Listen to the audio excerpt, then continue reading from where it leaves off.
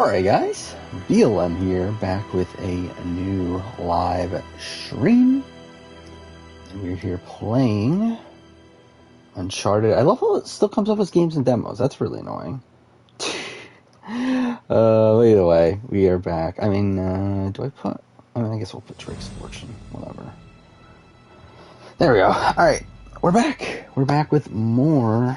well, I guess we're starting Uncharted. But yeah, Amazing Race obviously happened. Other stuff? I mean, what else happened? Yeah, well, let's just get started with this. Yeah, I'm playing Uncharted Drake's Fortune here. Again, this is all set up for Legacy of Thieves, which is coming out at the end of the month, which we'll be playing both of those remasters soon afterwards. But decided why not play the original trilogy first. The thing is that we might finish this a bit early, considering these are really short games, but hopefully we don't, because we still have over 2 weeks, but whatever. So we're going to do Drake's Fortune. Too much if I really, really wanted to. I could definitely finish Drake's Fortune tonight. Like, it's a really short game. It's like 4 hours if you're not doing anything crazy, but yeah, we'll see. But yeah, Amazing Race was on tonight. I've had a decent amount of videos since last time I recorded. Actually, no, I haven't. I've only done 2. Right? Either way, watched a little bit of the challenge. And yeah, don't know what else. But either way, let's just get started, I guess. What should I do here? I guess I'm gonna go. Let's do campaign. Should I go for a harder difficulty? You can change the difficulty in the middle of the playthrough, right?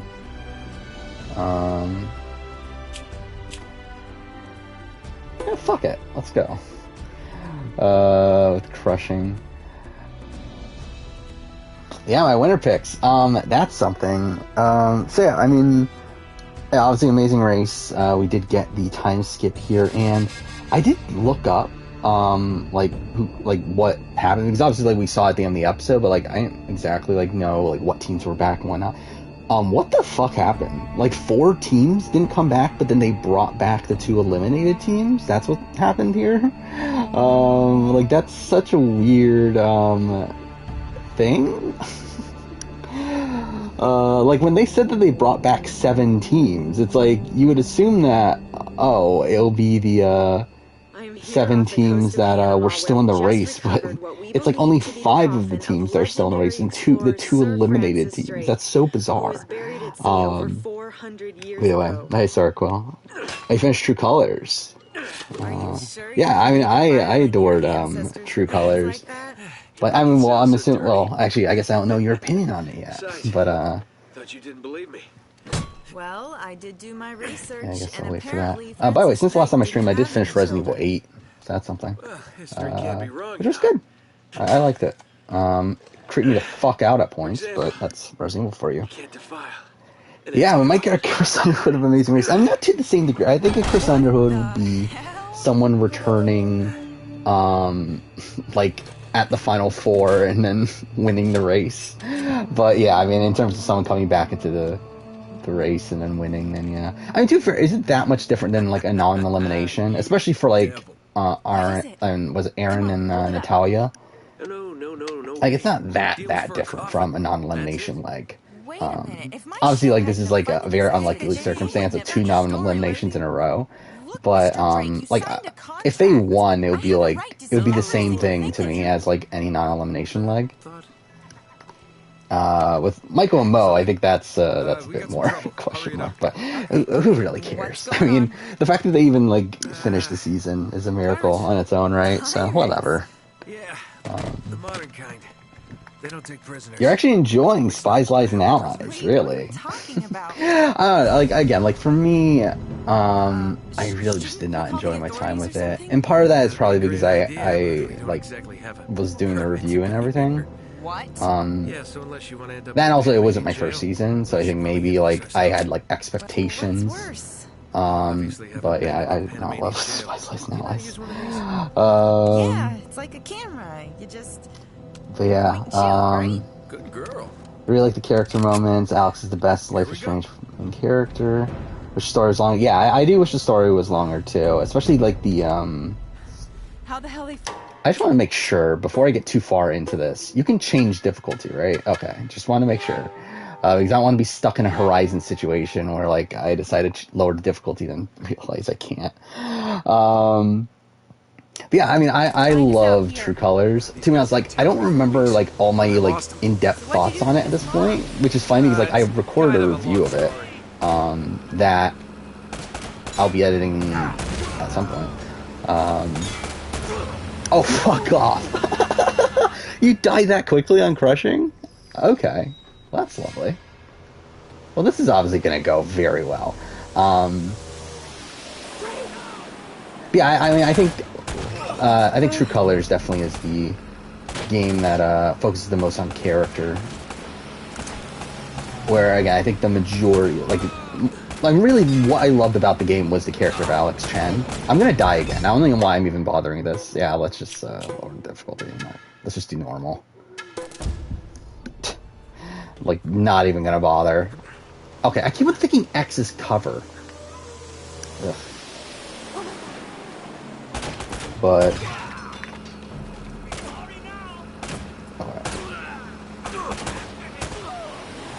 but yeah, like, I think initially I was underwhelmed with True Colors because, like, it doesn't focus on the plot too much. Because there's, like, I feel like the actual plot is just, like, kind of ends underwhelmingly to a degree.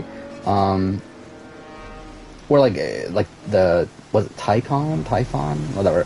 The main company, like, just gets destroyed and, like, we don't, like, know the ins and outs of it. It's, like, it's kind of, like, brushed over. But, again, like, that's not really the point of the story, so it's, like, whatever.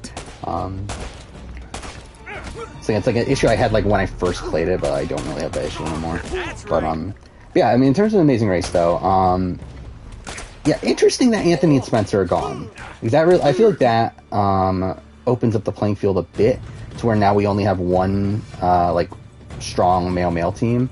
To where I feel like that really opens the room for well, Raquel and Caleb for one, but also Kim and Penn, who we saw do pretty well this episode. I feel like those are the three, like, top contenders. I feel like those are the three teams that, like, really the only three teams I could see realistically winning. I mean, maybe Aaron and Natalia, if they have, like, some sort of, like, redemption arc. But, I don't really see it.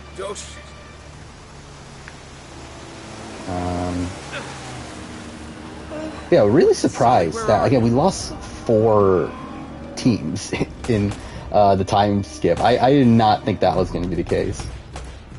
Again, like, Carl and Ray, like, I had a inkling because they broke up. Which, I mean, like, obviously, like, that doesn't necessarily mean they can't come back. But, again, like, I suspect they were one of the teams. Surprised about Anthony and Spencer. Did not think Anthony and Spencer were going to be one of them. And who are the other two?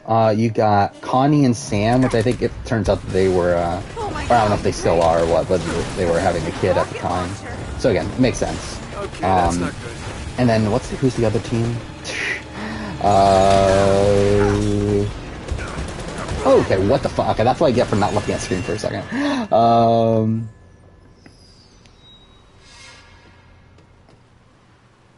But yeah, still surprised that we lost that many teams. I really was expecting, like, I was kind of surprised that we lost like more than one team. Like, I didn't think it was going to be that major of an issue. Oh, Taylor and Isaiah are gone. That's a bizarre. I mean, like, it's like, I guess they didn't really play that much of a factor into the season anyway, up to this point. But yeah, they really didn't get much of a story. Okay, what the fuck am I doing? Like, I'm just being a fucking idiot in this game.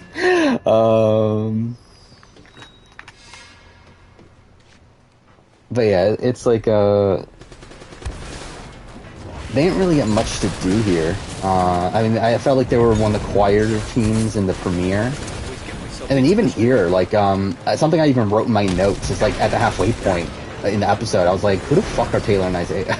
They're not showing them at all. Yeah, surprised to see Akbar and Sherry. I felt like I could have seen them being one of the teams to not make it back. Oh, we don't actually need to... Yeah, we just need to stall for time. Damn it. Anyway, yeah, I'm really far behind on chat, so I do kind of want to get caught up here. Come on! Go! Are you missing Riley leave? I mean, yeah. If you don't figure out, then episode 4 is really short. Like episode 4 of Blood True Colors is like you can literally do it in like 20 minutes. Actually, what was my speedrun time? I think it was around 20. I don't remember. But anyway, it's like, yeah, like there's not much to that episode. So it's like if you don't find Riley at the edge of town, then yeah, there's not much to that episode. Yeah, Ryan and Dusty are, I think, clear frontrunners from a race standpoint. And I think they had a good premiere from an Edgic standpoint. I feel like they were just kind of there for this episode, but again, like I'm not like a big follower of Edgic, and dude, even if I Edgic for Amazing Race, and even if I was, it's like it probably doesn't matter that much anyway. Saying they were still present. Yeah, Raquel and Kayla are probably my number 2 from an Edgic standpoint. And we got a lot of talk this episode about them being a strong, like, all-female team, despite the fact that they didn't even do that well. Like, they got, like, what, 6th place out of 9 or out of 10? It's like, they didn't do that well, but we got that. So, like, that makes you think that they're going to have a strong run. Thanks for the loan, Mr. Drake. I think So, I yeah. heard to look at that diary when we land.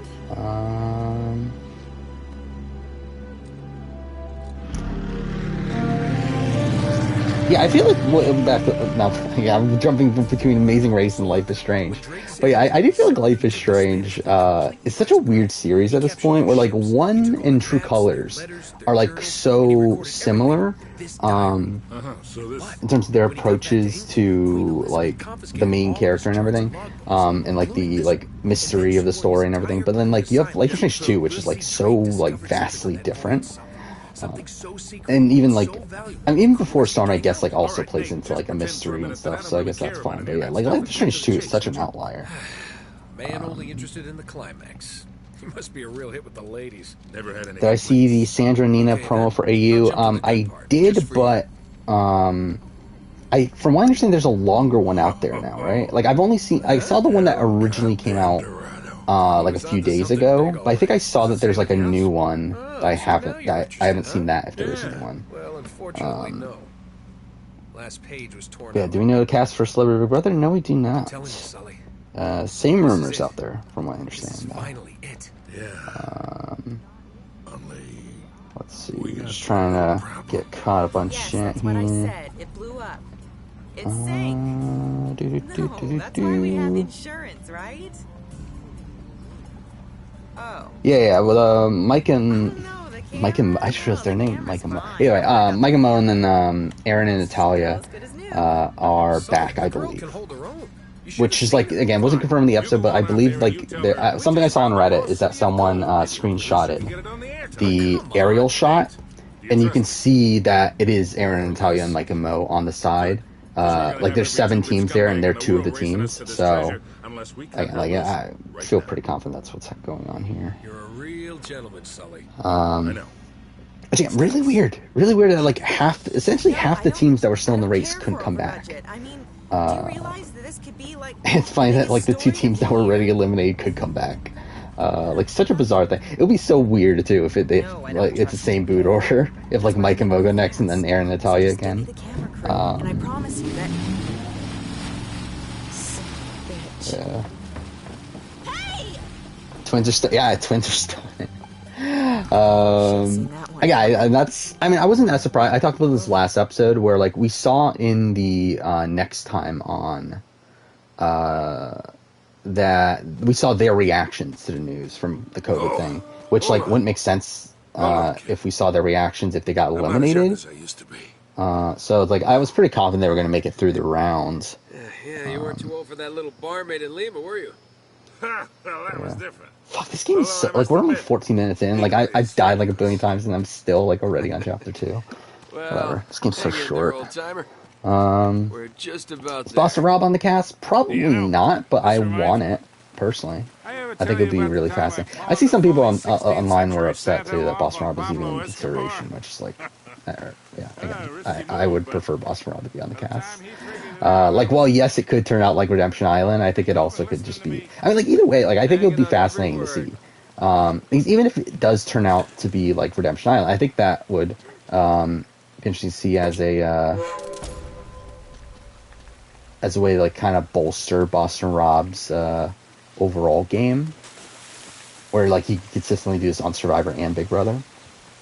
But if it doesn't, then it'll be fun to see him have this massive downfall also. Yeah, I think for me personally, there's no real downside, especially because like I'm not really looking at Celebrity Big Brother as like a show that I take too seriously, especially because it's only 3 weeks. It's like, who fucking cares? Like, if this was Big Brother US, like the main show, and like we had like 5 weeks, or actually I guess it would be like 10 weeks of a steamroll, then yeah, that's fucking boring. But it's a 3-week show, and yeah, like are these celebrities really gonna blindly follow Boston Rob? Probably not. Goddamn dead end. Easy, Sully. Just relax. Yeah, Mike and Mo win would be hilarious. I don't think it's happening though, based on the edit, because I feel like Mike and Mo barely got shown in that first episode, despite being the boots. It's like I feel like the only content they got was them messing up. And then I know they got the intro, right? They got their intro about like singing the song or whatever, but like that felt like necessary content. Like I feel like if they were the winners, they would probably be shown a bit more prominently there.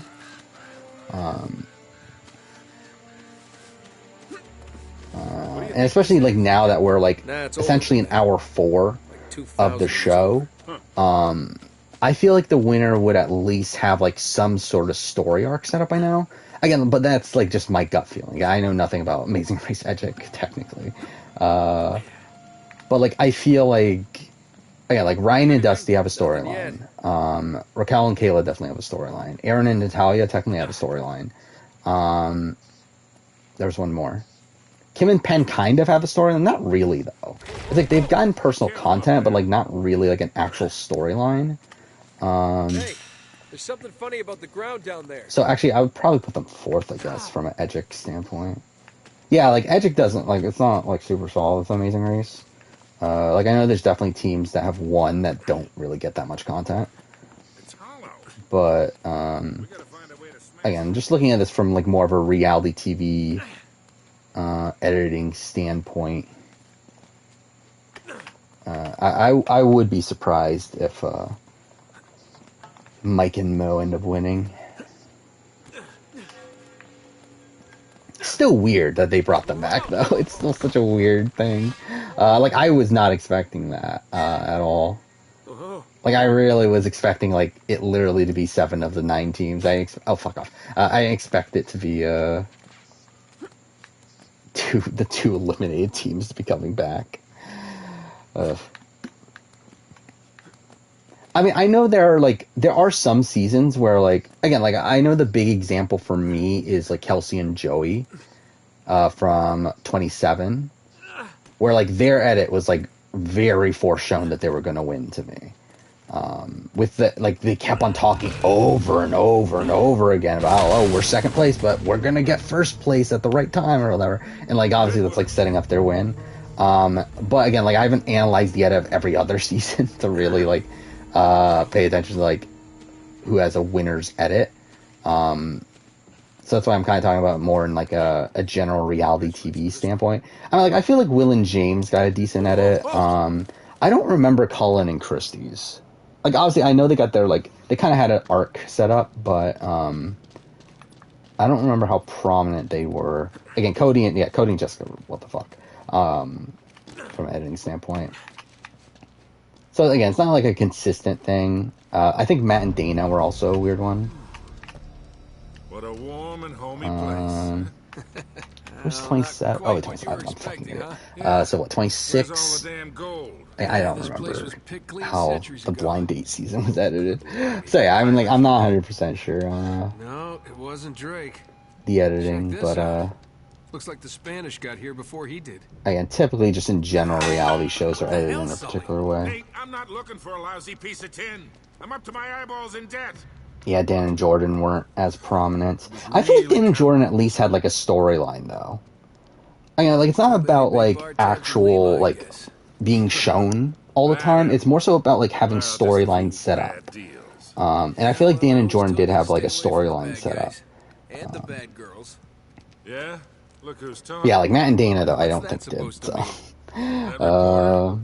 I saw the way you were eyeing her. did vets carry every season of the challenge? The Any majority. chance with her, the I second mean, we recently ditched it's her been on a that weird dock? All's fair thing in where love and recent war. seasons of the challenge have had more And newbies what than if you can't tell the difference? vets, or if My not, it's like friend, around you are in 50-50. big Where like trouble. like it used to be that like the cast was like 80 to 90% Those Spaniards vets, sure left a lot of crap and on then her. there'll be a few rookies here and there. Where now it's like they're trying to do half and half or so, because they're trying to get all these like people from like random European dating shows for whatever reason. Careful, Nate. That's quite a drop.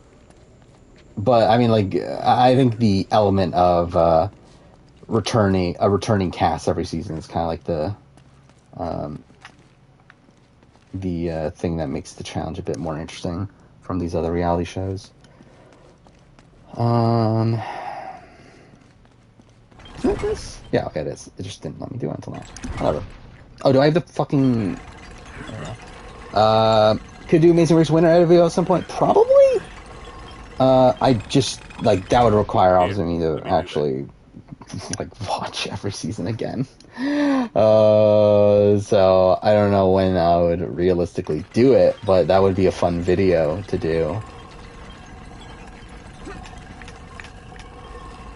I'll hold it open. See if you can jam it from Yeah, the actually, that'd be funny, too, yeah, if they got Caro back, but, like, just had a different partner. But what a weird end to Ray and Caro's story.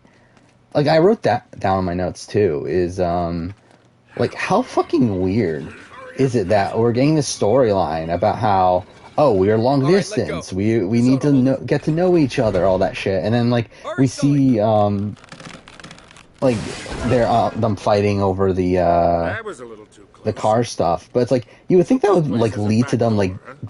getting to know each other better, but no, they just don't come back. This looks familiar. Like, this just I means think there's nothing. something in Drake's journal about So, like, this. that's a really weird thing. I wonder if they edited the first two episodes. Actually, that might be a thing. That they edited these first two episodes before COVID. I didn't even think about that until now. That's probably Yeah, actually there the it is. case, isn't it? Looks like this That they thing probably is some kind edited of these two lamp episodes or beforehand. And they See if you obviously can light probably, it. like, went back after the So, season after finished all your filming to bitching make about sure, the like, cigar, now it things comes weren't in fucked. handy, huh? But, yeah, they probably pre-edited these. So, that might play a factor into, the storyline talk. Maybe they didn't really bother. Like, I mean, maybe if, like, Mike and Mo do win, or some other team that hasn't really had a major storyline so far, maybe they wouldn't be introduced until next episode. So maybe next episode's going to be a bigger, defining factor on that. Yeah, Haley and George are both doing Talking Tribal, which we knew about George, but we did not know about Haley until Figure pretty a way to recently. clear this debris. Isn't it shooting this? Nice. How's my winner pick doing for Amazing Race? They're done. Do I get a redo, by the way? Because I did say before the season that Anthony Spencer were my number one, Ryan and Dusty were my number two. Does my winner pick carry over to Ryan and Dusty? Oh, fuck off. Okay, well, that was lovely.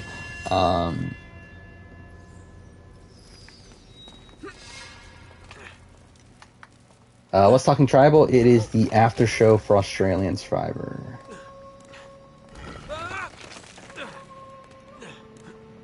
Whoa.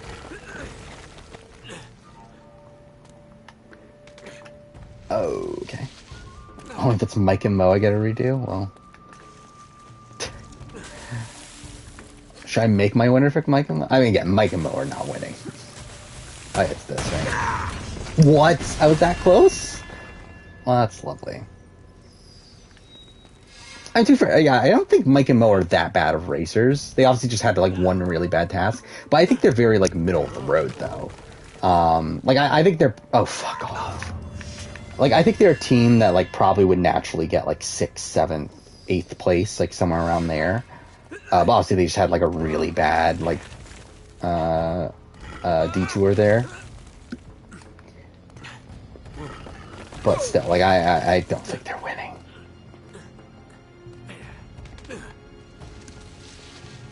Again, that's what I'm saying. Like I think Mike and Mo might be the first out again. That'll be hilarious. Oh, fuck off. I really messed that. Do they think these eliminate teams will get speed bumps? Probably not. I doubt it. I'm sure they're just gonna like consider it kind of like a reset. Especially like, again, like half the teams are gone. Like it's such a weird way to continue the season. Like, to be honest, it makes me question like why they even did it. I mean, I guess like just to not waste the footage that they already shot, but it's like, to me, it's like when you can't get half the teams back, like, why are we even continuing on the same season? Oh, okay. Like, it's surprising me that they just didn't go for like 34, which, by the way, we did get a casting commercial today, which was interesting, because I did not think that Amazing Race would be primed to do another season so quickly. I don't know what. So that's something. What do you make of this? How many episodes are there? I don't know for sure, but I would guess somewhere in like the 10-ish episode range. I'm an idiot. I'm not even paying attention to this. Was that actually the first one? Did I really look out on that? These signs has some importance. All right, so okay, that's the last one. So yeah, it's just me being an idiot then. Is this the first one? It's not. Which one's the first one then? It must be that one.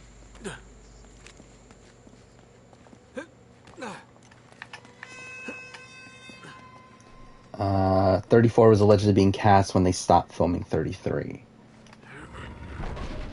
Interesting. Again, like, I don't know what CBS is doing with The Amazing Race. Where to me it very much feels like they don't care about The Amazing Race, but they just like continue to do it for some reason. Especially now, like, The Amazing Race is even winning Emmys anymore and stuff. It's like, it's kind of weird to me that they're like still doing it when they don't seem to actually care about it. Because like it feels like I don't, mind you, I guess I haven't watched CBS, but like it feels like a show that they like barely promote. It is that one, right? I'm not being an idiot. Okay, it is. Like, I guess it does okay enough ratings wise where it's probably still worth it. But like Amazing Race is still like not like Survivor or Big Brother in terms of ratings. I'm too fair. I think ratings wise it technically is around Big Brother, but Big Brother is also much cheaper to make. While Amazing Race is the most expensive show to make out of Survivor and Big Brother in the Amazing Race, so that's another factor there.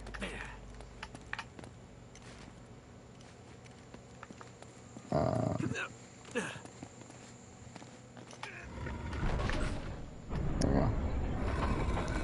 Yeah, also, yeah, that's also a dumb thing that they don't have all the seasons. Actually, I don't get Paramount Plus in general.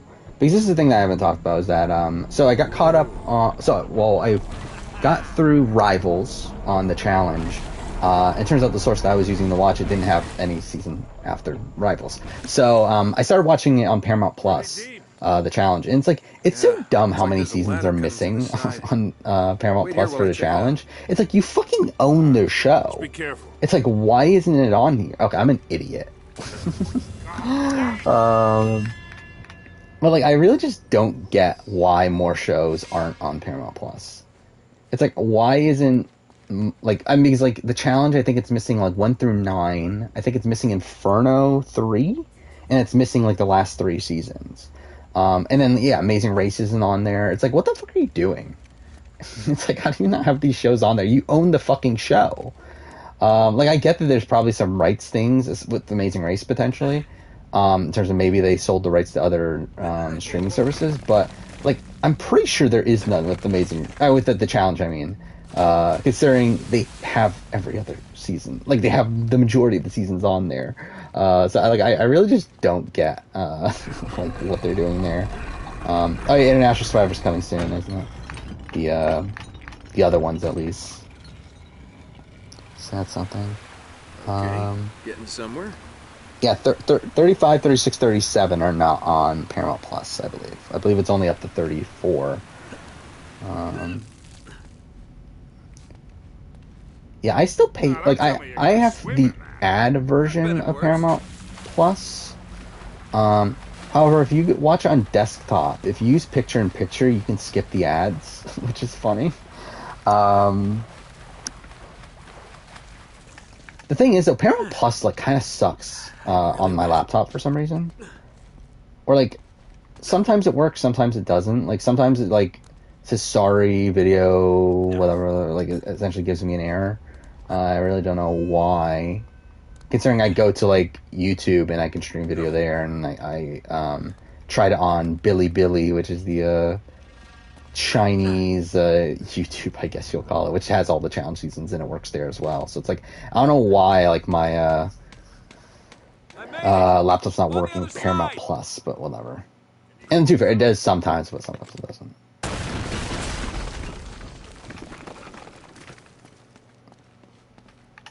Nice one.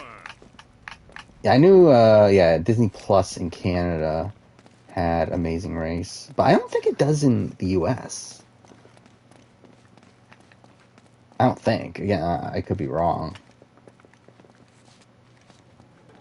I've got this one. There we go. Oh, I guess you're doing it. Oh, you're doing the other one. Whatever. Fuck off. I hate these where like it makes you. Is it bash or hold? It is. Wait, it's bash on it, right? There we go. Fuck that.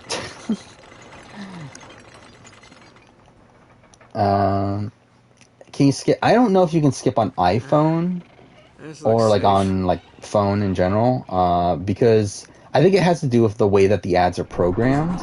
Because something I noticed too is I get more ads on mobile for Paramount Plus than I do on desktop. Where like sometimes if I start like I tried to watch the premiere Battle of the X's on desktop, and like I got no ads, like no ads even showed up, while I went to mobile and there were ads on there. So I think it has to do with like the way that the website versus the app is programmed. Where like I think on the website the ads are like added in after the fact, and because of picture-in-picture, it kind of like skips through it without paying attention. Like it's kind of like just playing through the entire video without stopping where the ads are. While I think in the app it's kind of more like ingrained in there. So essentially they programmed it better. Favorite season of the challenge? I will say, I did just finish watching Rivals, and I think Rivals is my number one right now. Around what? Mind you, I have issues with Rivals. Something I didn't even notice until this last rewatch is how short the season is. Not necessarily in terms of episode count, because it's the same amount of episodes as the last few seasons, but it's much shorter in terms of the actual game, where there's only 7 teams. Like because it's a season where it's male teams versus essentially they're separating men versus women, and it's 7 pairs of men, 7 pairs of women, but again, like there's 3 pairs in the final, which essentially means almost half the cast makes the final, and there's only 4 eliminations for each sex along the way. Like that's something weird I didn't even realize. What seasons have the agents theme of Spice Lives and Allies? It's only Spice Lives and Allies and Double Agents, so 36, 37 are the only ones to have the spy theme. I mean, in general, like the challenge doesn't really do themes like that much. Like usually, obviously, there's like these other themes like Rivals and Battle of the X's and. I mean, I guess would you consider Inferno a theme that's similar to? I don't know, like Inferno and Gauntlet. I guess those are more game format. They stop here. Yeah, it looks like the back wall of the temple was blown out. Like themes. I don't Must have made themselves a shortcut yeah, to it seems like treasure that's a more recent thing where they go for like the spy theme. Here, like we had the trilogy, the what was it 30, 31, 32, but that wasn't really like themed after Wait, Sully, do you hear that? like a motif or anything. It was more so like Now, there's something you don't see every day. Actually, what was that? Actually, now that I think about it, I guess it's like a rivals theme. Like, what was the theme of 30, 31, 32? Because, like, doesn't 30 not fit in that? Because, like, 31, 32 are both, like, kind of rivals seasons. Like, without being called rival seasons. But, like, what the fuck is 30? Like, there's no real theme there, so I don't know, whatever. The river during flood season and gotten stuck. You watch one episode of All Stars. Wait. I feel like Something it's about this- weird this to guy watch Hank. All Stars without having at least some context of who those people are. I mean, I guess they, like, I'm sure they explain it well enough to where it should be fine, but I'll check it out myself. even by the time I watched All Stars, I had already watched a lot of the, like, seasons 10 on, I believe, right? If not all of them, and maybe I think it was, like, at least through 10 to 15, which already include most of those people. It's like, I would recommend probably waiting to watch All Stars, but yeah, you do you if you want to watch it, whatever. Erica Harlacher made a Kingdom Hearts puppet show? Why? Like, that's bizarre. Like, that just seems kind of random. Like, does she play a Kingdom Hearts character? No, right? Looks like you're gonna have to monkey across those cliffs to get into the U-boat. And if it is, then it's like much more recently, because like I don't think, like, I can't remember one that she played. Oh fuck, that's me being dumb. Fuck, this game is so fucking quick. I should, like, again, like, I'm like barely over 30 minutes in, not even paying attention, and I'm already on this section. Whatever.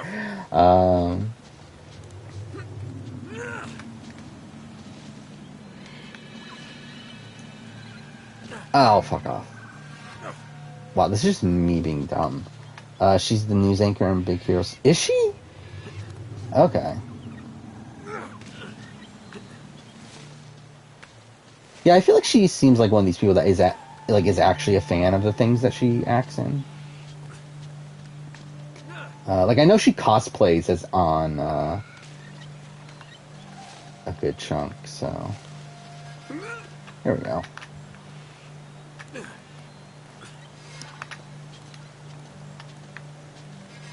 Yeah, I think definitely, like, if you're trying to get into a challenge and not, like, starting from the beginning, I do think one of the more recent seasons is probably a good place to start. I mean, I wouldn't necessarily say Spice Allies and Allies, but I probably would have said, like, War of the Worlds. Or maybe Total Madness? I don't know. Total Madness has a lot of storyline. I mean, it has a lot of Big Brother people. And, like, also, it's, like, the first season with Jay, who's, like, the first Survivor person. What the fuck? But also, like, I feel like there's a lot of storylines coming into that season. Oh, fuck, I start from the beginning? That come from a War of the Worlds 2. Oh, fuck up. Alright, let's see this link. Has 20,000 views. That's something. 4,500 likes. That's quite a bit. She has 100,000 subscribers. Hey, I didn't even know she had a YouTube channel.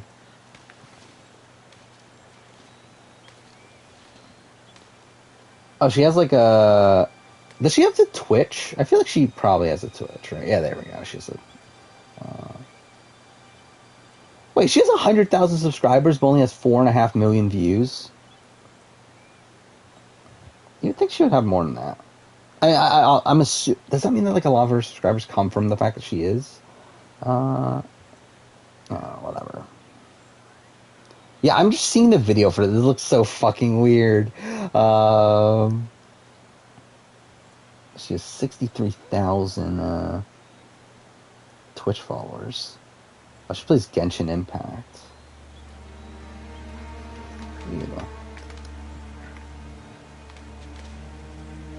Ramona is the first survivor. I guess if you want to consider. By the way, what a weird thing. I forgot that was even a thing that she's like. She's a set. I mean, she hosts more than anyone else on Extreme Challenge. It's so weird. Right after stream, I don't think she's streaming right now. By the way, speaking of like other people streaming, I did see that SB was streaming earlier, and like she was doing like a karaoke stream, and that just looks so bizarre. Like I only like went in for like 2 seconds, very much, but and she was just like singing like idol songs and stuff. Like it was just weird.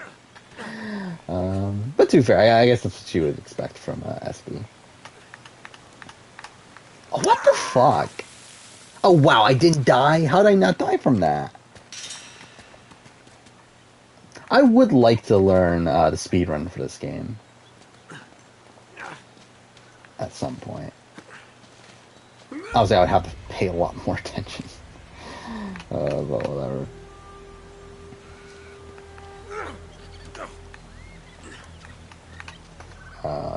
But yeah, I feel like there were a lot of longer posts earlier that I just did not get the chance to read, so I'm going to scroll back and chat a bit here. Amazing Race 15 finale had some controversy since... Oh yeah, I did hear about that. Yeah. About Brian and Erica. By the way, I forgot Brian and Erica were even people. Again, like Amazing Race really just does not stick to my mind. And 15 is like one of the seasons that I like have more nostalgia for, so it's like I should remember that season pretty well. But like for some reason I just don't that much. Favorite memory challenge with Amazing Race? To be honest, I couldn't even tell you. I don't remember. I still have not watched Cobra Kai. Which, by the way, something that's annoying to me that I didn't even realize until pretty recently is that, so obviously right now I'm doing this challenge rewatch because I want to do the season ranking. Something I realized that I'm actually already kind of at the point where I should probably be watching BB3 for my BB3 retrospective. So it's like, after I finish the challenge, I'm going to have to go immediately into watching BB3. And after BB3, I'm going to have to watch Glass House. And then after Glass House, I'm going to have to watch Survivor Thailand. So I didn't realize that, but I'm kind of already have a lot of things to watch from a reality TV standpoint. So that's something. I might even watch A&W 4. I don't know if I'm going to do that video yet. For sure. Or not. Where I want to continue off the history of American Ninja Warrior videos, but I don't know if I'm really willing to put the time into those.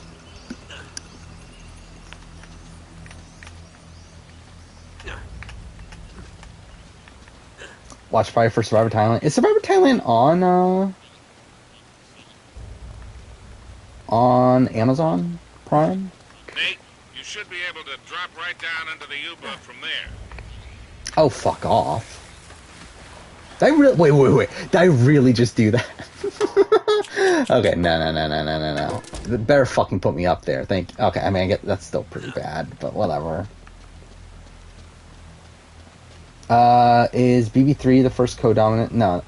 I would say Hardy and Nicole are the first, like, dominant players of Big Brother.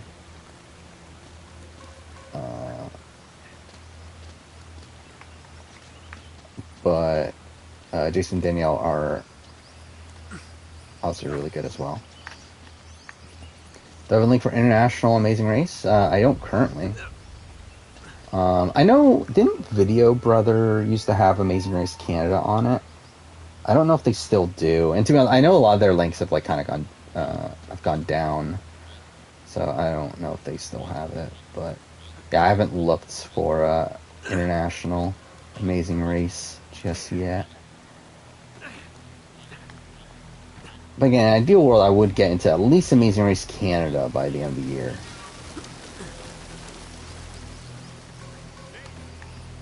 Yeah, I've actually done the same. I think I'm doing the same thing. I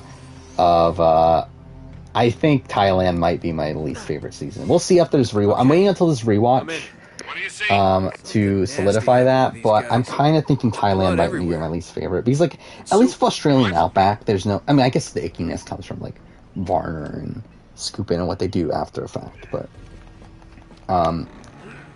like, I just feel like Thailand's just such a dark season. Like, I disagree that there's zero good moments from Thailand. I do think there are good, like, dark, humorous scenes. Again, like the Attack Zone Challenge is one of my favorite, like, scenes in the history of the show.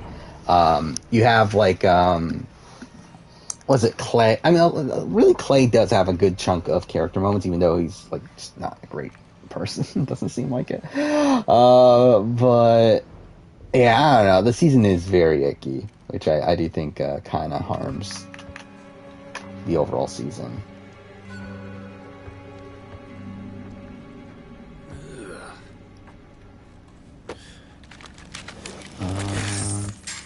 I plan on watching Cobra Kai at some point.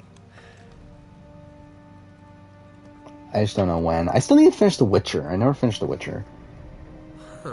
Still have like, what, 2-3 episodes of that? And then, I'll probably watch Cobra Kai after that. In terms of the script stuff that I'm watching. But, no. I think the trail just got warm again. How so? Well, I just met a guy with pockets full of Spanish gold.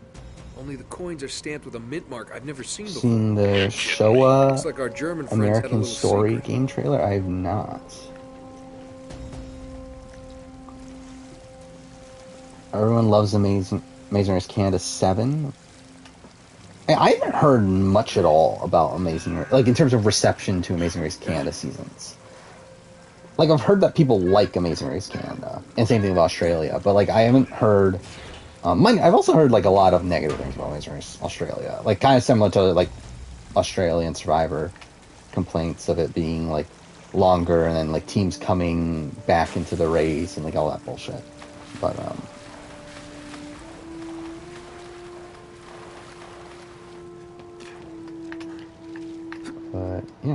yeah, I plan on getting into it at some point. Cozy.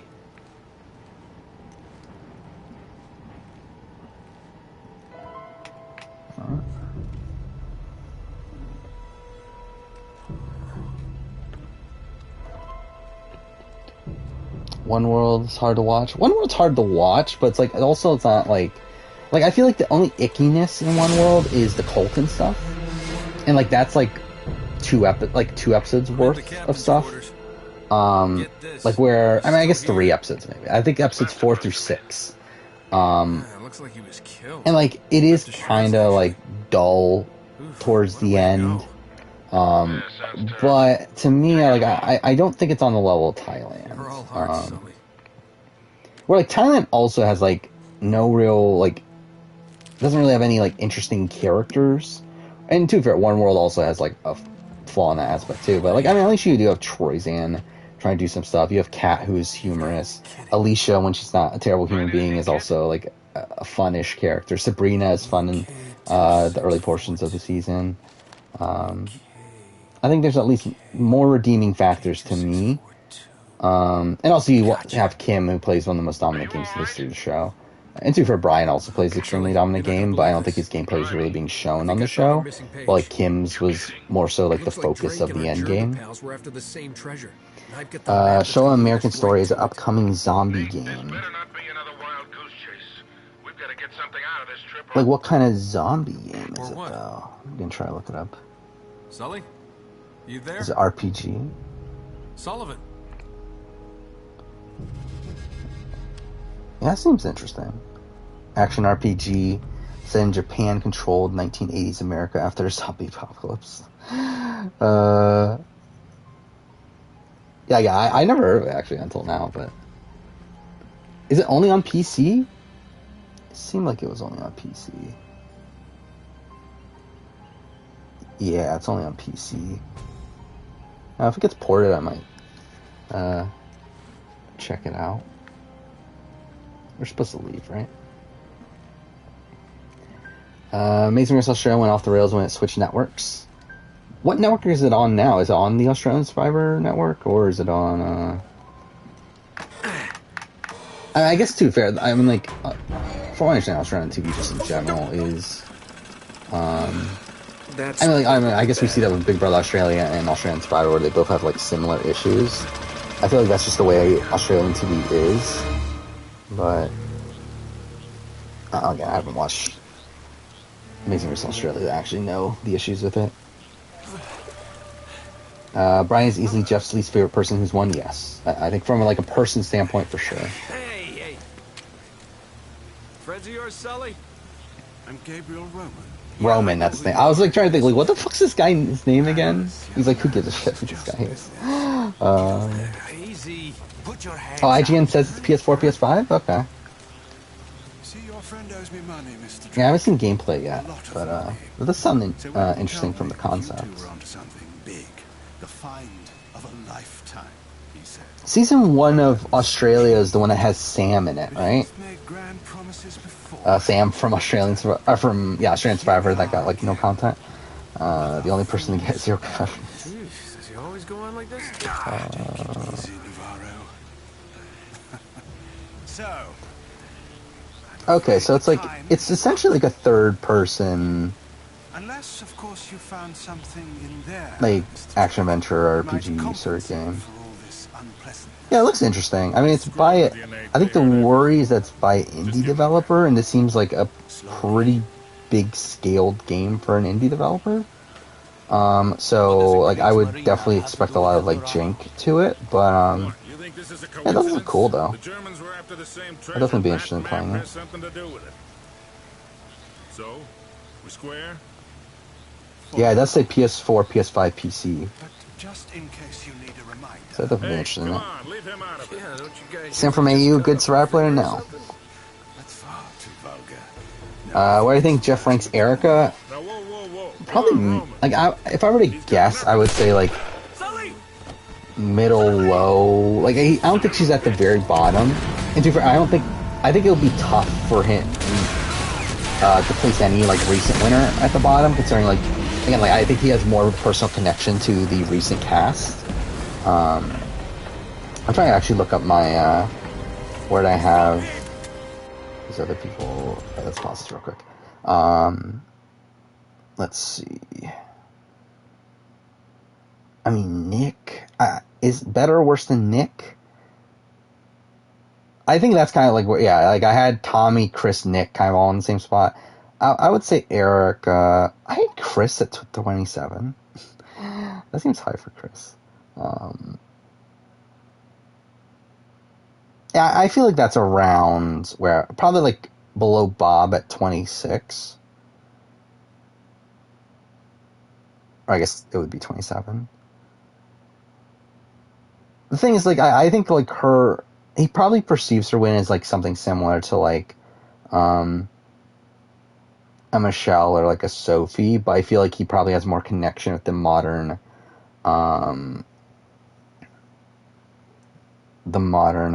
like cast, so I think he'll probably be a bit higher there. I don't know, actually. Oh yeah, that's something I did listen to. I listened to the end of Evie's interview with Rob Ciccinino. Oh, fuck off. Because I did want to hear about the jury's perspective. And I mean, I'll be honest, I didn't get much from it. What? Wait, what? How am I dying here? Alright, but I mean, like, essentially all I got... What? Do I need to kill... I can't kill them. Yeah, so how the fuck am I dying, like, so quickly? Okay, whatever. Fine, I got through that time. Yeah, like, Jeff... I think Jeff is a lot more, like, he's not really willing to say his true opinion on things anymore. I think part of that is because, again, like, I think he has more of a connection to the cast now, to where he's not really willing to, like, completely bash on people. So, like, I feel like you have to read between the lines, especially, like, people like a Nick. I think that's one where, like, I think you can tell that he does not love Nick as a winner. But he's not going to outright say, oh, Nick sucks. Like, he's not going to go, and, like, even with Michelle, it's like he never outright says that, oh, I don't like, that he doesn't like Michelle. Or that he thinks Michelle plays a bad game. He more so just, like, doesn't talk about Michelle while he props up everyone but Michelle. Like, if you read his interviews, like, he never explicitly says anything negative about Michelle. He just talks about, like, what a great game Aubrey and Ty played. But, like, kind of leaves out the fact that, again, he didn't love Michelle's game. They're shooting at you too, you know. How do you reload in this game? What is reload? Whatever. What the fuck? Whatever. I have not listened to the Xander deep dive. What the fuck is up with the... Okay, wait. Is there like auto aim on or something? Because there's something weird with the aim here. No, nothing. Again, like, it's fucking... Look at... Okay, actually, that time I didn't do anything. But, like, it's, like, moving, like, to the left a bit.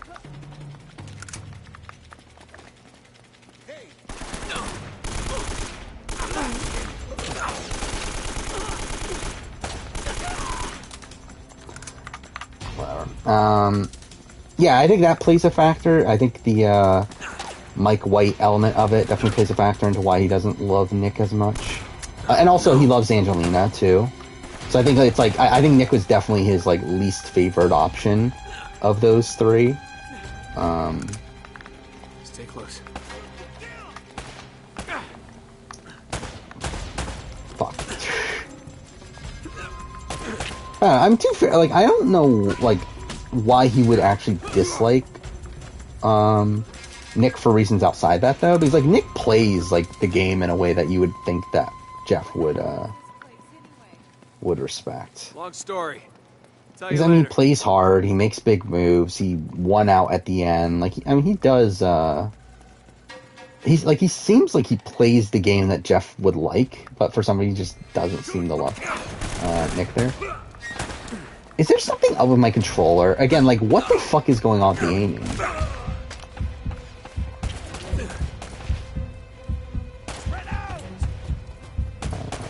I mean, Angelina did not play well. I mean, like, I don't think she played, like, the worst game in the world or anything.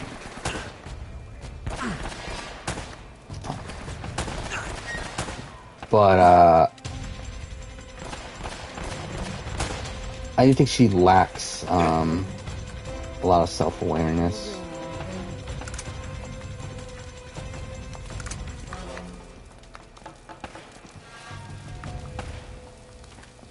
Yeah, I mean, that's probably an element of it, too, that he finds Nick boring.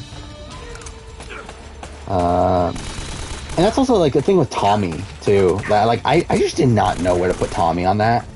Because, like, Jeff doesn't really talk about Tommy in any of his interviews. So, like, I mean, like, I would assume he's not in love with Tommy. But, like, I don't really have any proof for that, so that's why I didn't really know where to put him. You look up Ron and Brendan, you can finally tell them apart. I'll be honest, like, I don't remember which one's which still.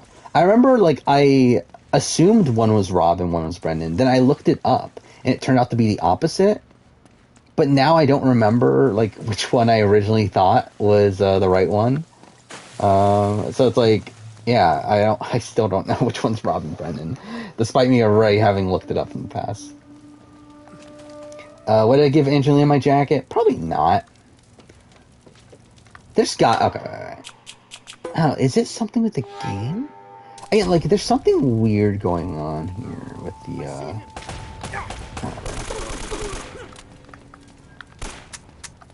Okay, it's not this one, though. It's like there's some, like, drifting in the, Oh, that's not the... Wait, I thought there was explosive over here. Whatever.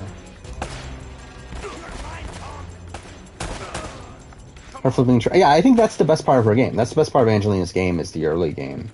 Where she is in a pretty good spot on the original Goliath stride. And, like, she has an okay swap. It's like I do think she gets kind of outplayed by Mike, where Mike seems to do a better job at playing the middle there. How do you reload? What is the reload button in this game?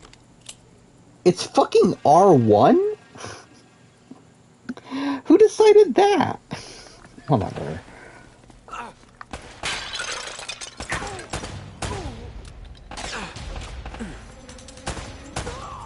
Whatever. But yeah, it's like once she gets to emerge, though, her game goes downhill. I mean, like at the moment where she's like pandering to Elizabeth, like that kind of ruins her perception in the game. I think she was pretty much drawing dead from that point.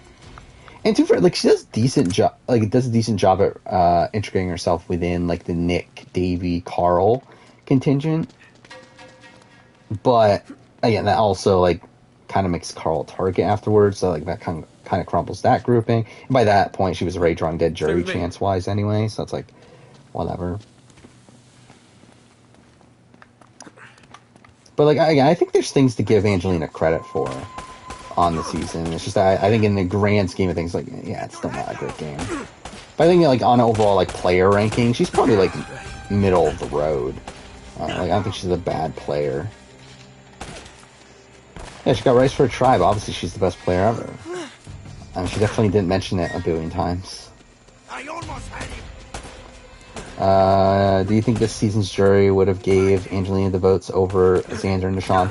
I think I would have thought that at the time of the finale.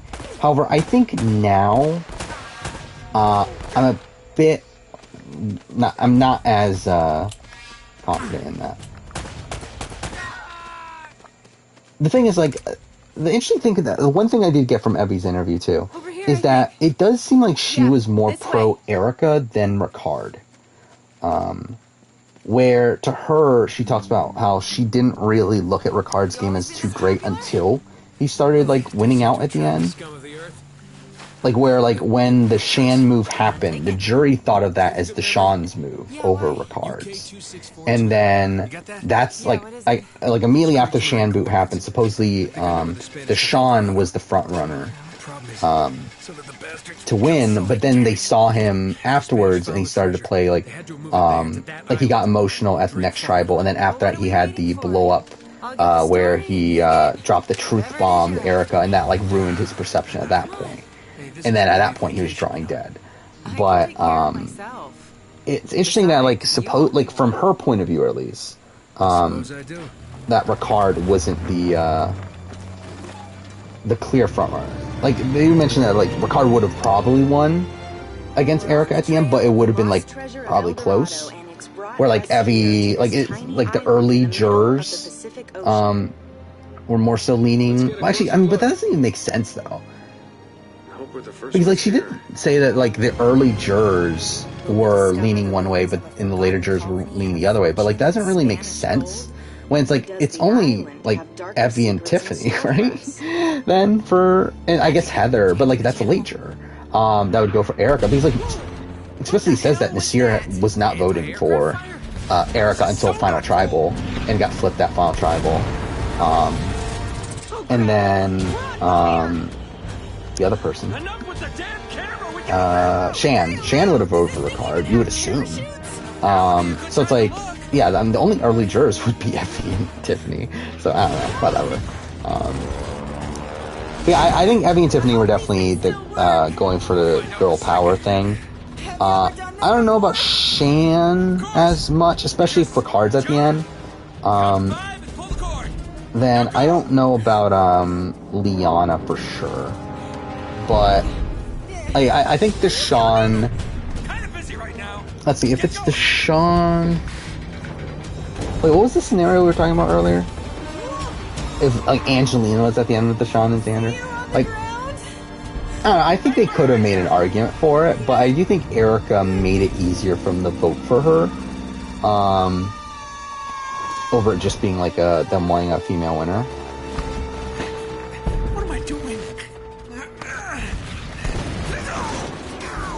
I think the thing that's interesting to me about Shan is, again, I don't think Shan understood that Ricard was the mastermind behind her boot right away. That's the thing that I question mark with Shan, is that now, like, obviously now she's saying she would have voted for Ricard. But that's after the fact, obviously. At the time, like, immediately after she gets out of the game, she talks about how she would vote for Ricard. However, if you watch the Ponderosa videos, it becomes clear that she, like, did not know that Ricard voted her out. Like, it seems very clear that she, like, because when Liana comes in, she's pissed at Liana, thinking Liana voted her out. When, like, that makes no sense unless she's under the perception that Ricard voted with her. So I think it's pretty clear, like, she thought that, Ricard was, voting with her there, and that might play into why she was going to vote for Ricard. So I don't know if, like, after she found that out, then she, like, was like, fuck Ricard. We don't know for sure. But, yeah, I don't know. I feel like that's kind of a weird, thing that to pick up on post-season there. That's great. Great start, Nate. But I would still lean towards her probably voting Ricard, but I do think there definitely is a chance that, she would have been upset.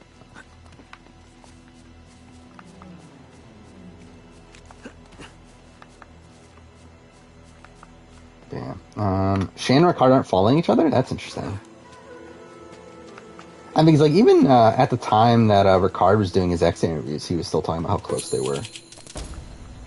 So, yeah, I got a trophy. That's something. I just realized, have I never done, I guess I never did do 100% on Nathan Drake Collection. Huh. Because I know I've done on PS3. I guess I never did on Nathan Drake.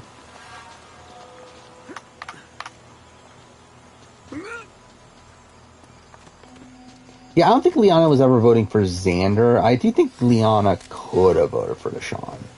This is the thing that again, I didn't get much from this Abby interview, which I was kind of disappointed by. That, like, I still don't know who wins a Deshaun-Xander Final 2. That's the thing I want to know. I want to know who was more respected out of Deshaun and Xander. Because, like, I suspect Xander by the end of it, but I was hoping that we would get, like, more concrete proof at that. But we don't, so whatever. Here they come. I hate the main squeeze. You're pretty early here. But, yeah, for some reason talking about Surround 41 for the first time. Finale, probably.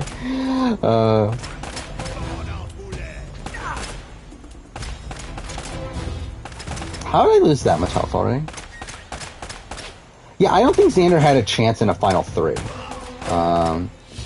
I think Xander could have won again, I think he could have won a Final 2 against Deshaun. But I don't know for sure. And I'll say, like, I don't think Xander played that good of a game. The global winner ranking's not out, or global runner-up ranking's not out yet. I forgot about that. But I talked through it there, and then obviously I talked through it in the player ranking. But, to me, Xander did not play that good of a game. I think Xander just wasted a lot of opportunities that he was given to make potential moves. And eventually makes moves that weren't as good as the potential moves he could have made beforehand, and then kind of tries to prop them up as if they were still really good. But,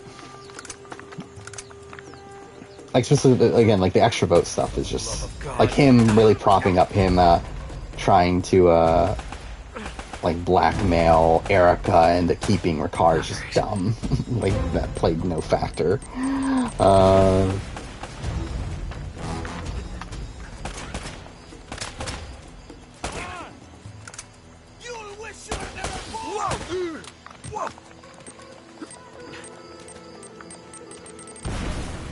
Yeah, to me, like, the definition of GOAT is just someone that has no chance at winning the game. Like, it's not really a derogatory term to me. It's merely just, like, if you have no chance at winning a realistic endgame scenario, then you are a GOAT.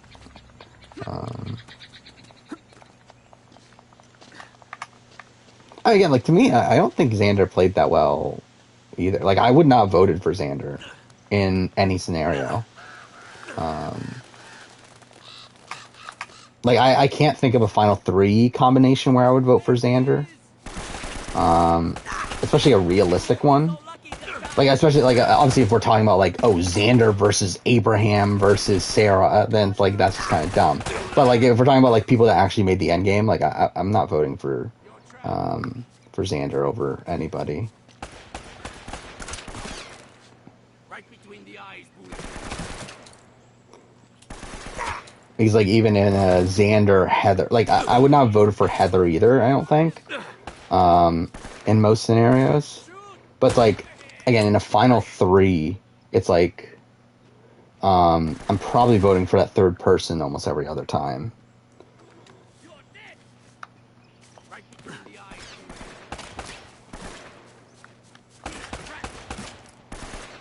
But I still want to do that updated who would I vote for video for Survivor. I might do it after 42. Just because I feel like I can better explain my rationale for who would I vote for now. Then obviously it's been like, what, 4 seasons since the last one, so that's also a thing. And also, like, my original one's like one of my most disliked videos on the channel, so it's like, that's something.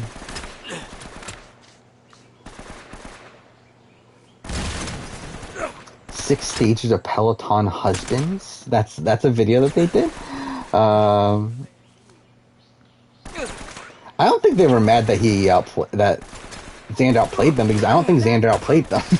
I mean, like, Xander outplayed Liana at that one round. I think outside of that, I don't think Xander outplayed them really at all. And I think that's why they didn't vote for him, is because they just didn't think he played that well.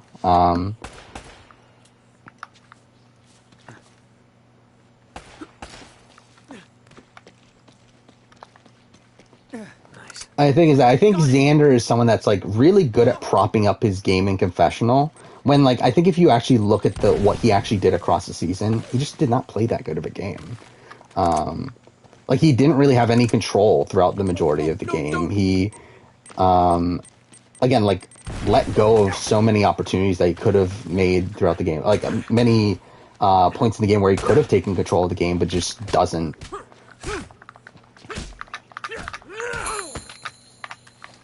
Why did I get a trophy there?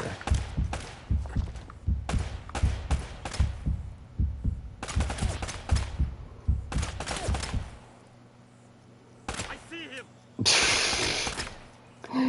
Is that really a comment? Someone said, "Who are you to have a philosophy on the game?" That's true. Again, the thing that I find so dumb about my videos is that, like, people get so upset in the comments when it's like, again, you realize it doesn't matter. Like, like, it literally doesn't matter. Like, I'm literally just a random fucking guy that talks about my opinions on the game. Like, my opinions don't fucking matter. I have to go all the way to the beginning. Fuck that.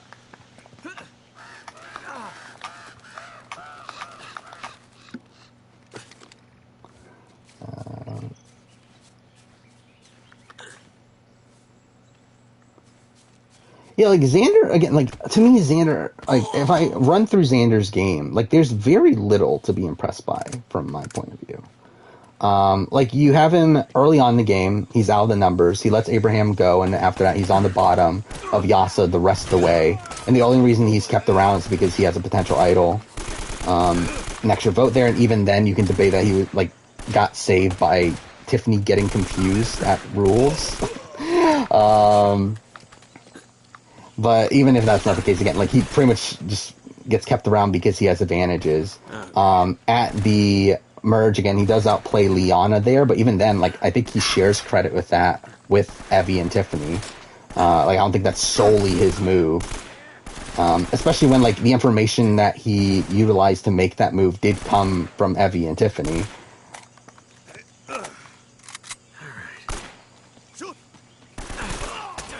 And then after that, it's like he's kind of on the bottom, just scraping by without making any actual decisions in the game. Until the point of the Shan boot, which, again, he had very little influence over making that move. And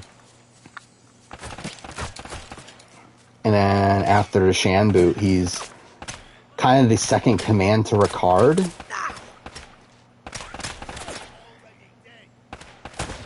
Which Ricard in himself, like, didn't really have that much control by the end of that season there. And, like, he does make decisions at the very end of the game, but, like, those are bad decisions. Like him, like, taking Erica to the end. At the Final Four. Oh, fuck off. Stop him. Over here.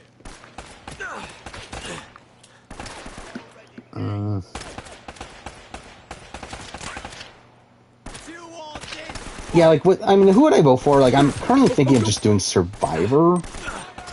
Oh, fuck off. As of right now, though. Like, fuck off. How am I getting shot from that point? Okay, whatever. It's fine. Do I think Troy and Jimmy T look like brothers? Kind of, I guess. I mean, I guess they could. Like, I've never, like, taken the time to, pay attention to what they look like from, like, anything other than them both having long hair. But, I guess so. If Xander made a move with the idol at 5, could he, garner respect to win? I don't think so. Because I think the thing that he needed to do was save Abby, probably, at Final 10. Again, if he used the extra vote at Final 10, I think that does gain him the respect he needs. Or at least more of the respect. Again, I don't think it's like a guarantee, he wins the game if he gets the end for that point. But I think it definitely betters his jury chances. Where, like, I think by that point, he's kind of already drawing dead. By the time he gets to, like, the Shan boot.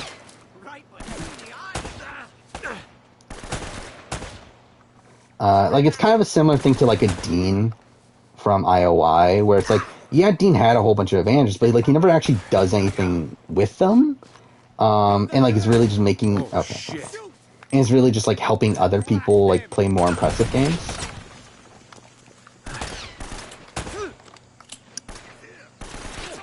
Yeah, I do know the Jimmy T. Malcolm thing. That came from fuck, what was it called? Evolution Strategy from RGP. Where that was the thing, is that they called Jimmy T a time-traveling Malcolm. Fuck off.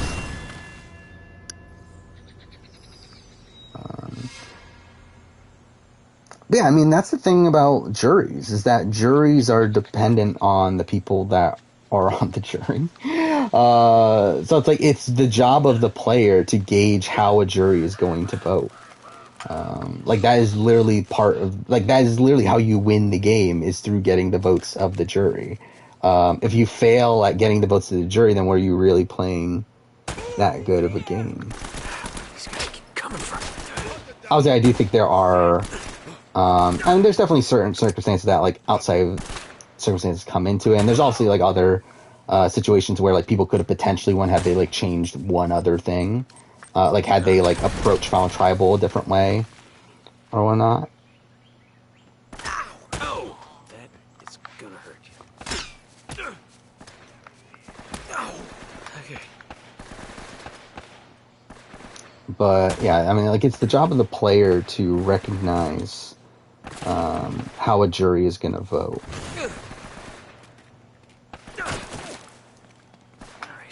And while juries can be unpredictable, it's still part of the game. Yeah, I mean, there's definitely, like, certain situations where, like, Mickey... Like, I don't think Jackson wins the game if he played the game in, like, season 19 or 20. Like, I think Jackson is primed up to be someone that loses due to a bitter jury. Which, again, like, a bitter jury's not bad to me. Like, a bitter jury is, again, part of the game. It's like, you're supposed to gauge how the jury is gonna vote. And, like, to me, a bitter jury is a jury that votes against someone more so than... Okay, fuck off. For someone to win. Where, like, obviously with Paul and BB19, it's like the votes that Josh gets are more so votes anti...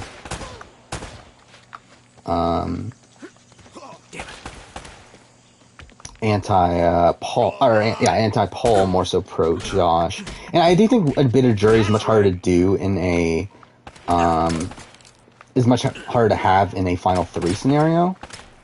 Where, like, in Final 3s, you typically have...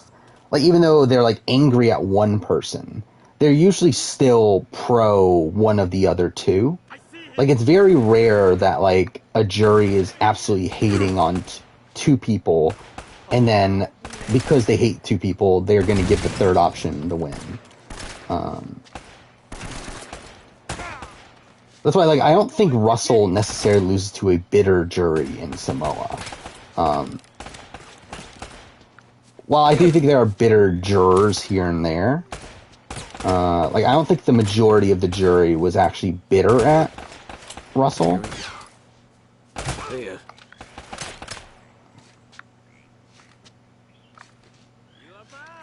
I think Heroes vs. Villains is a different situation, but at least Samoa, I don't think they're Damn it. as bitter. BB Can 9 was definitely not bitter. I think BB Can 9 is the complete opposite of bitter for the most part. I think you have like Ryan, who I think you can argue is bitter, but also like was very pro Paris. Like him and Paris were very, very close. Like I don't think BB Can 9 was bitter at all.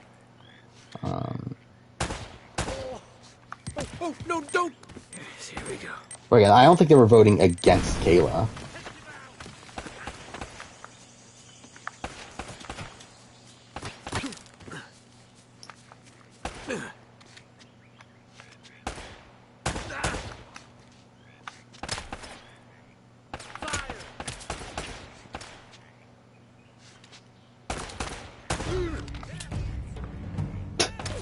Was that a checkpoint? Like, why did the music just start coming out?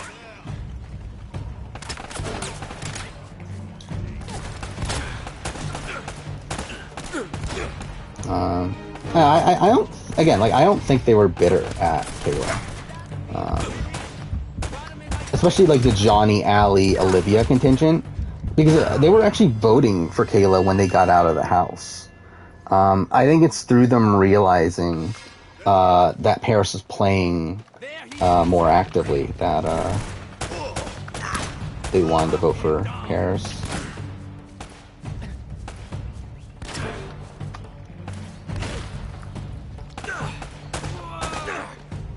I mean, the thing is, like, if you watch exit interviews, like, Taron Armstrong did exit interviews immediately after they got out of the house and, like, asked them, what is your ranking of who you want to vote for? And almost, like, pretty much all of Johnny, Olivia, and Allie all had Kayla higher than Paris. Damn it. Fuck off. Hey, how am I getting shot here? What the fuck? I see him. There he is.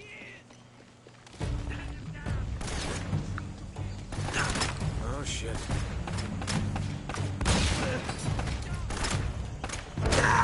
Fuck off. What the fuck was that? Whatever. There he is. I mean, but again, like, this was, like... Again, like, this was, like, immediately after they left the house. And also, like, Paris, Paris was actually more important to getting rid of Allie and Olivia. And, like, actually, yeah, Paris actually betrayed, like, all three of them more than Kayla did. Where, like, Kayla had no connection to Johnny, Allie, and Olivia by the time they went home. Where, like, Paris was supposed to be working with them. We got him. Fuck me. I remember I hated this fight when I originally played the game. I'm saying I don't remember why.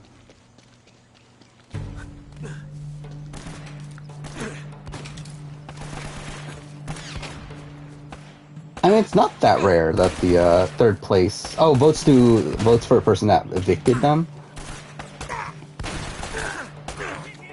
How am I getting shot here? But again, I think that's very circumstantial. Where, like, there's some circumstances where they obviously do, and some that they don't.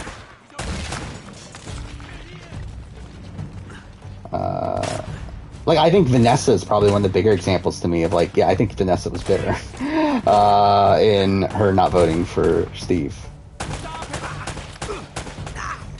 Oh, shit. But I think in most circumstances, it's again, I think it does come down to more so who they respected even beforehand. I think there's very few circumstances where like a player's actually bitter when they're voted out with 3 and doesn't vote for the person. I mean, if we're going back in Big Brother history, I mean, you have like Ozza voted for Xavier. You have Nicole voted for Cody. You have Nicole did vote for Holly, but again, I don't think that was a bitter situation. I think she just legitimately did not respect Jackson by the end of the game, where she was upset at Jackson for how much he lied to Cliff and how he treated Holly in the game. And I think that's like more so like outside of game stuff, more so than like her actually being bitter.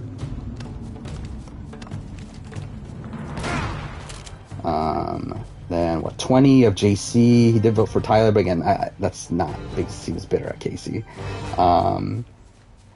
19, you have Christmas votes for Paul, but again, not because she was bitter, it was because she was in love with Paul.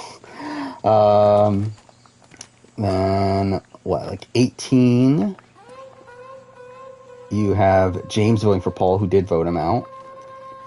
You have 17 again. Vanessa, I do think was legitimately bitter. 16, Victoria votes for Derek, but again, I don't think that's because she was bitter at Cody. I think it's because she obviously had a very strong relationship with Derek. Because obviously she co-dominated the game with Derek, if you did not know. And really, it was her decisions the entire time. Spencer voted for Andy.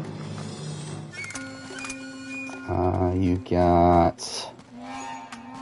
14. Danielle voted for Dan, but again, not because she was... I mean, to be fair, she was upset at the end.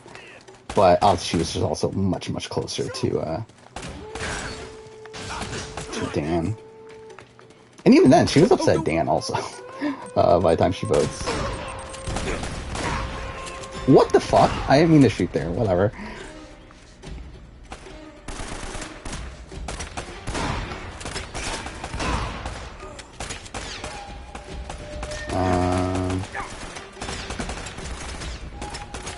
Yeah, I mean, obviously, Victoria played the best game ever. Just ask her. She'll tell you. But I just love, again, like, if you have not listened to the, RJP exit interview with Victoria, it's hilarious. Where, like, she legitimately believes that she dominated. But she believes that she, was the one controlling Derek.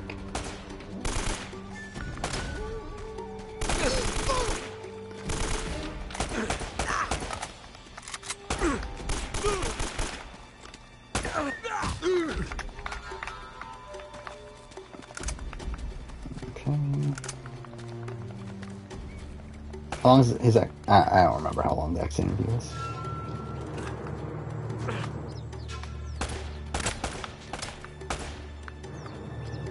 Does Janelle respect the game? I guess she does to a degree. I mean, I think her voting for Yvette over Maggie isn't necessarily her respecting the game. Yeah, I think her voting for Boogie was more like... Again, she was obviously voting pro Boogie, but I think there is an element of her being anti-Erica. And then she was like pro Dan and BB14, but that's because she was outside the game. And to be fair, she also loved Dan inside the game also.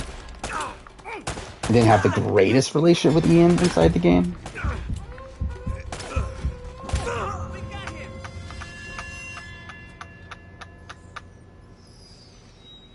I mean, yeah, Maggie played better than Yvette, but, like, Janelle voted for Yvette. Again, the Sovereign 6 hated Maggie, and we're never going to vote for Maggie. Which, again, is a flaw of Maggie, and it's something that I talk about a lot when I talk about the flaws of Maggie's game. Is that how the only reason Maggie wins BB6 is because she's against Yvette, who fucks it up even more than Maggie did. Because, like, if it wasn't for Yvette, like, blasting Rachel in her goodbye message, Yvette wins the game there. Now I'm pissed. Again, the Sovereigns hated Maggie, and we're never going to vote for Maggie. Unless, again, like with Rachel and Howie, they voted for Yvette because of how much Yvette fucked up at the end. Or I guess not the end, the final 8.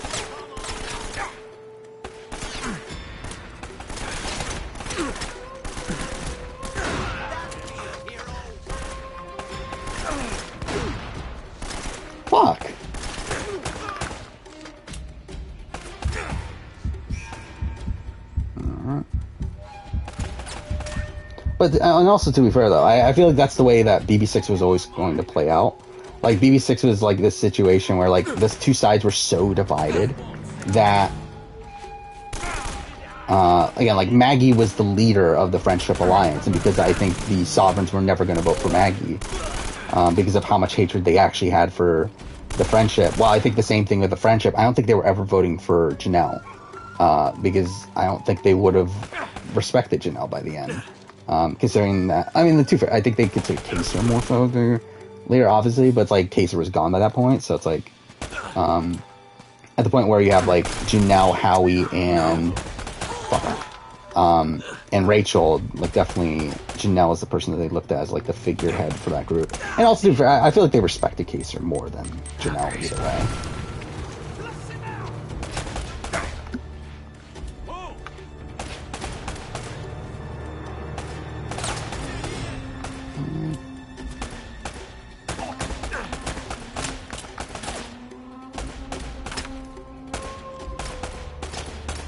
I mean, yeah, the MVP twist was broken. The question I have is, like, was it purposely broken, or were they just idiots? Like, I feel like they can't be that dumb, right? Like, they had to know that I was going to go to Alyssa every time, right? But then why would they change it in week 4, only for them to, like, accidentally fuck it up there? So it's like, it kind of leans... You know what? I'm just going to turn on that. I'm not going to fucking bother with this. Let's go easy. It's like I'm never getting through this game while talking to chat and stuff, though.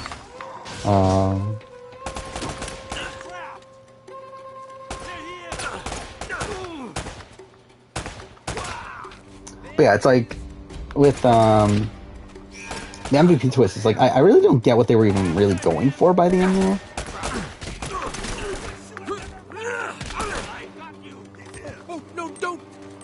Because, like, it wouldn't surprise me if, like, they knew it was going to go to Alyssa, and, like, that they wanted Alyssa to do well. But it's like, it doesn't make sense that, why would they change the rules in week 4? Which ends up screwing Alyssa over. If they wanted Alyssa to win every time, so, I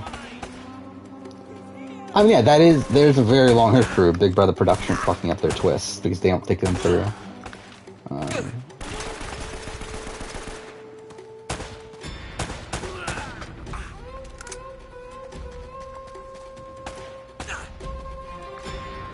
Climb? Thank you. Okay.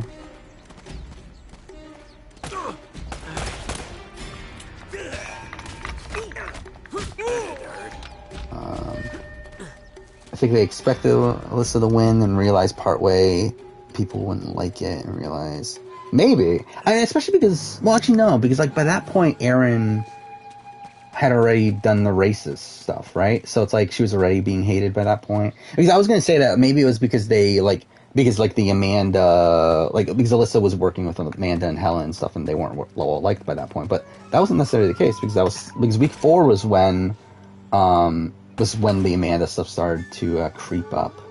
Because like Amanda starts to get hated, but it's not until after that. So it's like, I guess it's not from that aspect. So I don't know. Are Connor and Ray on X on the Beach? I don't know. I know they were like at one point, right? But I think I heard that they like dropped out or something. I don't know. Yeah, I don't pay attention to X on the Beach.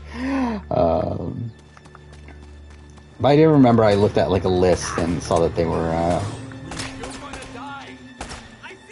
not on anymore. Now I don't know if that means that they were like on and they left, or if they just like ended up not getting on the show. I don't know.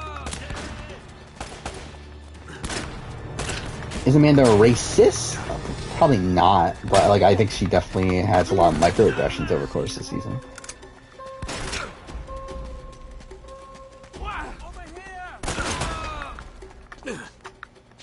Particularly towards Candace. I think that's the problem with Big Brother production in general. They don't think things through. Where like I think the thing that like Big Brother really seems to need like a game theory analyst or something. Where like again, like I mean, we just saw even in BB23 with the High Rollers room, where they have another twist that they just did not think through. where like America giving their favorites advantages, like that leads to America's favorites getting targeted, especially when like they're not guaranteed to get the advantage through it anyway.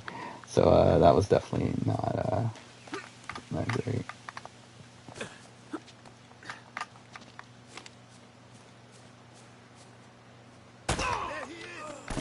Love of God. Yeah, I guess, yeah, that Amanda stuff's not great. Yeah, what was that final? Like that was like week 5 veto or so. Yeah.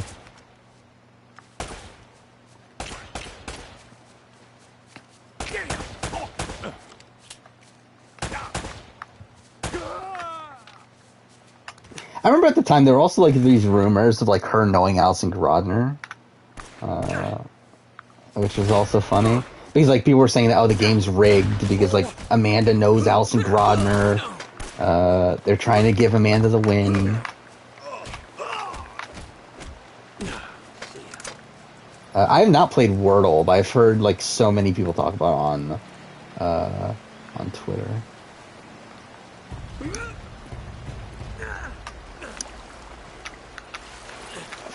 Oh, okay. I thought I was about to die. Why is video production not show a lot of controversial stuff? I think they don't want the show to be controversial.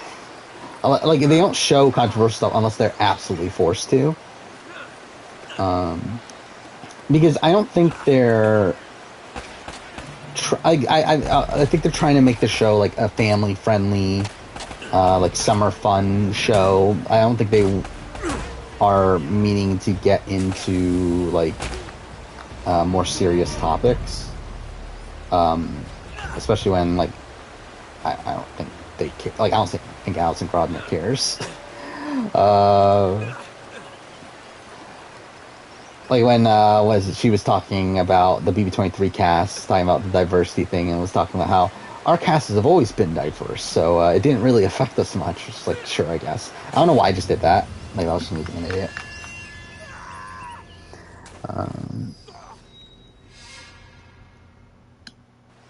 Yeah, does Alison Grodner know what game theory is? I'm sure she's heard it. Heard the term, right? Considering, I'm pretty sure Vanessa talked a lot about game theory. So that's something. Where am I going? Can I cross this? No, right? Yeah. Yeah, like, I don't think Big Brother wants the show to be too deep. Like, I don't think it's like Survivor, where Survivor obviously is now trying to be a more, like, socially conscious show. Like, I don't think Big Brother cares. And specifically, I don't think the producers care. Where am I going?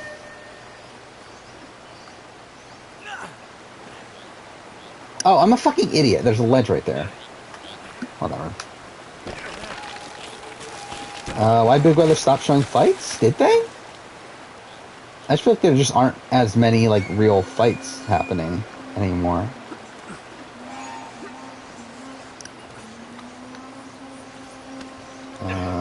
Oh, fuck, I did not mean to do that. But especially when it comes to, like, things that are integral to the story of what they're trying to tell.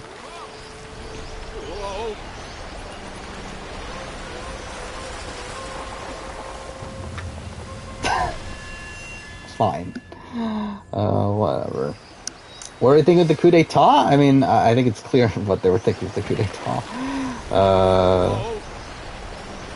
Again, they wanted Jeff to win. Or at least wanted Jeff to do better. Oh, fuck off!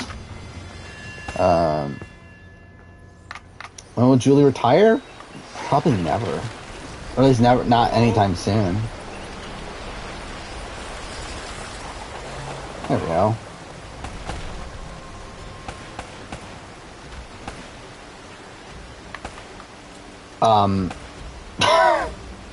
No? What do I have to put? Wait. There we go. What the fuck was that? Whatever.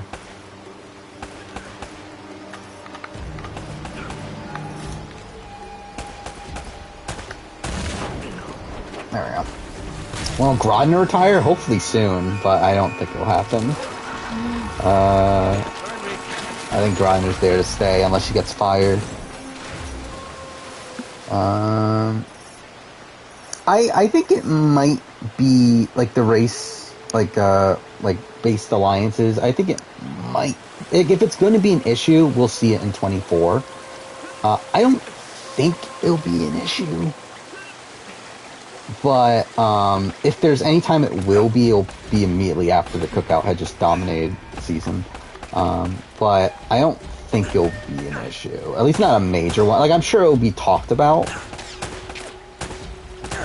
that, like, the possibility of it happening, but I don't think they're gonna do it, right? You wouldn't think? I don't know. Well, I guess we'll see. But, like, it'll just be, like, kind of weird if essentially there's a Cookout 2.0. I mean, I guess, like, to be fair, it might be, like, people suspect it to be a thing, so it just comes together anyway. So, I don't know. It'll be interesting. Is BB Celebrity 3 gonna have the diversity mandate? I assume so.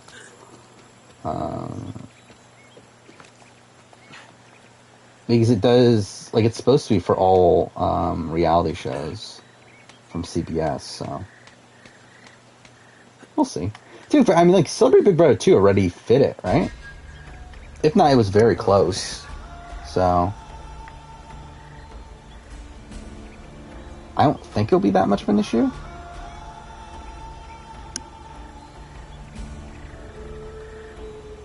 Who hosts the show longer, Jeff or Julie? I would say Julie, maybe. I mean, like, if we're assuming this both shows are gonna, like, last forever, I could see Jeff, like, retiring to his to just be a producer while, like, letting someone else host. Oh boy. Like, I see that being more probable than seeing Julie all out retire. Mind you, I think it's much more likely that Julie gets fired than Jeff Probst. So that's something. How many quits? I mean, hopefully none. Like, I know there's been talk about how CBS might be trying to add stuff into the contract so that players can't quit. So that's a potential thing. My computer just shut off. Whatever. Alright, still on my phone. Yeah, who's older, Julie or Jeff? I actually never pay attention to that. I think Jeff's older, right? Jeff's like almost 60, right? So. Yeah, and also, like, Jeff's also talked about how, like, filming Survivor is, like, tough for him because he has to be away from family and everything. So, like, and while, like, with Julie, it's like she's down the road. So it's like I definitely think it's much more probable for Julie to outlast Jeff. I'm trying to get my computer back up again. Fuck me. I guess it went into standby or whatever. Just because I hadn't touched it in a while. Whatever. Botox is working harder than Jeff is. I guess so.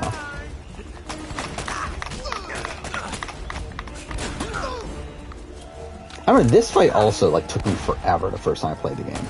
Like, obviously I'm not playing on normal anymore, so, like, it shouldn't matter. I'm almost dead now.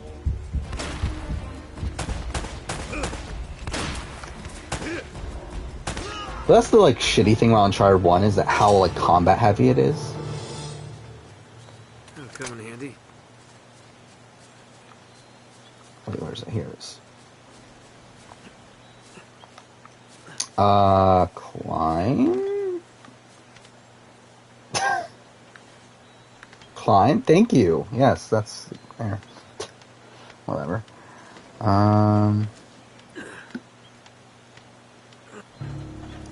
Yeah, I mean, Julie's gotten to the point now where she's so bad that she's good. Where, like, for a while it's been like, oh, Julie's just a terrible host. But, like, at least now she's, like, so bad that it's humorous. So at least there's that element of it nowadays. But she's still so bad, though. Uh, Sweet. it is funny, like how much like Nathan Drake looks so different in Uncharted 1. I feel like from future games. Oh no, Lena. I mean, that's to me. That's the part of the humor is like the Julie's comment at the end, where it's like again so ridiculous. I mean, they're Bible quotes, right? They're all Bible quotes. At least I know they started off as all Bible quotes, but like part of it's like her becoming super religious recently because of she just so happened to become very religious after the Les Moonves situation.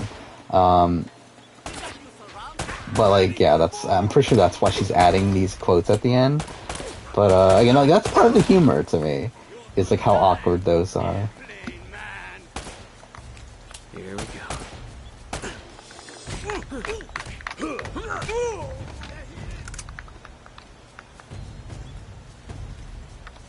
I think Julie's worst moment is when she says, "Let's keep it a secret." Oh yeah, that was so hilarious. That's like, really, that might be the best moment. BB-22 is the moment where like they're trying to hide the triple eviction, but production being fucking idiots literally have triple eviction in the background while they start talking to the players. Again, it's so dumb. Like it's like how asinine. Could they have been there? It's like, really?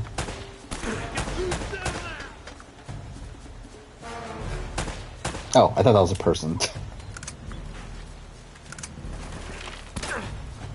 Who's left? Whatever. Got him.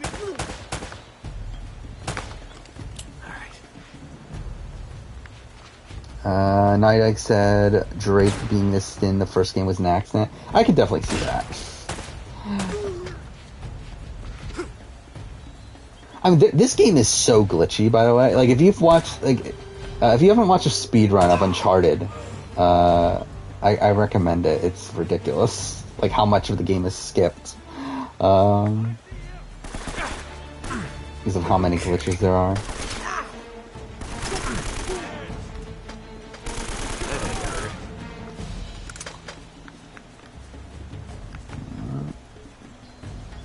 Oh yeah, that was hilarious too. Yeah,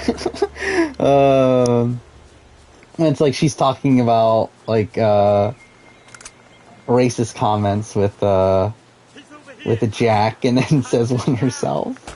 It's so fucking dumb.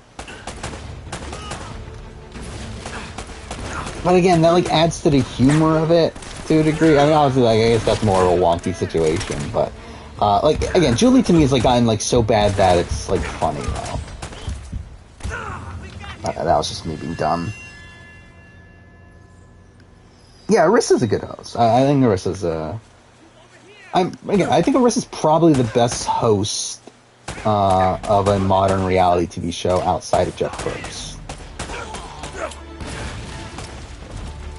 And to be honest, I probably have less issues with Arissa than I have with Jeff Probst.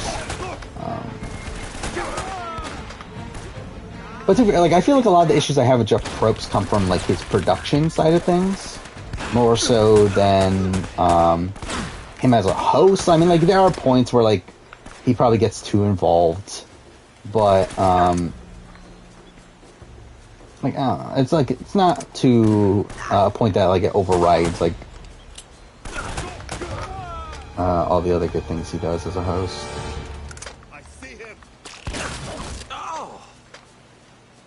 Better watch where I'm going.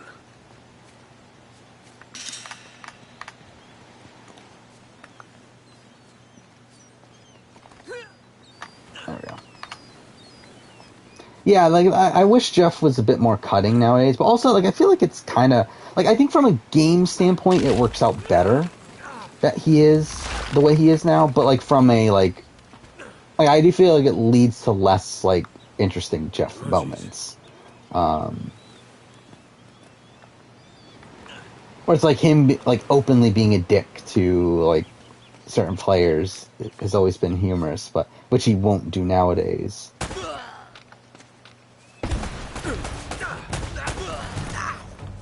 Fuck, this game is so combat heavy. Oh, yeah.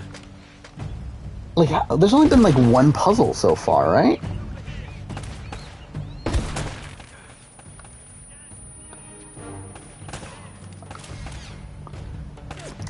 Is Jeff a religious guy? I don't know, actually. I know I think he is, but I don't know if he's like I think he believes in religion, but I don't think he's like someone that goes to church every week or whatever. But I'm not 100% on that.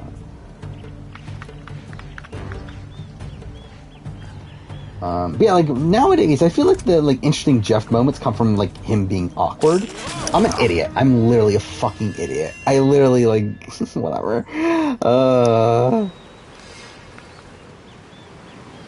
Oh, what the fuck? I'm just an idiot too. That's me not looking at the screen.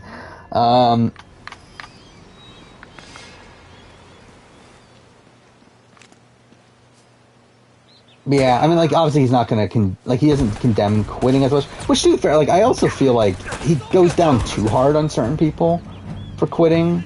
I mean, I think, Neonka is, like, whatever. But, like, I think Purple Kelly was warranted in a quit. I think, Austin, was warranted in his quit, despite, like, Austin being the one that was probably hardest on. Obviously, I think the show is trying to make an example of Austin. I think that's a major reason why they were so hard on him, with him being like the first official quit. But, okay.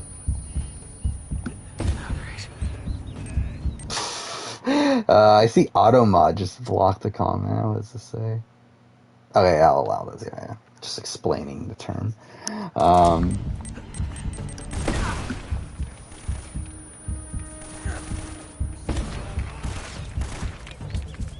How am I almost dead already?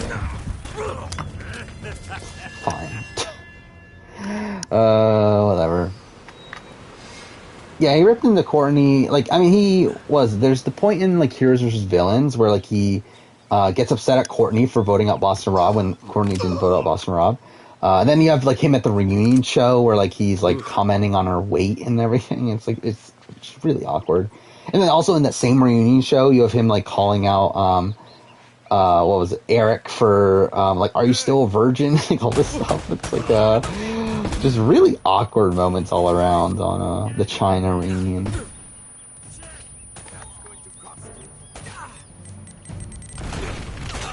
Oh, I didn't realize that guy was there. Okay.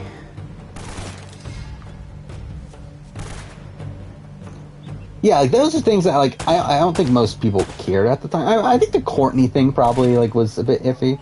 The first one, like,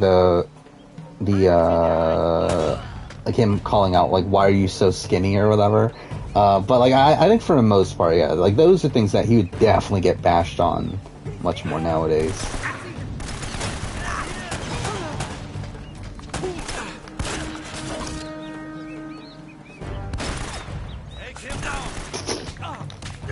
Completely missed. God damn it. Whatever. Yeah, asking if she had an eating sword, that's what it was. Oh, fuck me, that's right, definitely not paying attention.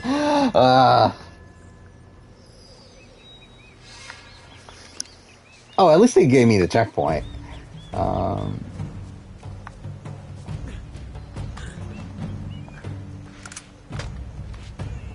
Oh, wait, this is a... well, wait, is this a... Oh, it is, okay. Oh, that's fine.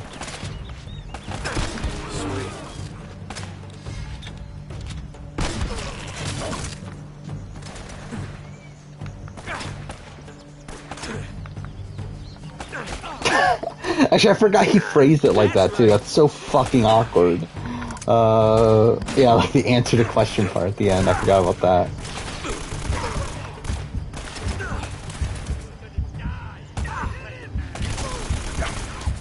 Oh my god, I'm literally about to... How am I still dying on easy? This is pathetic at this point.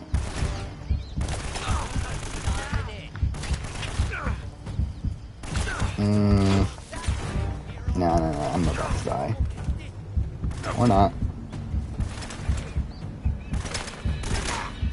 Fuck. Damn it. Did I ever get approached by channels for collaborations? I'll be honest, I don't look. I know Russell. I've talked about this in the past. Russell Hans did contact me one time, but I didn't see it, and he got pissed at me for not seeing it. But I'll tell you that I don't look. So maybe, These guys come from. but even if they did, I don't. Like, I don't want to, and also I don't feel like I would suspect that I don't get those offers. Because I don't really talk much to the other content creators. I mean, because like I don't look at my channel as like part of that like crew, like the like Once Upon an Island, Idled Out, Peridium, like that sort of stuff.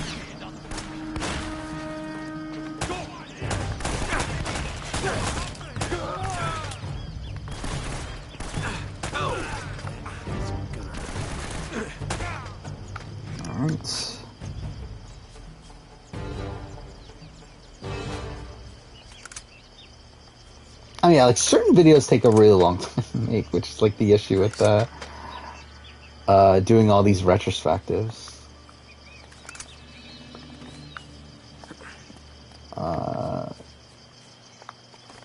It's like also like me wanting to do videos on other things too, so it's like and also trying to find time on the schedule and everything.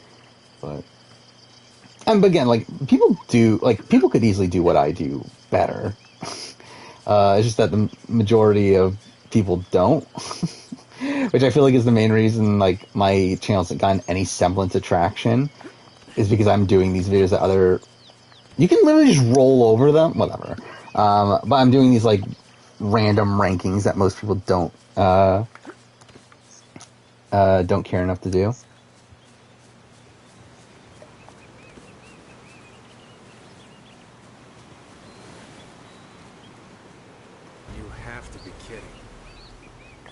Alright. Chapter 5. How many chapters are there in this game again? It's like 21, right? Either way, we're definitely not finishing in this stream. I definitely could have if I started off on easy. Okay, what the fuck? If I start off on easier. Actually, if I start off on Explore, I could definitely finish this in one stream, but. Okay, whatever. Doesn't matter.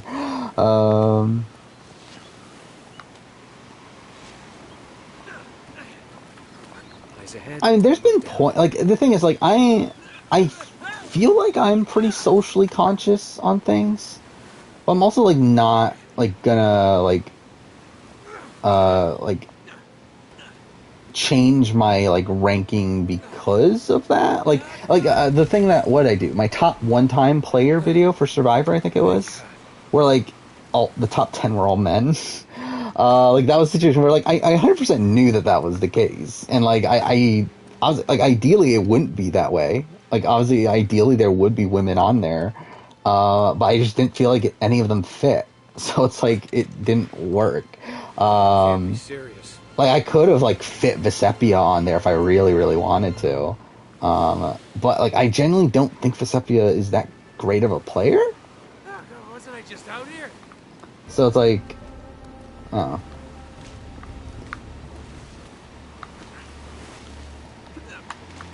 And I forgot, there was another one.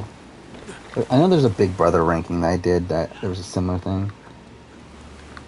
Yeah, the James and Yule situation. That's so fucking dumb. Like, that's still, like, one of the dumbest fucking things, to me.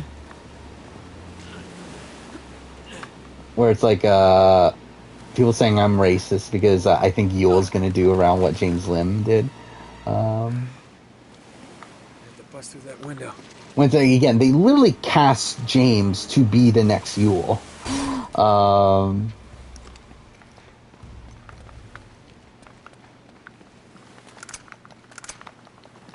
And also, I ended up being right anyway. So it's like, whatever. But yeah, the top one-time player video, the thing for me, like, with why it's, like, mostly men at the top is because, like, I feel like most of the good female players have returned. Like, I think most of the women that played good games have played multiple times at this point.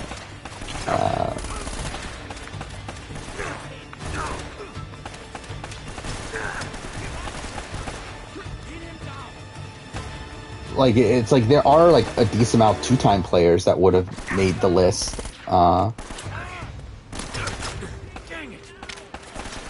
Like two-time like female players that would have easily made that list, but again, they were brought back. So it's like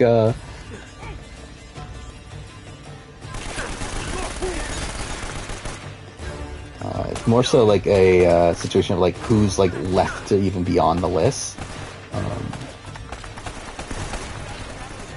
It's like almost not everyone worth putting on the list has been brought back already.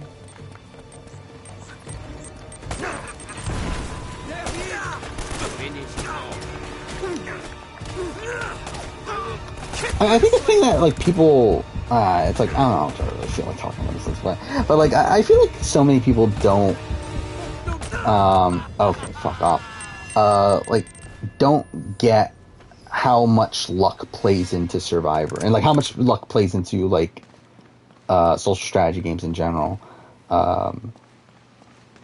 Where I think so many people like look at like what happened on one season, expect that to be like the way a player is in general.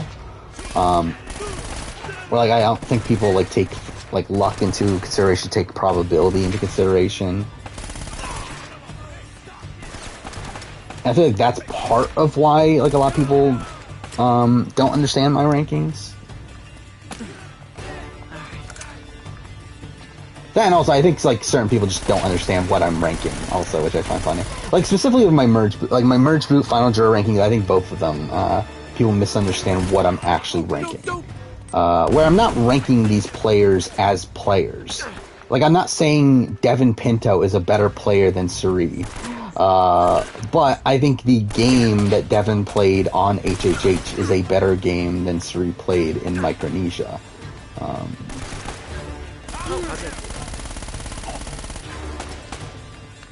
Like, as in, like, the circumstances of what happened on that individual season are better, not necessarily that person's overall potential on any given season.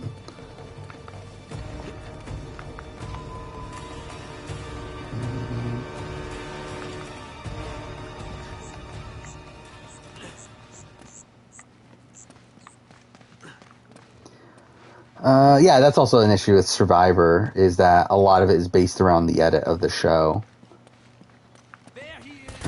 And while there are, like, obviously exit interviews and stuff that can, like, tell you a bit more, but, yeah, I mean, like, in general, yeah, there's a lot of it that comes down to the editing. Like, for all we know, like, Kim Spradlin, like, had a billion, like, bad reads in the game, but we just, like, were never shown them. And to be fair, I don't think it would change anything. Which is, like, part of the reason why I rank the winners the way I do is because it's more so based on actuality of, like, how the game actually played out. More so than, like, their, like, I think that sort of thing would affect the player ranking more than it would be, like, my actual winner rankings.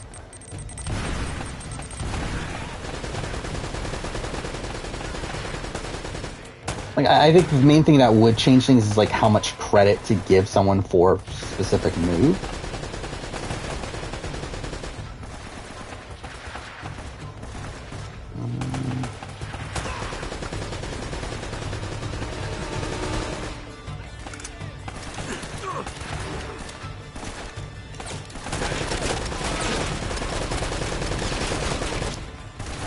Can I rank every BB season by how good of a host Julie is? That'd be fun. Actually, I should do that. Rank every season. Like, I don't know about Julie because it's like, fuck Julie. But like with Jeff Probst, I think it'd be a fun one. Like rank every season Survivor by how good Jeff Probst is on that season. Oh, what boy. the fuck? Okay, no. I'm restarting that.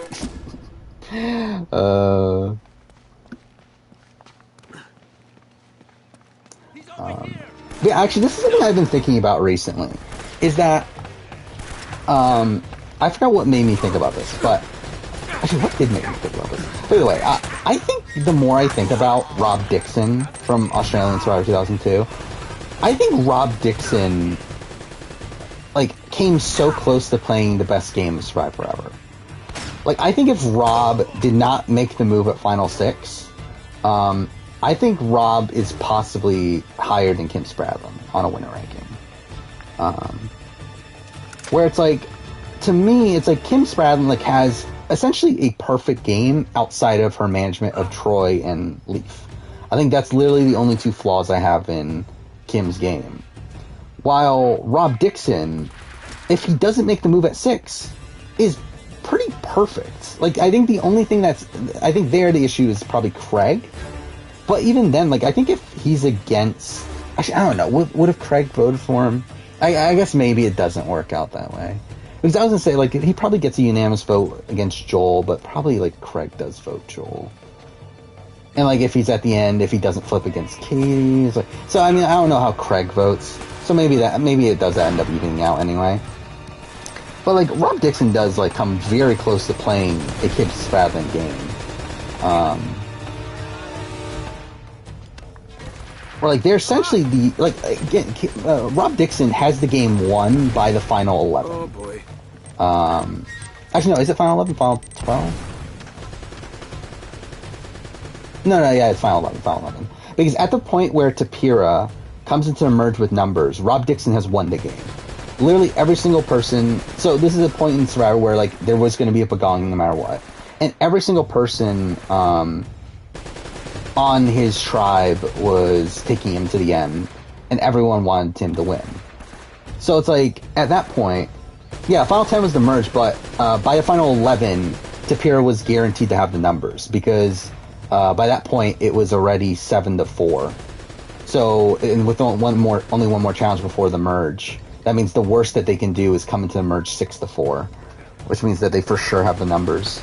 So, like, by Final 11, he has essentially won the game, and he only makes his road harder by trying to flip at Final 6, but it's like, also, it's a weird thing, because, like, him flipping at Final 6, is, like, demonstration of, like, him being a more cutthroat player, and, like, makes me think more positively about him, as a player in the grand scheme of things, but it, like, severely hurts his winner, like, his winning game. To where, like, if it wasn't for that, again, like, I think he's there with Kim Spradlin, but because he does do that, he bumps down to, like, closer to, like, the Earls, the, I don't know, probably below Earl, actually, probably, so, like, Jeremy's, I don't remember exactly my winner ranking, but essentially the tier below, or sub-tier below, I guess, I don't know. Fuck! They really, anyway, yeah, the Final 6, what his move is that he essentially comes... So at the time of the Final 6, he has won the game. If he just continues on with voting out Joel and then Jane and then gets to the end against any of Shona, Katie, or Sophie, he wins the game near unanimously in most scenarios. And he wins every scenario. Like, there's no scenario that he loses the game. But by at Final 6, he makes a deal with Joel, who was on his way out, to where he makes a Final 3 deal with Joel and Shona. Because, like, the thing is, like, Rob's end game goal was to get to the end with Shona. Like, that's really the reason he makes the move, is because he didn't necessarily entirely want to win. He wanted to win while getting to the end with Shona. And, like, that's kind of the issue there, is that he kind of ruins his position so that he can guarantee he gets to the end with Shona. But through him doing that, he does lessen his jury chances. Because through that, he burns Katie and Sophie, which he still ends up getting Sophie's vote at the end. But he does lose Katie's vote. And I don't think he was ever getting Katie's vote at that point.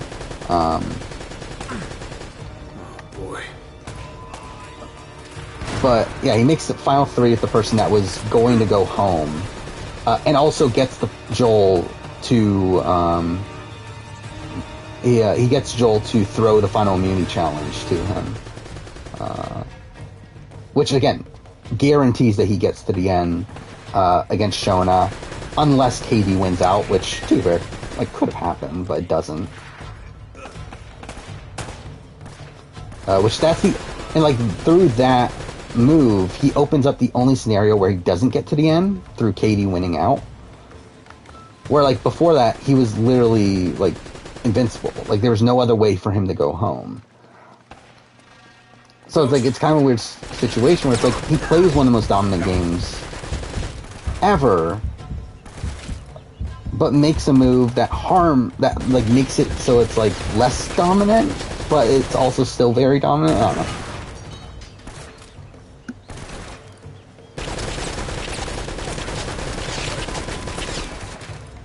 How are we supposed to do this again? I think it's like go around here, right?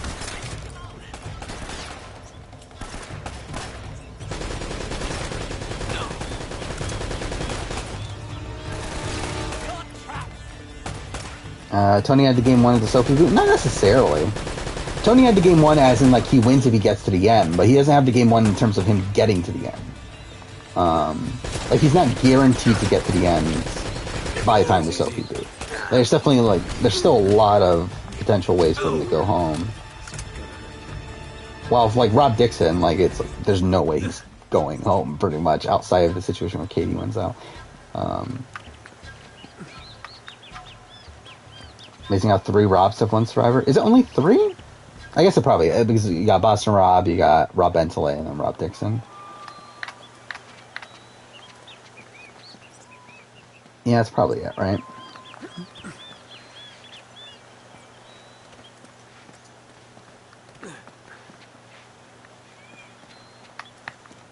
Rob. Oh, yeah, because Bob. We're including Bob in this. Yeah, I forgot about that, actually. I was like, who the fuck is Robert? That's one survivor. Yeah, I would have had Devin just as low. Devin's just as low as Chris.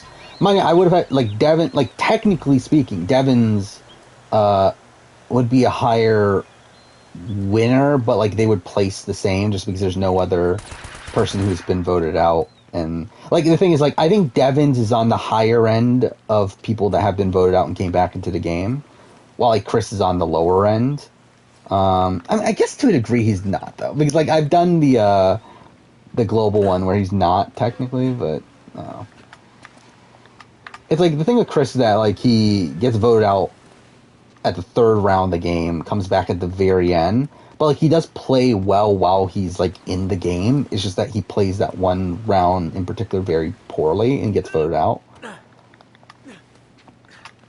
And, like, Devins also does not play, like, that great at the end of the day. It's like he's also someone that, like, is banking on immunities and idle plays. Wait, what am I doing? Yeah, I just went around in a circle. Whatever. Like, I think the one thing that boons Rick Devens quite a bit is obviously the fact that he wins against everybody.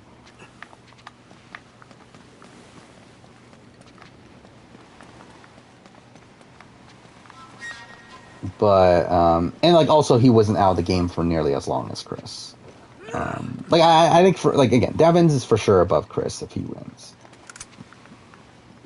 Is it down here? Where am I going?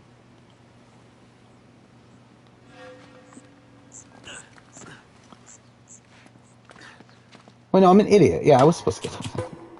Whatever. I'm just a fucking idiot. Wait, did I just... Wait. Did I just restart the fight? Oh, perfect. Yeah, that's exactly what I wanted. Whatever. Fine. I think Devin's potential... I don't know if it was bitter. I mean, I don't know. I think part of it was... I think he definitely was upset at Chris for flipping on him. But I can also see why he would think that Gavin played a better game, because I think most people outside the season thinks that Gavin played a better game.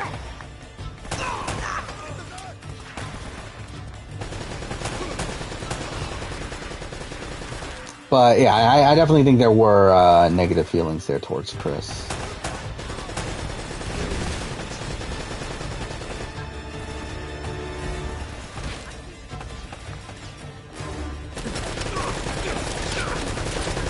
Yeah, I think Natalie for sure should have given up a move to take on Tony. Okay, I'm about to die.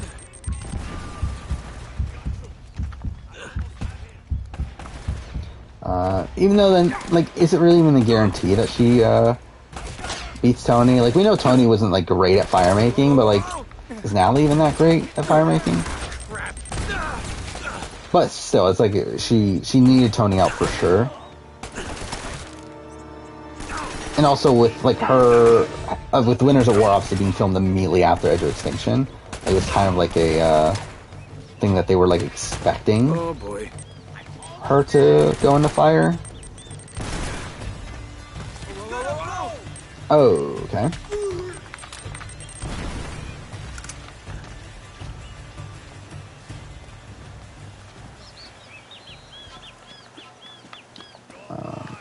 Like, I understand why she doesn't do it, because obviously it's like, I think she was banking on her relationships being strong enough to give her the win, and also, again, just didn't want to risk it, but, oh wait, I'm supposed to go here.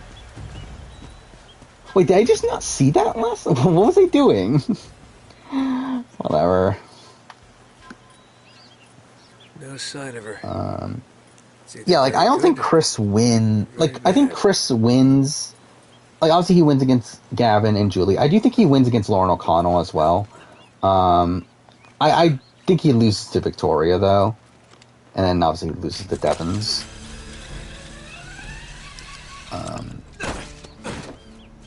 But even then, like, him winning against Gavin and Lauren, I think they banked on him, well, I mean, I guess to be fair, either way, like, Devons would have been at the end if he didn't go to fire, so it's like, whatever. Buka Pintu.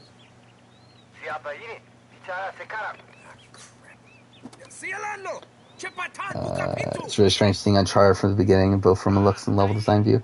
Yeah, I mean, this first game is, like, really fucking weird, where it's, like, it's almost all on this one island, and it's, like, almost entirely just combat section after combat section after combat section. And, like, there's, like, massive sections of the game that just, like, take place all in, like... Oh, why did I use that gun? Whatever.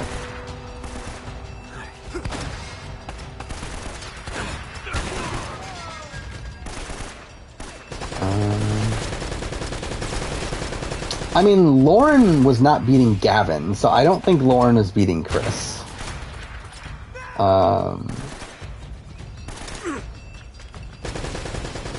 Like, the Edge of Extinction jury has talked about, Gavin would have beaten Lauren, so it's like, I don't think they would have voted for Chris, or they would have voted for Lauren over Chris in the same sort of scenario, if you just swap out, like, Lauren for Gavin. And to be honest, I think Lauren probably gets the exact same votes as Gavin.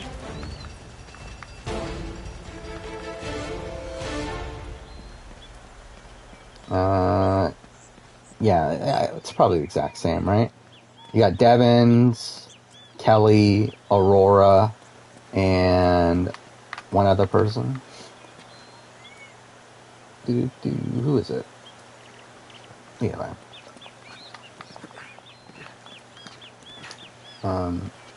Yeah, like, Lauren, like, wasn't that well respected on the season. Wait, I just went around the circle, didn't I?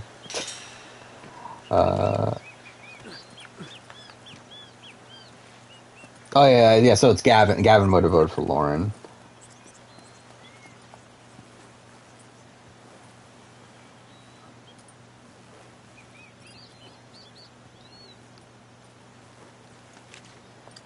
But yeah, I don't know if Lauren gets another vote though.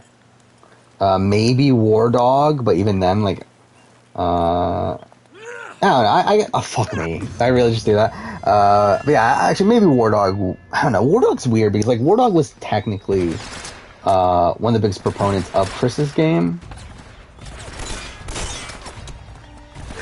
Like, War Dog's literally the person that told Chris you have to go in the fire against Rick Devens. So it's like, it'd just be kind of weird if he, like, doesn't vote for Chris there. But he would also, like, pretty much know that Chris was gonna win. Like, maybe he would vote for Lauren as, like, kind of like a sympathy vote.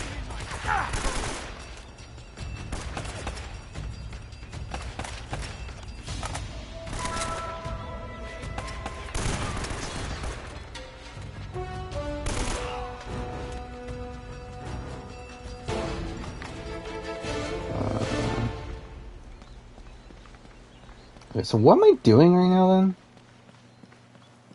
So, like, that literally just takes you into here. Yeah, so where am I going now? Because that's literally where we were, right? Or is it not? Yeah, it is, right? Yeah. So where am I going? Whatever. Like, obviously I'm not taking this playthrough that seriously. I really don't care how long it takes. Oh, you did finish your X-Men ranking. Remember when Julie called the BB-23 cast her children? I mean, she says that, like, all of the casts are her children. Oh, you include Deadpool and stuff in... Oh, yeah, I guess you include everything. Logan, Deadpool, Days of Future Past, First Class, X2. I feel like my top is, like, very similar. Like, I don't know, Logan, Days of Future Past, like, kind of interchangeable. Deadpool is also... Like, I feel like those are still... Like, I think those are also my top 3. And then... Yeah, I haven't watched New Mutants. Yeah, I think again, Dark Phoenix, Apocalypse, those are both towards the bottom. You have X-Men 1 that low. Yeah, I haven't rewatched X-Men 1 in a while. I'm surprised you have it below Wolverine. Well, X-Men Origins Wolverine. And then, I've always been, like, a defender of Last Stand, even though Last Stand's not a good movie. I've always liked it more than most people. Mind you, I have, like, a bit of nostalgia. I guess you would say nostalgia for it. It's just I remembered the movie very well for some reason.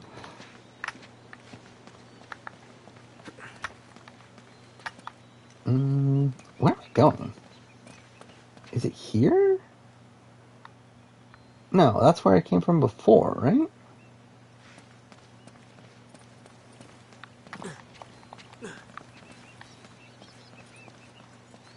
I don't remember. Amanda is one of the worst Final Trial performances. Yeah, I think that hers is bad. Like, obviously, I didn't put her at the very bottom of mine, but I think both. I mean, like, again, like when it comes to the losing Final Trial performance video, like pretty much like the first half of the list, or yeah, like the first half of the list is pretty much all bad performances to me. Like, I think the majority of losing finalists like have bad Final Tribal performances.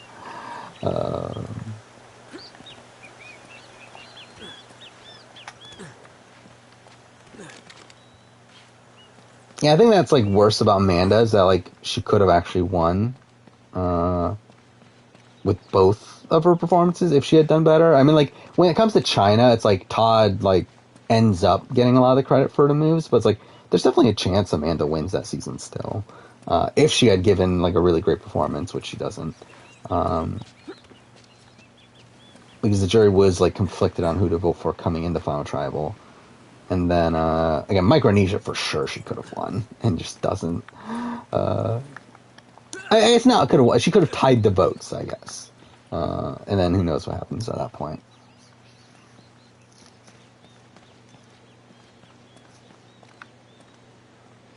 Where do I go? Like the fight was in here, but it's like. Oh wait, did they open this up? Is that what it is?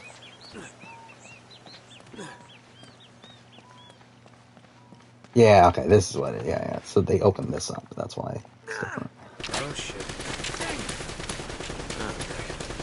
I mean, Todd plays a great game. I think, like, for me, one of the issues, like, probably the main issue with Todd, is that I don't think the jury knew how great of a game he played until, like, the very, very end. Where it's, like, again, coming into Final Tribal, like, they didn't know who to give the credit to, him or Amanda. And obviously he has that, like, really great Final Tribal performance, which ends up giving him a lot of credit, but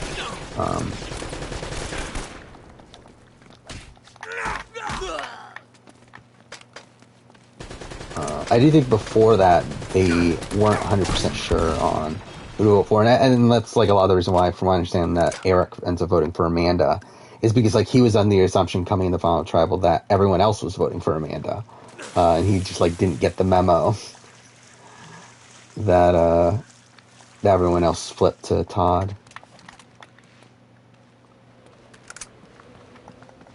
This place could use a good plumber.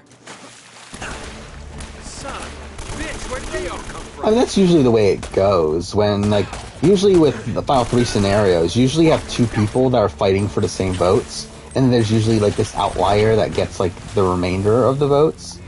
Like, obviously Courtney was that person in China. It's, like, from Survivor SA, I know, like, Champions, you have, like, Boulay, who is one of these people where it's, like, Sivu and Graham were, like, fighting for certain votes, while Boulay had like her 3 votes locked in, but was like never getting any other vote. And then what was the other season that came to mind? There was another one. Oh, and New Zealand, Thailand. It's another situation where like Tess had 3 votes, but like it was really like the win was really coming down to Dave and Lisa fighting for the same 4 votes. But, like, that's kind of like a common occurrence in Final 3s, is, like, a person who would have won a Final 2 scenario against the second place finisher ends up getting 3rd. Yet they end up getting, like, the least number of votes just because, like, all the votes they would have gotten goes to the winner.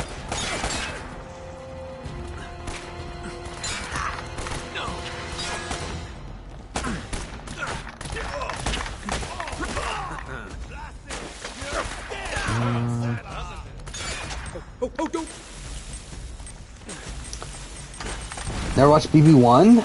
I've only watched it once, and I struggle with finding a reason to watch it ever again outside of making a video on it.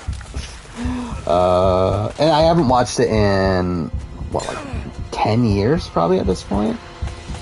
When was that? Like, so BB... Was it 13? When BB 13 aired? Or 14? I don't remember exactly. But especially when I went back and... Okay, I just died. But when I went back and rewatched all the seasons for the first time, that was the only time I ever watched BB1. And again, it's just boring. Like, I kind of want to watch it again just for, like, I wouldn't be opposed to doing some sort of video on it, but it's, like, also, like, that's a lot of time to be spent. Like, it's, like, 70 episodes or something, right? Like, that's a lot of time.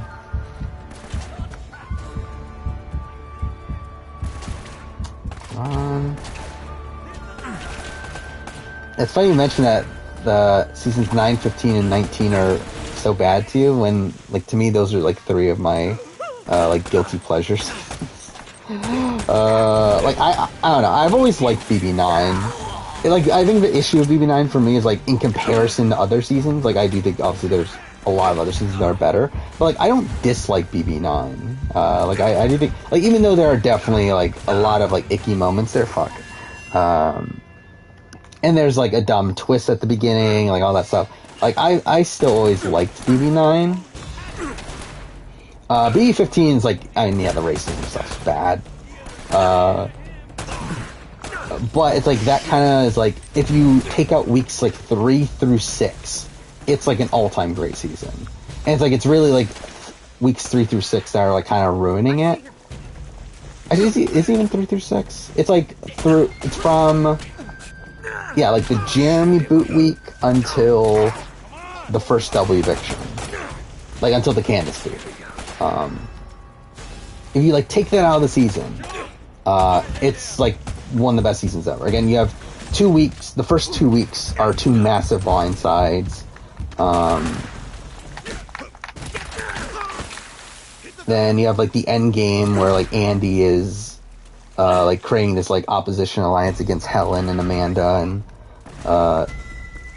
is able to play off of them very well. And then blindside Amanda, you have the double eviction where Alyssa goes home.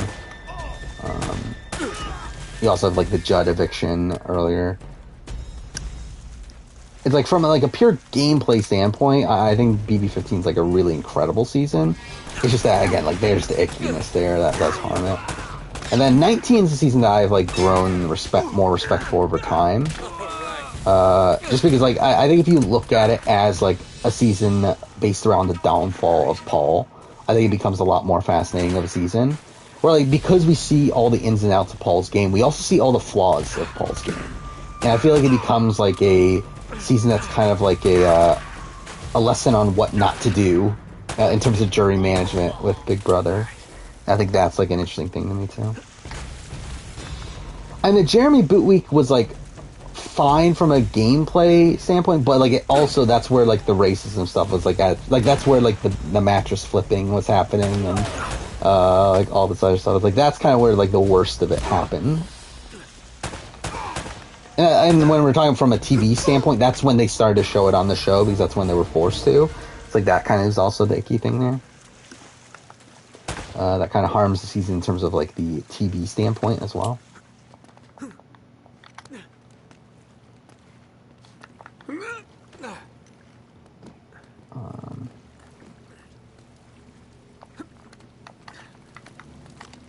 You want Cody to win? We're talking about BB-19.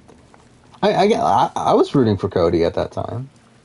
So like not necessarily. I don't know if I was necessarily rooting for him to win, but I was rooting for him to like shake things up.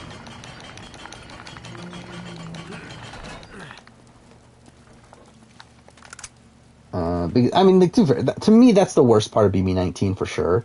Is like the Jess and Cody eviction weeks, just because there's like almost no intrigue really happening there, where it's so clear that one of Jess or Cody are going. And like we have the halting hex, which like essentially makes us redo the week again. And then you have Cody's eviction week where he has no chance. So it's like that's the worst stretch of the season for me. But like again, it starts off pretty strong. I feel like the first like 2 weeks are pretty good. And even week 3 is pretty good too, where like Jessica is saved over Dominique.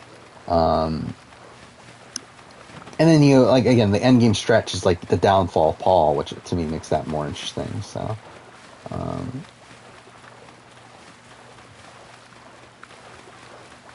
I mean, like Cody is like a person that I think if it wasn't for the fact that he was anti-Paul, would have been hated. And dude, he was hated week 1. Like people hated Cody week 1, and like, Paul was still loved at that point. But then it's like once Paul started to steamroll, and then also had the stuff with was it Cody's like mocking his like military career and all that stuff, and then that's kind of where everything went really downhill. Yeah, halting hex now. Yeah, like what the fuck were they thinking? Like us redoing a fucking week? It's like. And I guess they did in BB-16. You have the button thing, where they reverse time or whatever with redoing that week too.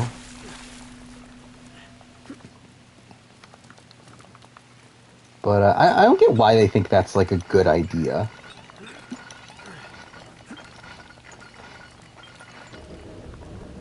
Oh, you forgot that Cody got voted out and came back into the game?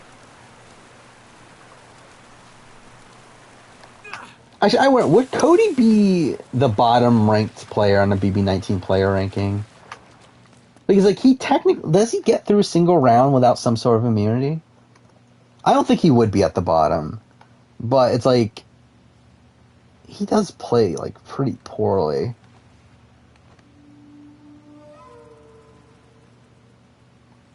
I guess like if we're including week 1, does he have? He doesn't have. I mean, not week 1. For like Cameron vote out. Yeah, like week 1 he has HOH. He's voted out week 2. Comes back. Well, I guess Jessica has HOH and veto, but it's like, does that really count? Saved by halting hex. Saved by the temptation challenge. And gets voted out. So yeah, he never survives a single round without him or Jessica having an immunity win. So that's something.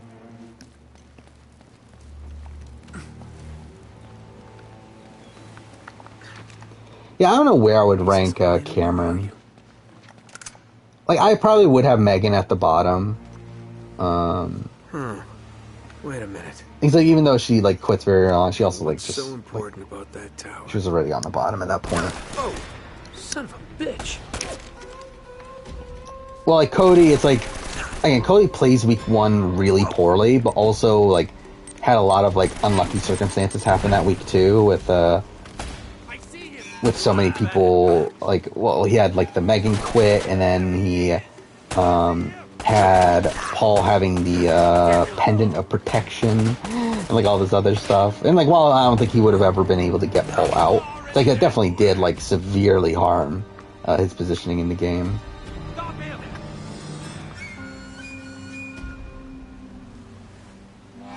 Yeah, like Cameron would not be at the bottom. I think Megan for sure would be at the bottom of a BB19 player ranking.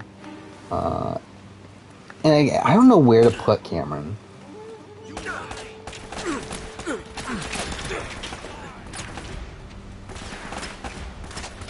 Like, he might have to be the next person. Actually, I don't know. Would Jillian be worse? Jillian at least had allies. I wanted to keep her around.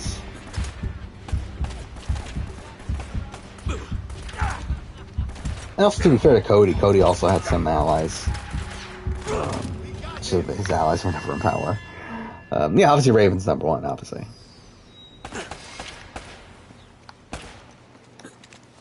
And that'd be hilarious if Tyler was on BB21.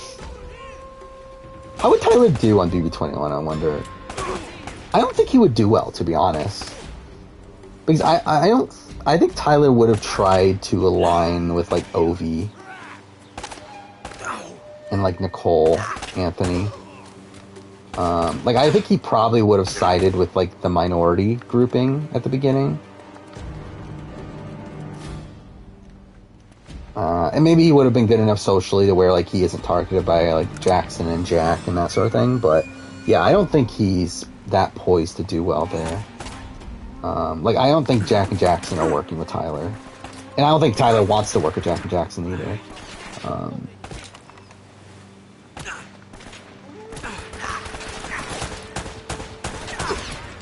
I could see, like, Tyler and, like, maybe Nick getting along.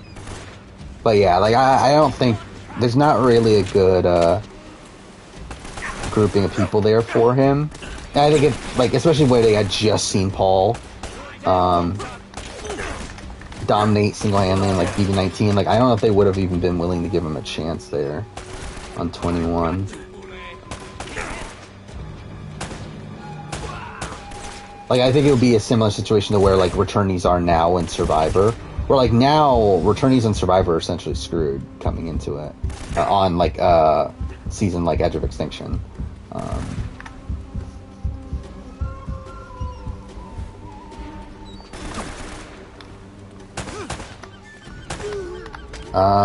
Wish Uncharted kept the supernatural elements. That's something that, like, I just find weird. Like, I initially didn't like the supernatural elements, but then I also feel like it became part of the series' identity that they just dropped for 4, which is part of the reason why I don't think I like 4 as much as most people. Like, I adore 4. 4 is one of my favorite games of all time still. But it's like, I also feel like there are things about 4 that don't really click with the rest of the series. Like, you can clearly tell 4 is made by different people, because it was.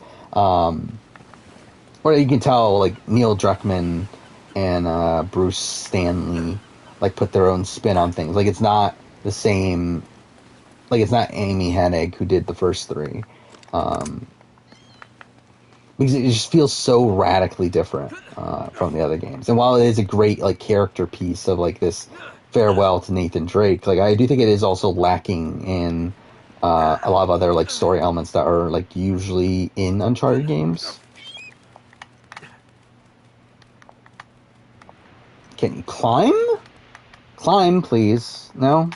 Okay, cool. I had to push down for him to climb, but whatever. I hate it when games do that, where it's, where, like, you have to push on the opposite direction to make them go in the direction that you're trying to go to, or whatever. Yeah, I'm gonna get Legacy of Thieves. That's... Oh, I wasn't paying attention. There's a quick time event, wasn't there? That's the entire point of me playing this now, is that I'm playing 1 through 3 before Legacy of Thieves, and then when Legacy of Thieves comes out, we'll play those on here as well. Thing is, I'm going to be doing Life is Strange. I'm going to be doing an Uncharted 1 retrospective at the end of the year. The question is, do I make it now? Like, it's so early to make it, but I'm also, like, I'm already playing the game. So I don't know. We'll figure it out. Oh, fuck off. But also Lost Legacy, like that, I'll for sure be making Lost Legacy retrospective after I play Lost Legacy. Coming up. But again, like for Uncharted 1, it feels a bit too soon. Because like Lost Legacy, the anniversary is in August, which is like 6 months away. We won't be playing it until probably like mid-February. Like it's fine making the video then. Again, Uncharted, it feels a bit early. He's like, that's not until November. So I don't know. I mean, I don't think this game's aged well at all. Okay. Oh, circle. Okay. I thought it was going to be triangle. When I finish Amazing Race, can I rank every team? Probably. I mean, I can, but I'm probably not going to. At least not in the video. Like, I don't know if that's the thing that I'm, like, too apt to do. I want to do... I'll for sure do a season ranking. That's the thing that I want to do. Is do a season ranking, and then... potentially keep up with the series moving forward, but I think that'll be more just to determine on how much other shit's going on at the same time that Amazing Race Canada is airing. Okay, that was me being dumb. I jumped up way too late.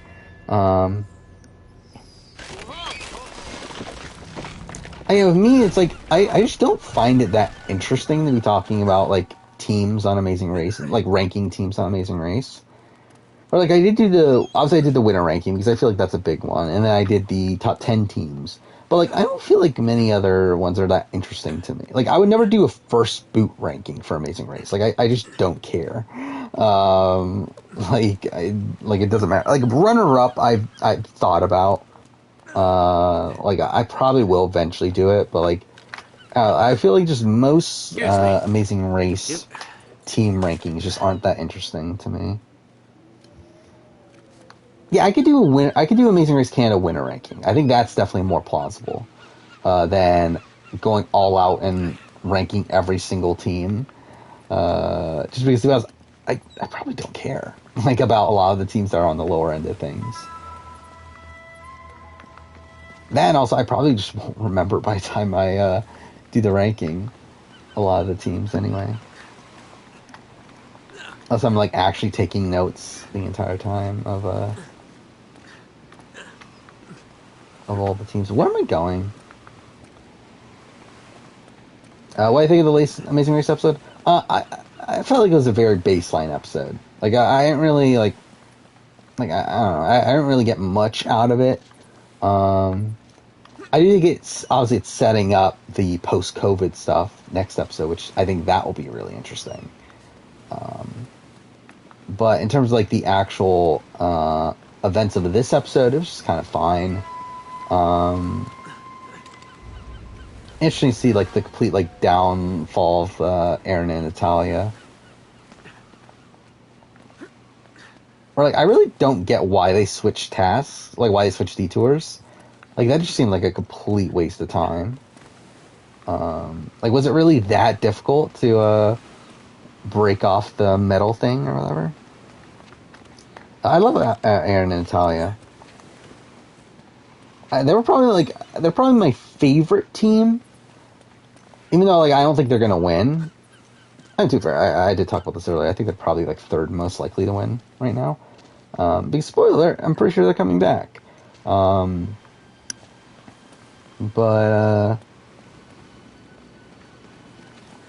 yeah, where am I going? I think it's here now. Oh fuck! I really died from that. If one of the two eliminate teams win, are they worse than Josh and Brett?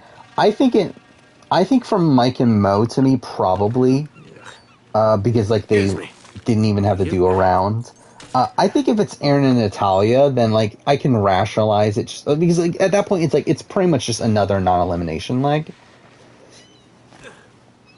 or it's like essentially like as if like a medevac happened, I guess, or like a team got whatever. Like it's like actually I guess that's kind of different. So yeah, I mean it's pretty much just a non-elimination leg.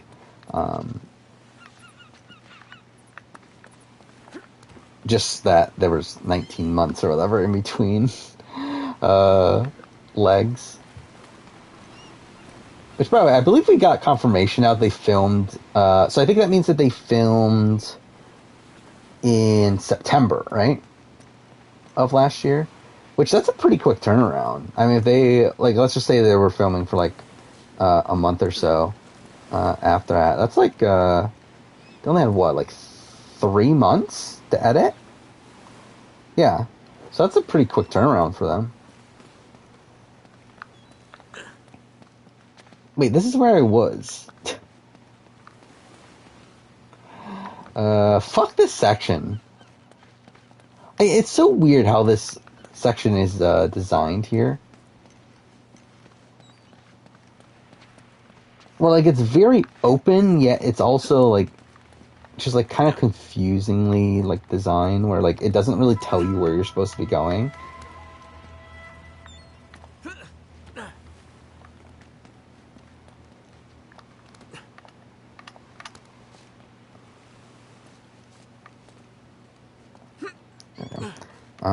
How much money has CT made from Challenge? I think he just became the most winningest player, right, in terms of prize money.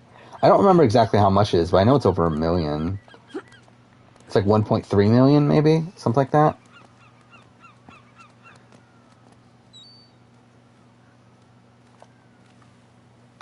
Am I supposed to drop? Okay, I guess not. Amazing Race Wiki says it's officially the longest production cycle for a season because of 19 months. Yeah, I guess so. I mean, because obviously they were definitely in production for those 19 months.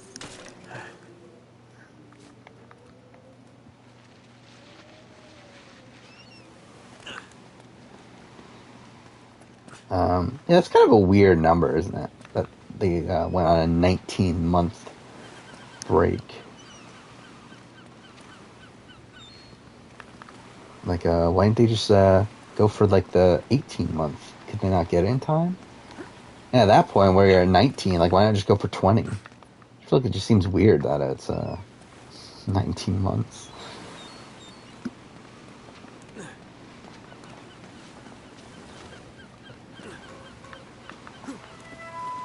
Love how every team has this huge success story, and Raquel and Kayla bond over wine at work. Yeah. And Raquel and Kayla are, like, the only normal people, right? Or, like, one of the few... I think them and Aaron and Natalia, right? I think we're, like, the two only, like, normal teams, while, like, everyone else had, like, some sort of, like, claim to fame. I have no clue where I'm going. I'm literally just going around circles. I guess Connie and... Oh, no, Connie and Sam had the adoption thing, right? And that was their kind of story. Then, yeah, I guess it's not really, like, a claim to fame, necessarily, but you had, like, Mike and Mo, who were, like, singers that went viral, I guess. You had Taylor and Isaiah. It's Taylor, right? I keep on getting confused if it's Taylor or Trevor. But whatever. They had the wedding video of Kim and Penn, obviously, of all these people that have, like, some sort of background. My favorite team, again, I think it's Aaron and Natalia are my favorite team. But in terms of who I think is going to win right now, I would probably say Raquel and Kayla, to be honest, at this point. I would say it's probably the most... Like, I think if we're looking at the race, like, purely on, like, who is the most likely to win from a, like, competitive standpoint, I guess. Like, I would say Ryan and Dusty. But, I think, like, ethically, I guess I would lean Raquel and Kayla. But Ryan and Dusty are, like, a very solid number 2, even in that aspect.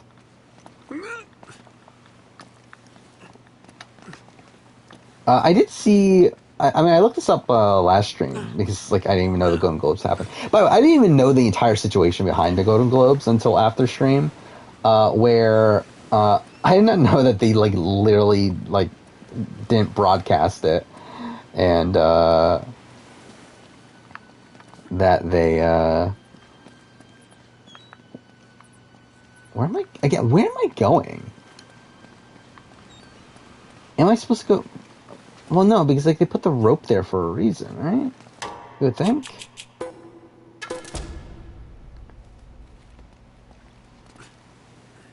Like, where else would there be a go?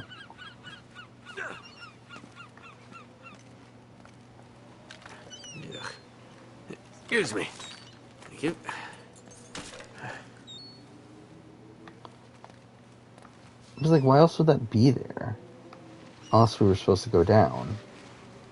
Whatever. Yeah, they couldn't get a host. They couldn't get any, like, celebrity, any celebrities to be involved. They, didn't have an actual televised ceremony. Like, they had a private ceremony, that no one was able to watch. And they just, like, announced the winners online afterwards. Like, it's so fucking weird.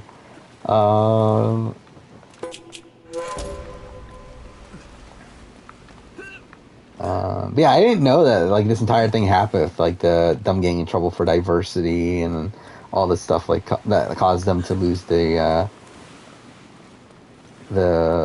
televised whatever show and all that stuff. Like, I didn't know any of that stuff happened, so that was kind of hilarious to find out.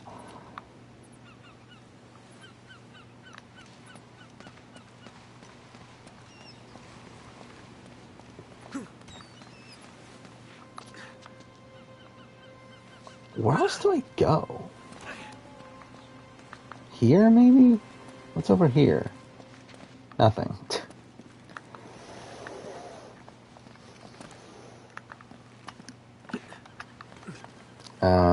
Yeah, we were talking about it. Amazing Race doesn't follow Edgic, but I think just in general reality shows, you can tell, like, where they're, like, going with things, but yeah, like, I don't think,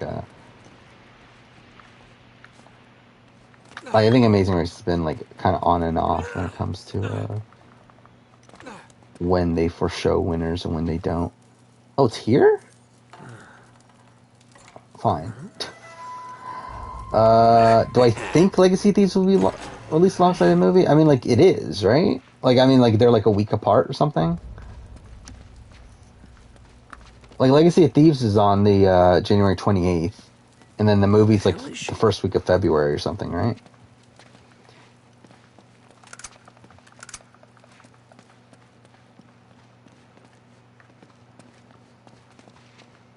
I'm not a preseason winner pick. They didn't come back after COVID.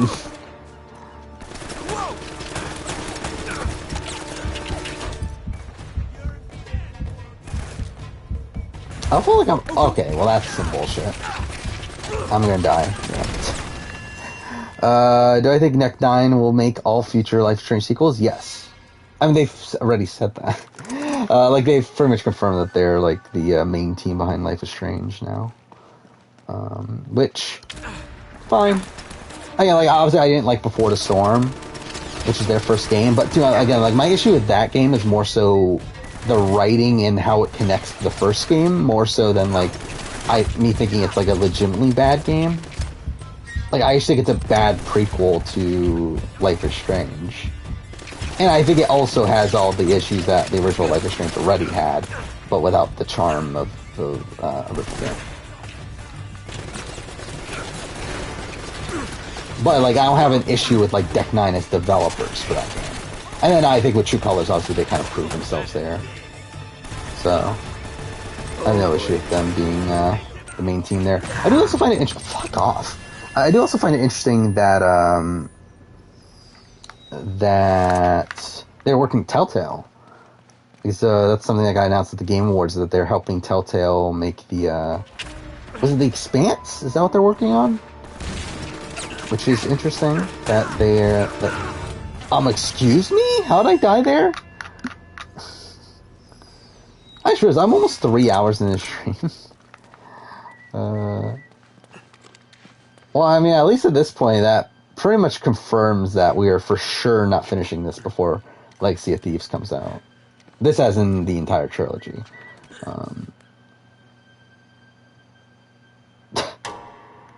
Fine.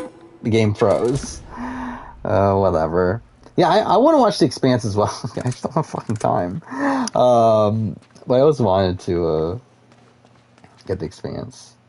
I stayed with Steph. That was my ending that I got the first time.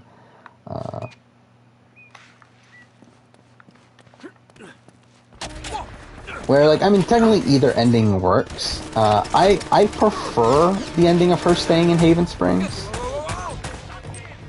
But again, obviously that's just like personal preference. I don't think I think both work within the context of the story.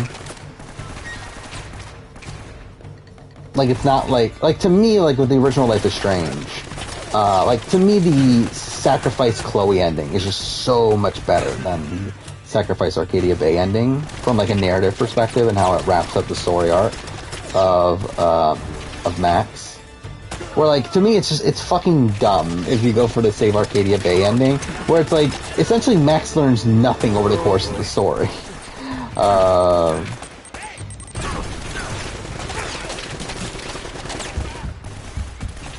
While it's like with True Colors, it's like either ending fits, fits like the grand scale of the narrative. So it's like, I don't really have,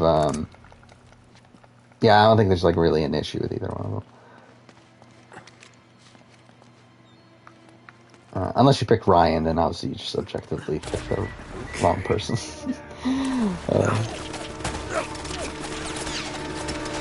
Actually, I forgot Ryan was even a character. I just remember that.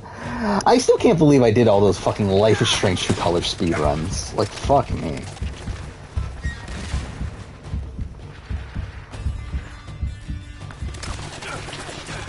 Like, I really don't know how I did it, looking back at it. Like, how the fuck did I play the game? Like, I essentially played the game in full, what, like 6 times? Over and over again? Like, on stream? For, like, over the course of, like, 2 weeks?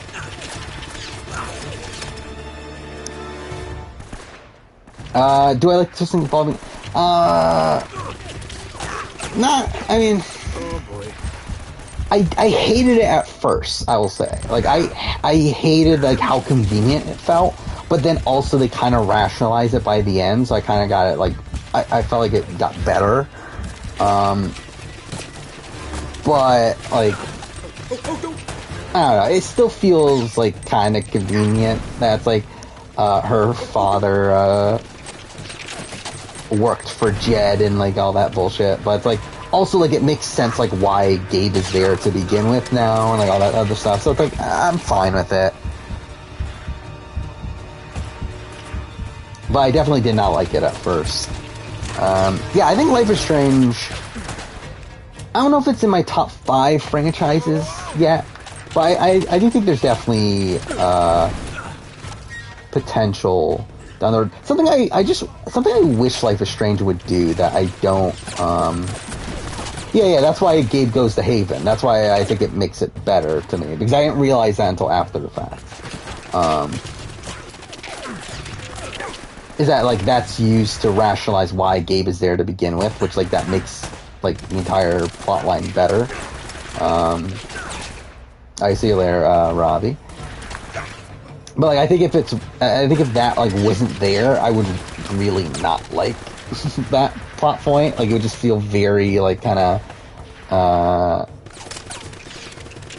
don't know if gimmicky is the right term, but, like, I don't know, like, giving, like, Alex this, like, personal vendetta against Jed at the very last second, is, like, very kind of, like, it feels, like, kind of shoehorned in there, but, like, also it's, like, again, like, it's rationalized by the end, so it's, like, whatever.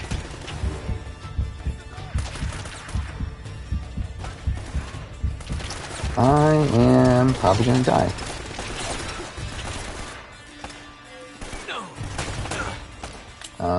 I don't know, what would be my favorite franchises be at this point? I mean, like, Uncharted's definitely one of them. Fuck. I mean, I guess Horizon's not a franchise yet, right? So, God of War, I feel like is one of them. Last of Us. Like, I don't know if I can say Assassin's Creed anymore. Definitely, like, probably even up until, like, a couple years ago, Assassin's Creed. Life is Strange is definitely up there, though. Like, I think top 10 franchises, I think it's probably there.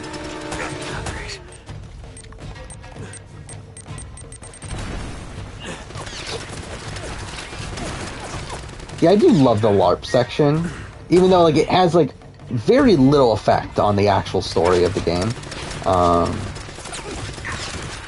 it is still insane to me that they actually took the time to make that entire RPG system. Fuck. What is this?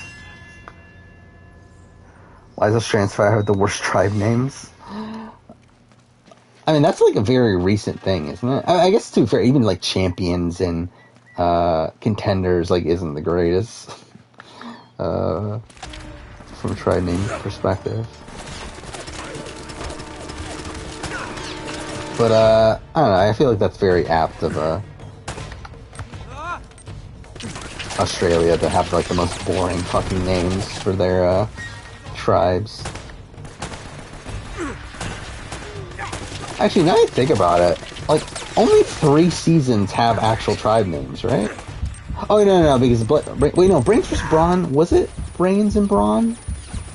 It was, right?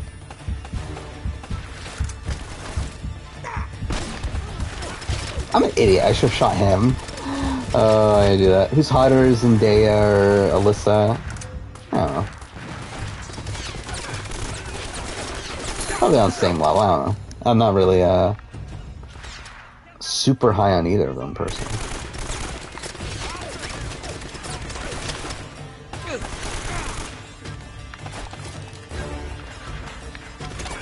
Yeah, we gotta get North Island, South Island. I mean, that'd be hilarious if there ends up being a Australian Survivor North versus South, and it's literally just North Island, South Island. Yeah, Oz Tribe, Australia Tribe.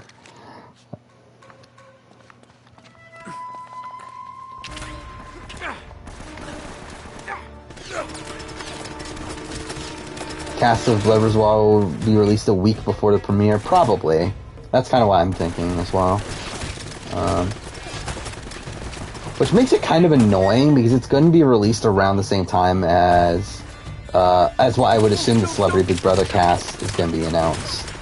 So I'm a bit unsure exactly what I want to do there if they are announced at the same time. But whatever. What the fuck is this section?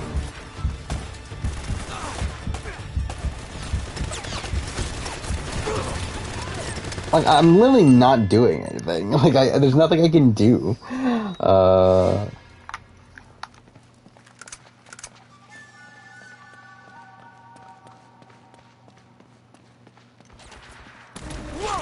let's... There we go. That helps already. Australian Survivor's already on Paramount Plus. At least most of the seasons. Then I think the remainder are getting added soon. I don't remember exactly the date. Oh yeah, there's definitely if they do Australia, if they do Australia versus US, it'll be hilarious. If like when there's the Australia tribe, the US tribe, and they swap, and they're still gonna call them Australia and US tribes. Because that's what they do, right? They keep the names even after swaps. I remember like when Champions for Contenders 1 happened, and like they were like, oh, there's no way we're getting a swap. They called the tribes Champions and Contenders, and it's like, nope, they're still gonna swap.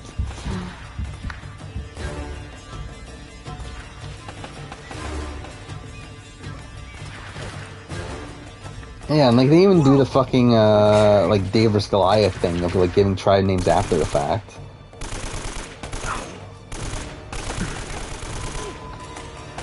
I still find that weird that they did that for David vs. Goliath. Where like after the fact they gave tribe names. Like I mean after the swap I should say. Where like originally it was David and Goliath, but then they changed the names of the David and Goliath tribes to something else. SAG Awards. Yeah, I did hear they were not. I haven't looked at them though. And to be fair, I don't know most of the movies. What the fuck? This really happened again? Oh, okay, that's lovely. Like, if you're on standby again. I really need to, I guess what is my thing set for? Why is it going... This is the first time it's ever happened where it did that in the middle of stream. Interesting. Whatever. It's because I'm focusing so much on the game. Play rough? Okay. Why am I getting so many trophies here? Like I've played Uncharted 1 at least 4 times on PS4.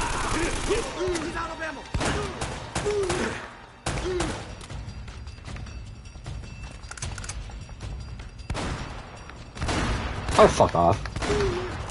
That looks ridiculous, but fun. Most anticipated movie 2022? I don't really have one. I don't even know what's coming out 2022. I don't pay attention to film nearly as much anymore. Fuck off! I missed all those shots. I think Lauren O'Connell looks like a man at all? Not really.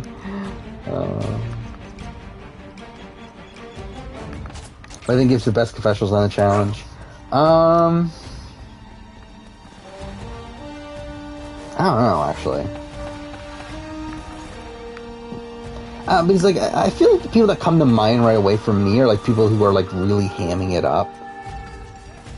It's like, I feel like someone like a Wes comes to mind, but it's like, also Wes is, like, clearly, like, hamming it up there. What am I doing? There we go. These aren't Spanish.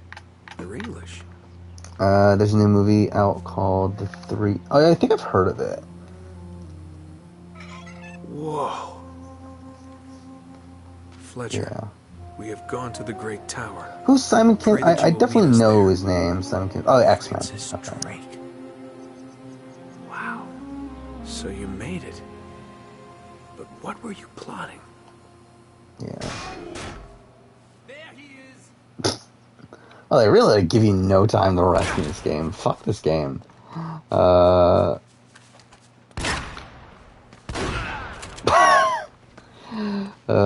a masterpiece. Whatever. Oh yeah, I think Kyle is just another person that's like really hamming it up for the camera. I just feel like so much of the challenge to me feels so manufactured at this point. And like all the confessionals are getting into like Big Brother territory where it feels like they're being fed lines. Especially this last season. I talked about Nelson, where like to me Nelson, like none of Nelson's confessionals felt genuine to me this last season. That must be Drake's tower.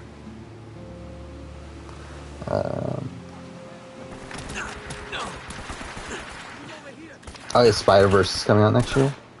I've got you, Auntie. Oh, fuck off. I don't know.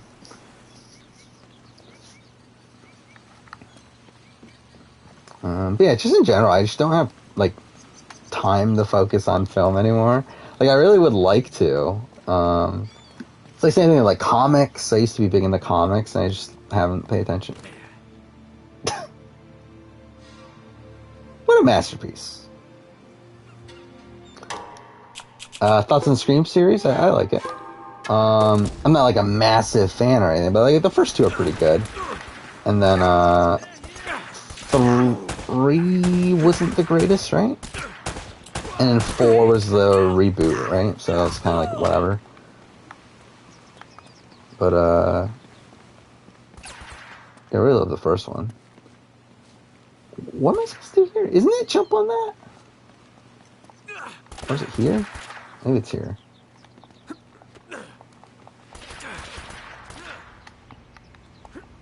Best shot is the girl who told you that she has a boyfriend. I mean, that's usually how it goes.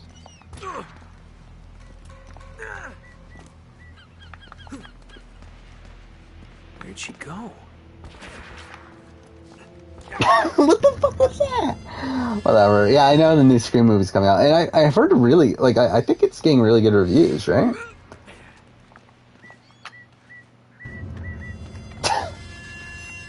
Whatever. What is it? Something is killing the children. That's a thing.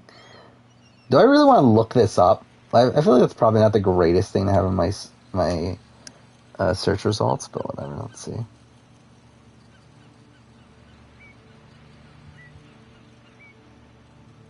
Yeah, I haven't heard of it though, but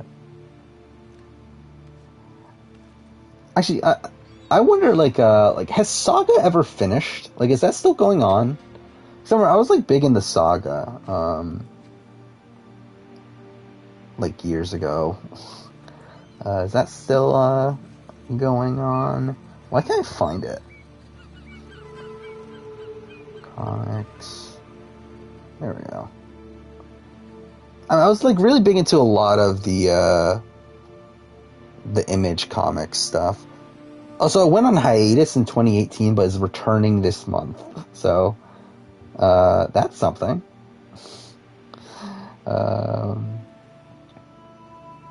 Yeah, what else was there? Again, like I know I was big into a lot of like the Image Comics stuff. I want to look at the list of things they've published. Oh my god, there's so much shit. Yeah, there's like way too much. But either way, it's been a while. It's been like probably 5-6 years. Seven's been that big in the comics.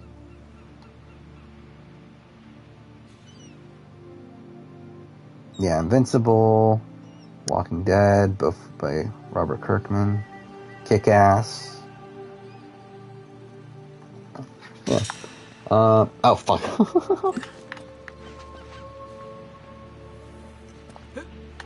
Yes, I definitely need a hint.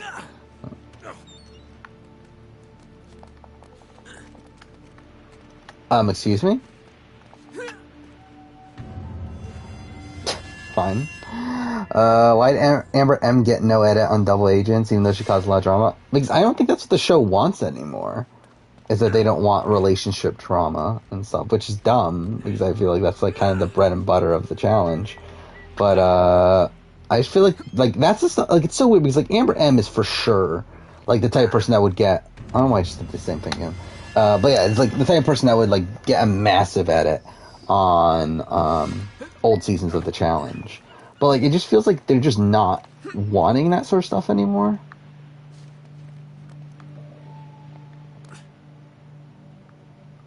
I haven't finished the TV show for Invincible. I only watched the first 2 episodes, I think. I might not have even finished episode 2. I don't remember anymore. But it was solid for what it was. But it's like, just didn't end up finishing it.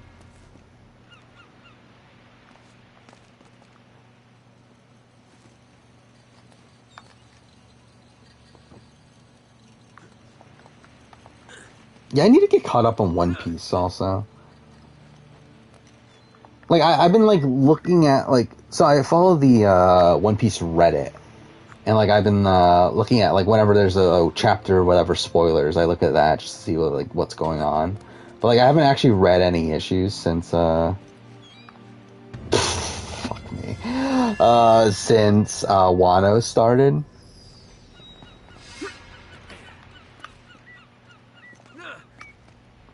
Which, to be fair, I'm probably just gonna wait until... whatever. I'm just gonna wait until Wano ends. But, so I really do love One Piece, so... I want to do videos on One Piece, but I know One Piece, like Dragon Ball and like all that sort of stuff's obviously really, like...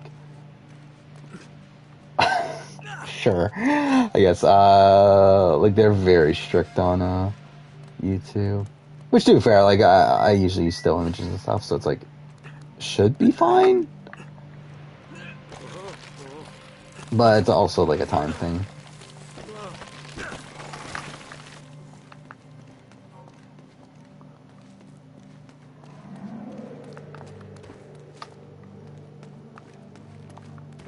What's it about? It's about like well, Invincible is like I mean, it's essentially just like a redo of like a Superman-esque story, but So what were you looking for, huh? But, I mean, a bit more complex, I guess. Straw Hat ranking? Well, now. I don't know, is Luffy 1? I feel like it's kind of generic to say Luffy's 1. The ship's never left. Elena. I mean, wait, let's see. So we got Luffy. I feel like Luffy, then Zoro. Fuck, I'm an idiot. We got Luffy, Zoro, Nami. Like, I mean, I would say my least favorite is probably... Actually, is it Brooke or Frankie? I feel like those are my bottom two. Oh, wait, that... Okay, fine. That worked out. I know I'm not a big-time treasure hunter like you. But I doubt you're gonna Yeah, like, I find feel a like lot over Luffy there. has to be one, then probably How'd you get yourself Zoro. in this mess? And I think at that point, it's like they're all, like, kind of Oh, that's so interchangeable. sweet. We got, like, Traditional Usopp, sandstone brick and Nami, stucco, Robin, limestone mortar, huh? How'd you get to know so much about this? Sanji, My show, episode and... 4, Architects of a New World.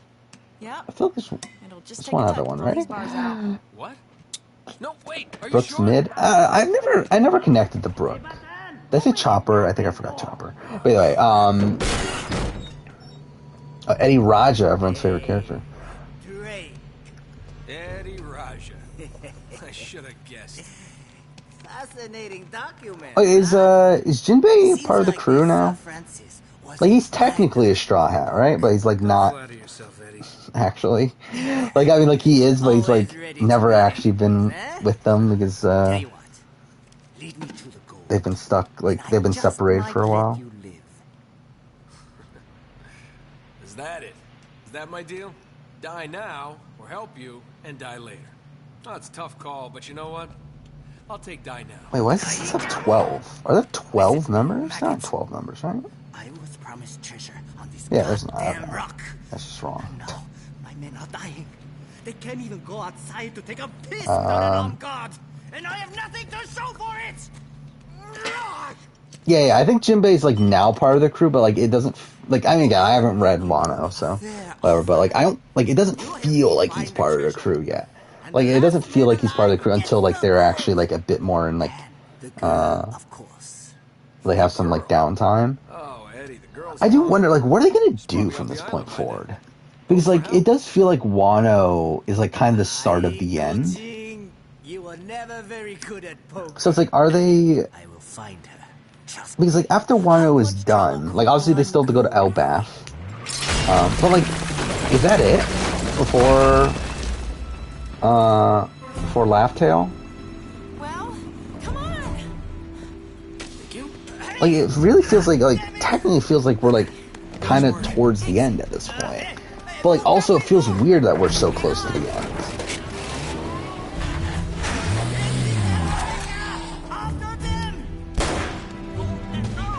Oh, you're only at the end of Punk Hazard?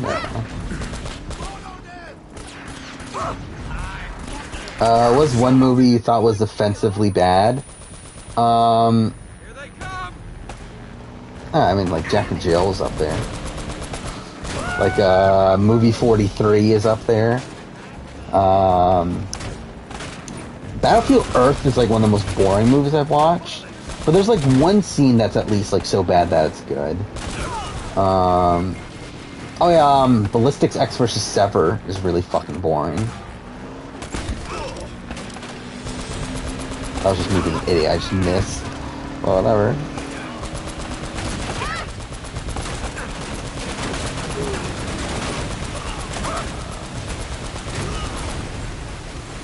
But yeah, like I've watched the anime up until Whole Cake Island. And then I read the Reverie arc of the manga. And like obviously I've read the manga before that as well, but like that's the latest I've gotten into One Piece. I don't even remember the episode length of Invincible. I feel like it was an hour, like 45 to 50-minute episodes, but I don't remember for sure.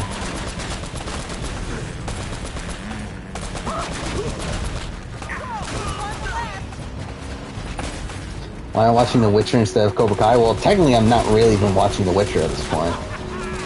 But also I care more about The Witcher than Cobra Kai. Wait, why is he not letting me shoot him?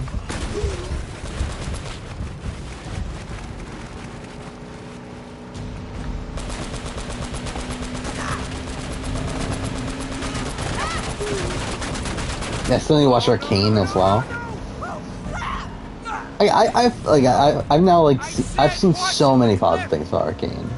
I just don't know when I'll end up watching it. It's funny, like on Twitch, like they have commercials for Arcane, like here and there too.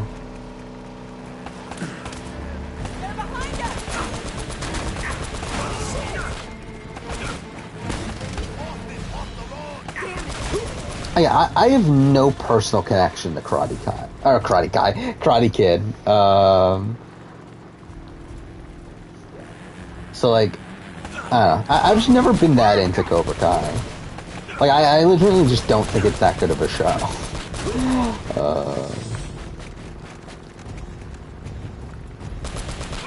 Yeah, I'll probably watch season 4 at some point, just because I've watched the other seasons.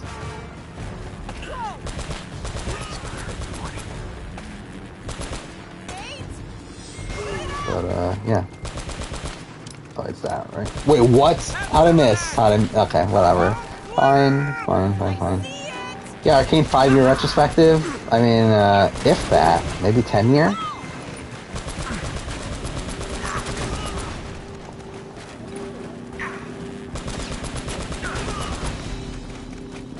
But something I haven't talked to the, I haven't talked about that. Something I have been doing over the last few days is got through this rabbit hole of watching Yu-Gi-Oh! Duels on YouTube. Like duels from the original anime. And it makes me really want to do like a Yu-Gi-Oh! Retrospective, like Duel Monster Season 1 retrospective, Season 2 retrospective, like that sort of stuff. But again, when do I find time for that? You okay? Yeah, I'm fine. Oh, but you're bleeding. Yeah, it goes with the territory. Let's get the hell out of here. I'm looking forward to Peacemaker show. Not really. Damn it. I can technically watch. Is it out yet? Actually, how are the reviews for it? I see trailers for it here and there, but I'm not like. Which, by the way, the trailers fucking disturb me because they're fucking playing. They're using "Kickstart My Heart" by Motley Crue in the trailer, which is the same song they used just for Guardians of the Galaxy, which I also saw doing trailers for. So like it just disturbs me whenever I hear "Kickstart My Heart" in a trailer now. But yeah, it looks like it got good reviews. So. Oh, it came out today. Oh no, it comes out today. Yeah, I'm probably not gonna watch it. But Give me that map. Actually, a Challenge All Stars finale, is that out yet? Fair and square. Because the finale's today, which we'll be writing, recording, and finishing the editing on the review. Well, now you told me not to move. Looks like you're gonna have to come get it.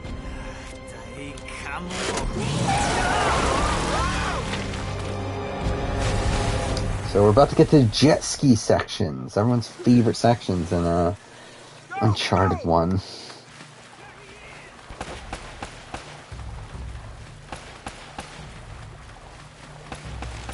Oh, for God's sake. By the way, I love how I'm like, what? I'm 3.5 hours into this playthrough.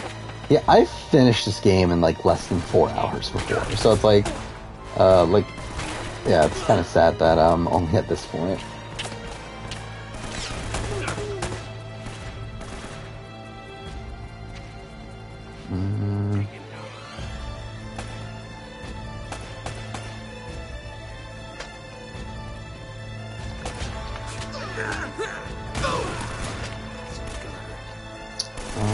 Let's change all stars. Oh, it looks like it's out. Okay. So yeah, I'll probably watch it actually immediately after finish stream here. How long is it though? I guess if it's long, then I probably won't. But if it's like a 40-minute episode or whatever, then I probably will.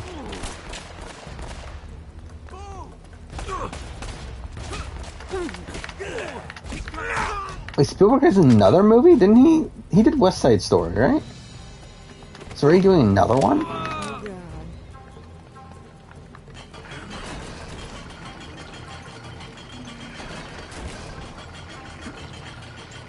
Okay, it's 48 minutes, so it's not too bad.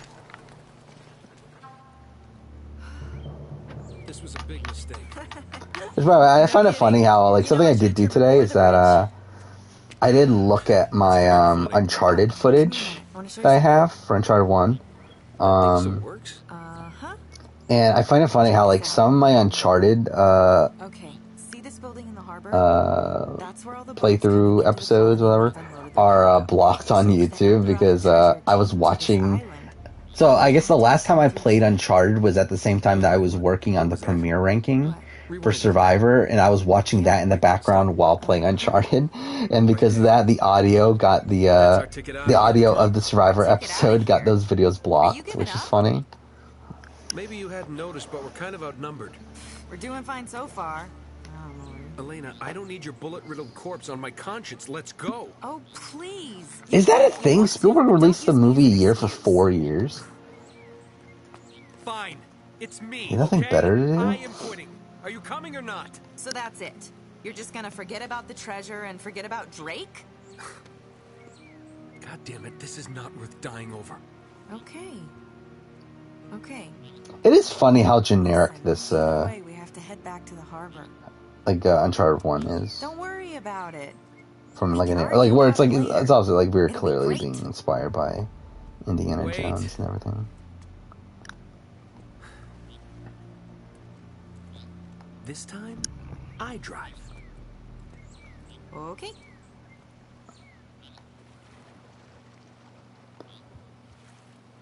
Yeah, so he had Bridge of Spies. I forgot Bridge of Spies was a movie. The BFG, The Post. Did I ever watch The Post? I don't even think I ever watched The Post. Ready Player One was 2018. Why does that feel so much older? Like, I really... Like, if you were to make me guess when Ready Player One was, I would have said, like, 2015, 2016. Why does that feel like so long ago? Okay, so Fabelmans is about his own childhood. Well, that's something. So, he's like a narcissist then. Michelle Williams and Seth Rogen play... I guess that's his... Seth Rogen's his uncle? Michelle Williams is his mom. How old is Paul Dano? Paul Dano's 37 now? God damn. I didn't realize he was that old. Either way. Actually, how far in the stream are we? 3.5. Okay. I think maybe we'll go one more chapter. Actually, wait, I want to look this up. How long was where was the halfway point in my last Uncharted playthrough? Because I probably want to get to around the halfway point. I think that's probably where I'm going to try to get to.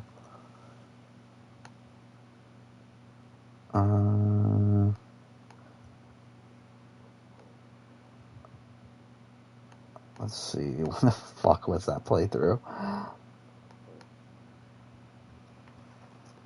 Uncharted. Wow, it's like not anytime soon. When the fuck did I last play Uncharted then? Like, what else was I playing? Like, around that time. Wow, that can't be that far.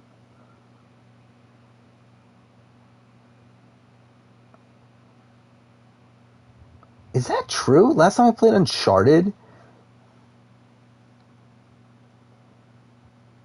That makes no sense. That can't be right.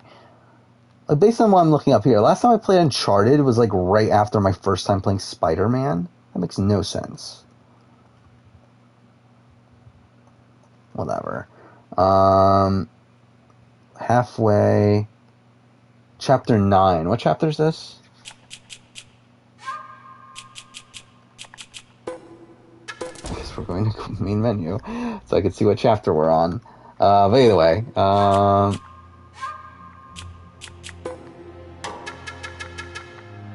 was on chapter 8? God damn it. Okay. We're not even close. Alright, whatever. I think we'll probably call it a night after this chapter, I guess. I don't get it. How does a whole colony just drop out It's of R1? Why is it R1? Looks like we've got company. Oh, because you have to oh, that's fucking dumb. Whatever. I always hate this section. Oh, I didn't even see that one there. Oh, whatever.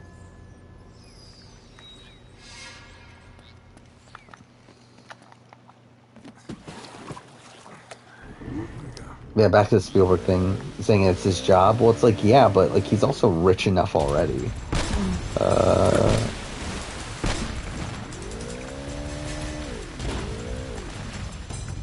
If you really need to be making a movie about the Washington Post.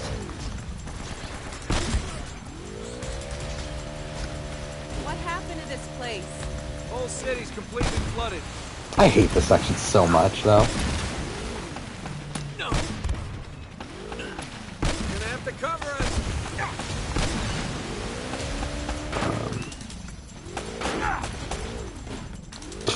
That was pathetic. Is he 75? I didn't realize he was that old. I'm about to die. Yeah, this is just entirely me being an idiot. How did I not die there? It's a miracle I did not die there.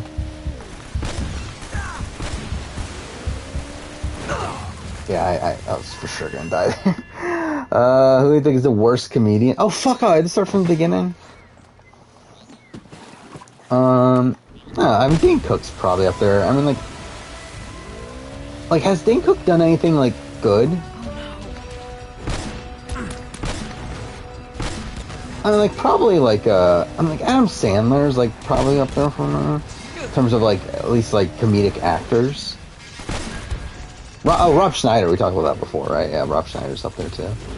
But in terms of, like, stand-up and stuff, like, I'm not, like, as, like, well-versed to really answer that.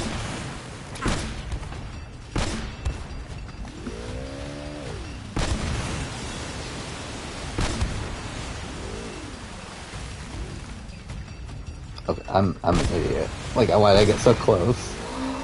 Whatever. Wasn't Emmerich still doing movies, too?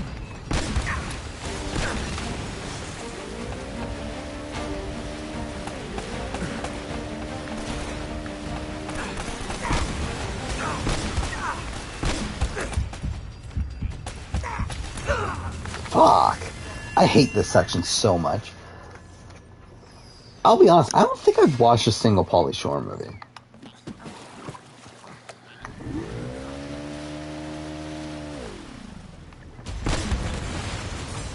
Alright, I guess we'll just take it super slow.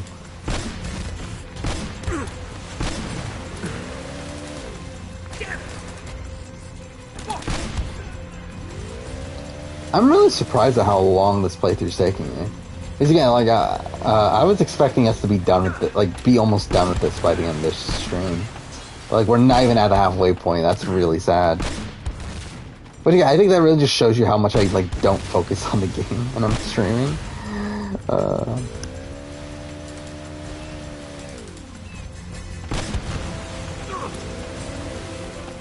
yeah, Carrot Top, yeah.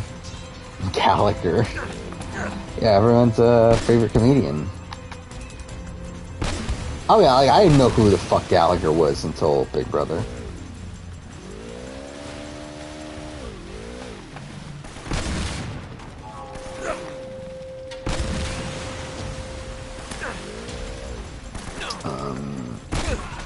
That one.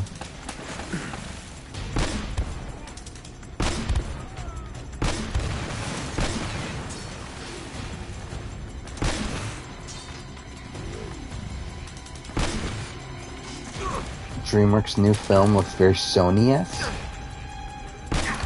What does that really mean? Hey, speaking of Sony, I did also, so I talked about this before, right? I finished Resident Evil Village. This is the last time I streamed. I also did start, kind of, Ratchet and Clank. By start, I mean I literally played 30 minutes of it, but...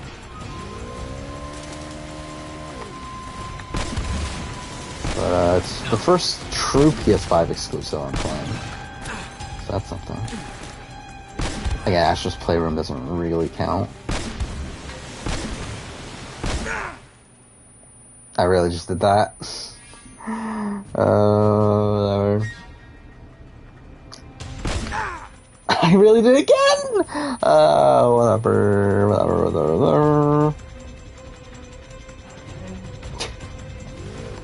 There we go. That's exactly, there we go. I was like a bit like I was worried I was gonna hit the wrong button again, but whatever. There it is. Yeah, now we just gotta find a way in. You know, I read a story once about a cursed Inca treasure. You don't suppose that... Please don't tell me you believe in that stuff. I'm just saying. Something bad happened here. The whole colony doesn't just up and vanish. Yeah. Well, how do you explain it? Is that supposed... I feel like I don't remember that being a thing, that you can't Thanks. go quick there at first, but whatever. I thought that was the end of the chapter. Get us up there. I guess not. Let's go check it out. I'll stay here and keep an eye on our ride. Jordan See if you Peele's can figure a movie. way to get us to that tower. Yeah, I loved Get Out when that came out. And then Us was fine. But yeah, I'll be interested in watching his new movie though.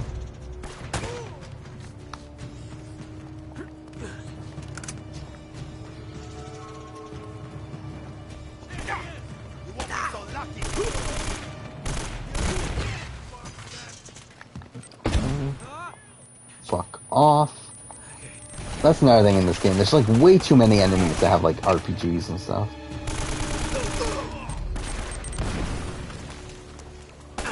And grenades.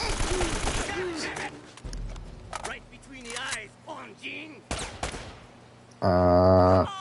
Bel Air, is it gonna be like a Fresh Prince of Bel Air sort of thing? Fuck. Oh, I did hear about the new show that I did hear about is that they're doing a Scott Pilgrim anime show on Netflix. That's really interesting to me. Like with Brian Lee O'Malley involved and everything. Like, that definitely... Oh, fuck off, I'm about to die. But yeah, like, I feel like that's something that I might even do a video on.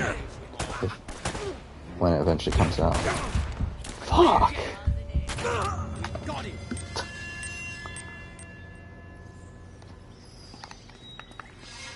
Oh, fuck. Oh, wait, I'm all the way back here. Where did these guys come from?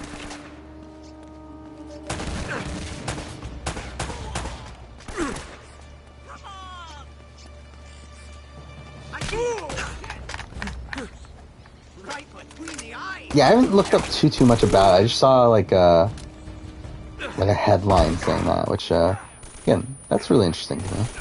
Because, yeah, I feel like even though I love Scott Pilgrim vs. the World, I've always been underwhelmed with like how much they just like yada yada through things.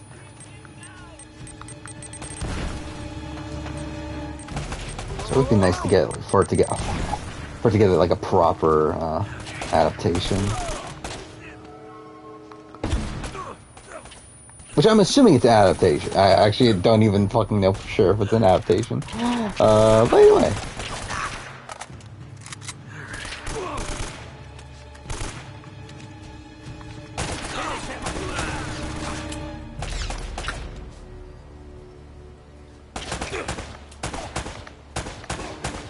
Wow, I like missed like most of their shots.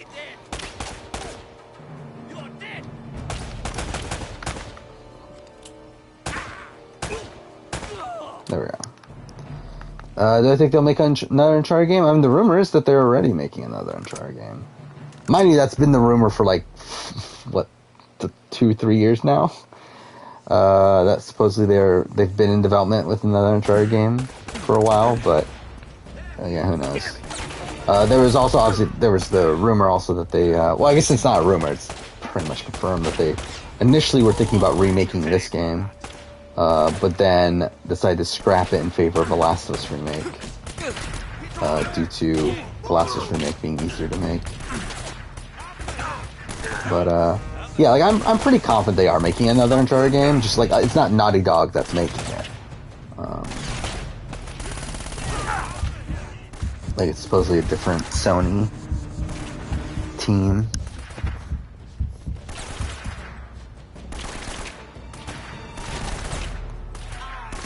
Yeah, it'll be interesting. Yeah, the voice cast, like, who are they gonna get for it? Like, are they gonna go? Like, are they gonna try to do like the people from versus the world, or are they gonna go? Okay, that's just bad. For more like anime actors and that sort of thing. They're like Undead Nightmare. We're talking about Red Dead. If that's the case, then I actually haven't played Undead Nightmare, if I'm being honest.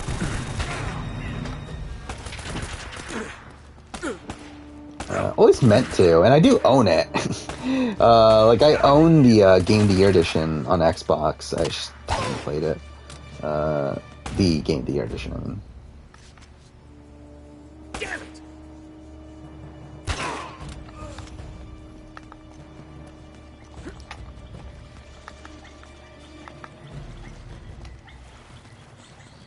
Yeah, I feel like that fits.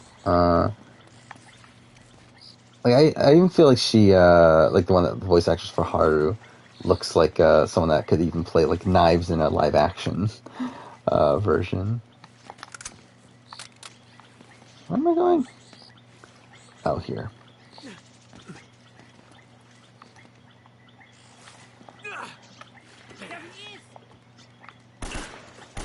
Fine.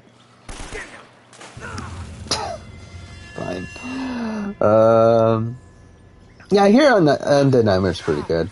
Like, my one hesitancy with it is that it's like this non-canon zombie like story, which like hasn't really had the greatest track record with other forms of or other series and stuff for me. But yeah, I mean, like if I consistently played Xbox, I would have played it by now, but I just don't. Because yeah, I own the 360 version. Or if they had fucking remade or remastered it for PS4 or whatever, then I would have played it by now. Chapter 9. Okay, we'll go to Chapter 10 then. You okay?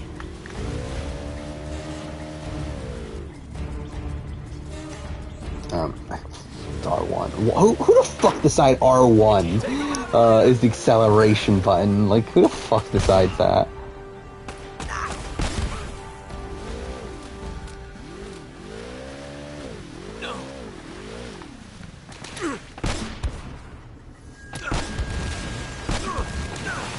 Oh, yeah, I will say also, after having finished Resident Evil 8 now, I will say, why the fuck did Lady Demish, I forgot how you pronounce her name, but why the fuck did she win Best Actress?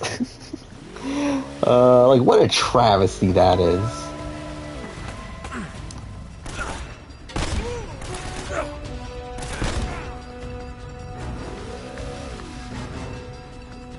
Yeah, I do find it hilarious how, like, little she's in, like, she's literally just the first, like, boss.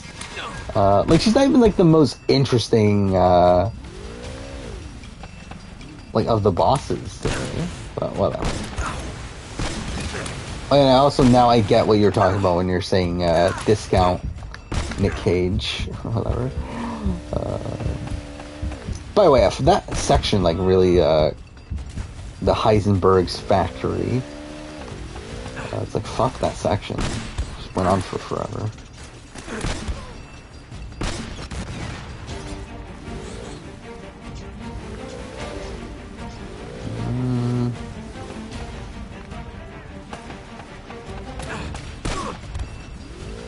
But like, they really like voted for her just because of that?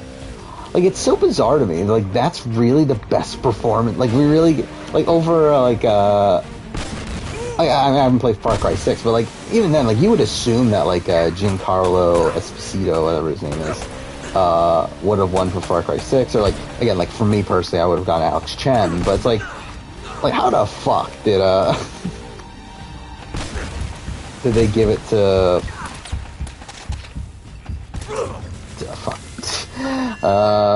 Lady Del? I don't even know how to pronounce the name. Whatever. By the way, finishing Resident Evil Village makes me still want to do that Resident Evil series ranking at some point.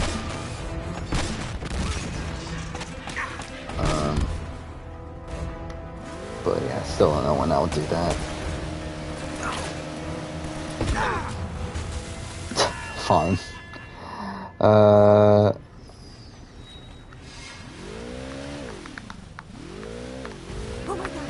Yeah, I find Chris Redfield, like, role in the game really weird. By the way, I'm not, like, even though you play as him, like, pretty briefly, I didn't actually expect, that section, though. Like, something I will say, like, Resident Evil Village, the one thing I did know, like, I did get spoiled that Ethan dies in it. Well, I guess spoiler alert for Resident Evil Village. But yeah, I did get spoiled about that, but, I didn't realize that they also, like, fake you out on that as well. So, like, that kind of threw me for a loop there.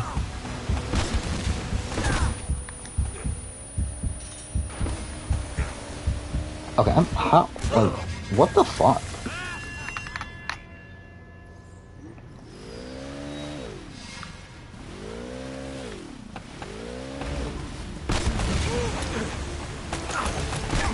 Okay, again, I guess we'll take it slowly so we can get through this. Who's shooting me?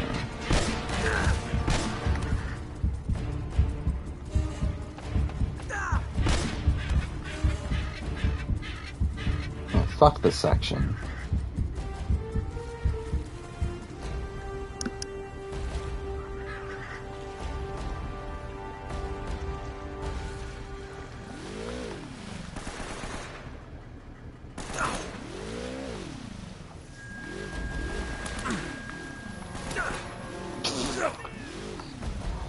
Yes, thank you for that hint.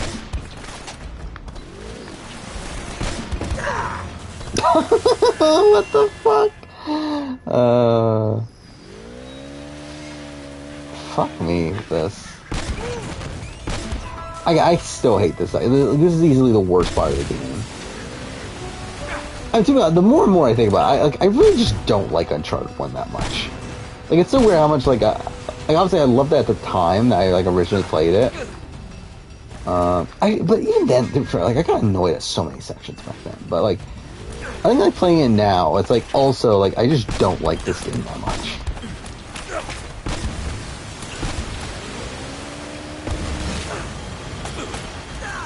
I'm gonna die. And... or maybe not? You've got to get to that tower. I'll meet you back at the customs house. Well, then, I guess we didn't.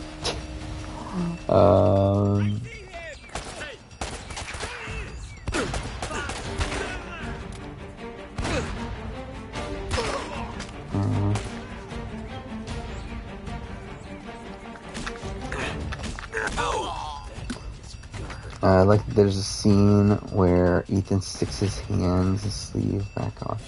Oh, yeah, that's just fucking dumb. Like, I really just, like, I guess they explain it by the end, I guess. But, like, I just found that scene so fucking ridiculous. Or, like, Lady Demonstru, whatever, like, cuts his hand off, and he literally just, like, picks it up and then puts it back on. It's like, sure, I guess that's how it works. Talking about.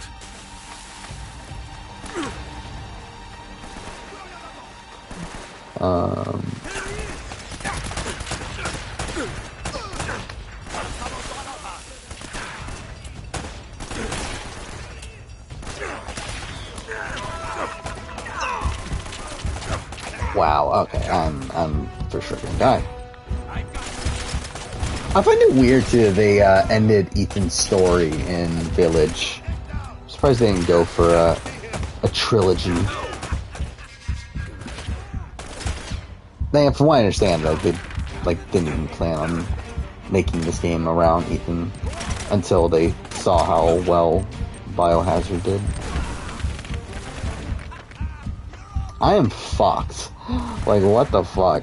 All I think of the price so far, it's really good, from what I've played. Obviously, I haven't played much of it, but, like, I just got into, Nefarious City, is that what it's called?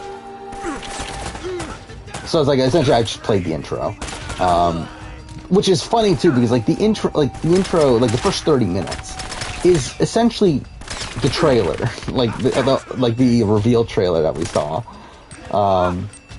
And, like, the, like, gameplay they showed at, I forgot where they showed it, but, like, essentially, like, everything that I've seen of Rift Apart, like, I've already played, which I find funny.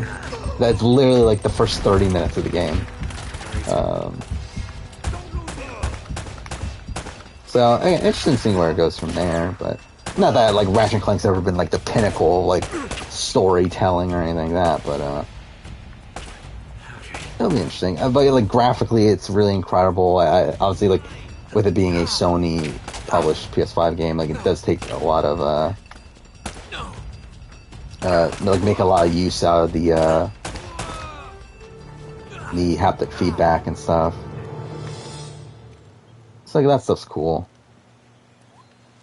Beyond that, obviously, I still need to play more of it. What I think of Rivet, I mean, she's there so far. I mean, like she's like been in what, like 2 scenes? No, I can't climb that.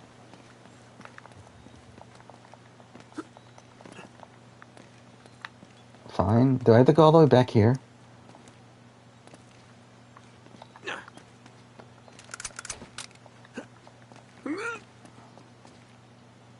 Oh, it was part of his sleeve, part of that too. I didn't even pay attention to that.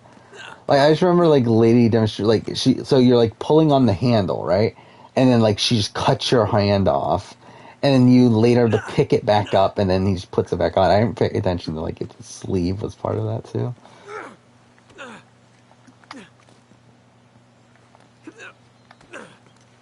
Okay.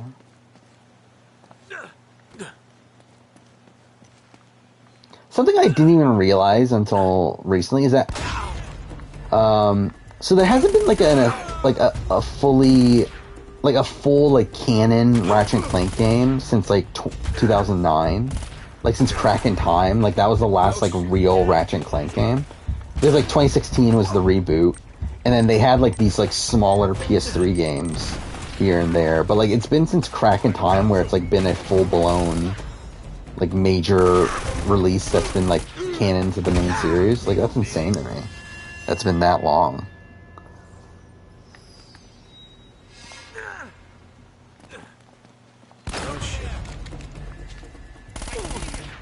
Which I mean, I guess to be fair, it's been even longer for Jack and Daxter, but still, I didn't realize it had been that long though since the last like real Ratchet and Clank game.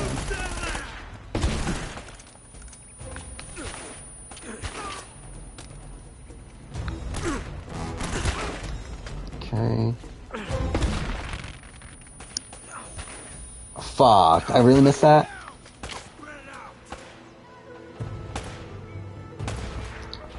Insomniac's the Pixar video games. I could definitely see that. I think Ratchet and Clank in particular definitely feels like could be a Pixar sort of game. I mean, Kenna was also the same thing, Kenna Bridge of Spirits, where it very much felt like a Pixar movie.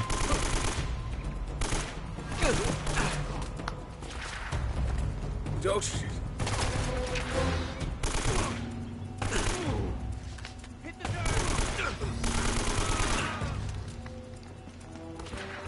Yeah, the movie wasn't the greatest. It's not bad though. I think in terms of a video game movie, it's like it's on the better end of things for a video game movie, but yeah, it's not great though. I still need to play Little Nightmares 1 and 2, which will probably be on the later end of things for me in terms of games of 2021. That's the thing, like I talked about this before, that like I was going to give myself until March, the end of March, to play all the games of 2021. The problem with that is that I kind of forgot that Horizon comes out next month, which is going to take some time, so maybe I'll wait until April. We'll see. I was going to try to get this one out earlier than last year, but well, who fucking cares, really? It's like no one watches these videos anyway, so it doesn't really matter too much. I think as long as I have it out in the first like half of the year, I feel like I'm okay with that. It's like maybe I'll wait until April so I can play a bit more of the games I have. Especially because like I don't have as much time to play games nowadays as I used to. Or like even like with like, I mean, I got through Resident Evil Village, like, pretty quickly. But it still took me, like, what, 5 days to play, like, 9 hours? So it's like... Yeah, I mean, like, when I get to, like, when I eventually get to, like, Tales of Arise, it's like, how the fuck, like, how long is that gonna take me? So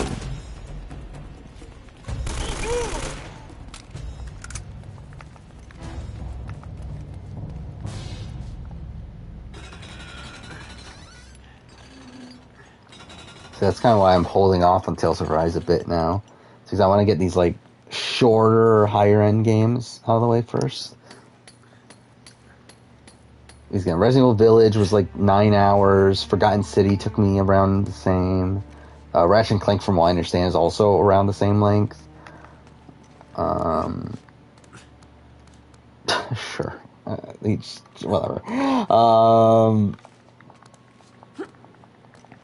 Then Kenna was also like 7 hours, I think, or 8 hours, something like that. So I want to get these like shorter games out of the way, and then I'll go for Tales of Arise, which is something game I'm looking forward to the most. I have Spider-Man 2 over Wolverine. Like, Wolverine will be interesting though. Like, obviously Spider-Man 2, like, with it being a sequel to like, Spider-Man, like, that's a lot more intriguing to me than Wolverine, but yeah, I think Wolverine could be great too. Well, what am I doing here?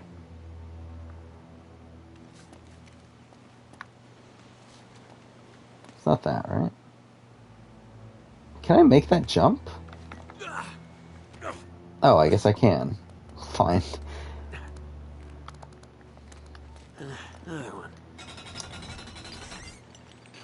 Yeah, I mean, like, once Horizon and God of War are out, then Spider-Man 2 will probably be one of my more anticipated games in the somewhat near future.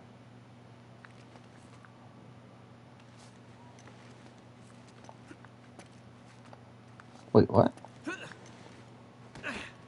That's definitely what I meant to do. Wait, what is this? Happy game? I've never heard of this, but...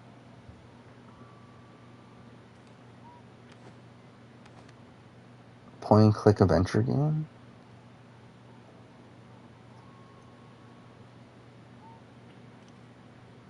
Sounds interesting. It's only on PC and Switch, though.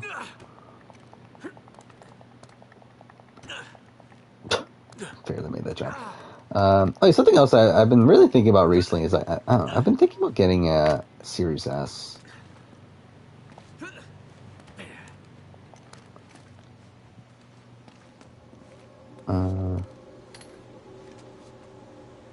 Oh wait, was that the what was supposed to? Dude, I'm kind of at the point now where like I kind of rather get a Series S than a Switch.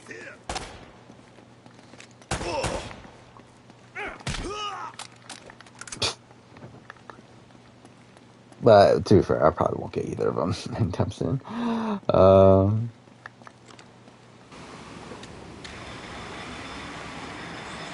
Happy game has some really creepy imagery. Well, then it's not that happy of a game, is it? Oh, I'm supposed to let her out. Oh, I think this is the end of the chapter, right? Oh, I'm an idiot. Excuse me? Thank you. More Inside or Limbo. I would say Inside, probably, but I think Inside's just kind of like a better version of Limbo. Yes, that's chapter 10. But they're both really good, though. I mean, like, I think, again, they're both, like, the same quality, essentially. Yeah. I mean, like, yeah, they're around the same level. I would say Inside's, like, because, like, Limbo, I feel like, is a bit more ambiguous with what the story is of it. Like, Inside is a bit more blatant, but I think, like, both in terms of, like, puzzle platformers, I think they're both, like, very strong in their own right. It's Happy in the new Toki Doki Literature Club. I can see that being the case. Like, I still need to play Toki Doki Literature Club. Actually, I don't know. Am I gonna bother? Like, do I even bother talking about it in 2021? he's like, it's the plus version. It's like, I don't know. I probably won't even bother, really. I'm still debating over, do I put Near Replicant on the main list or not? I leaned towards no earlier, but I'm kind of been thinking about it a bit more, and it's like, maybe I should. Just because it's not going to make it's not going to be number one anyway. So it's like, does it really matter? Like, why not just rank it? He's like, if I were to rank it now, it would probably be like number 4, I think. Like, it's kind of around where I would have like Lost Judgment, which I think is number 4 right now. So it's like, I don't know. But either way. Yeah, so I think we're probably going to end stream. We're 4 hours in. I didn't realize we passed the 4-hour mark. But yeah, we're about halfway through the game. Really sad that I'm only halfway through the game at the 4-hour mark.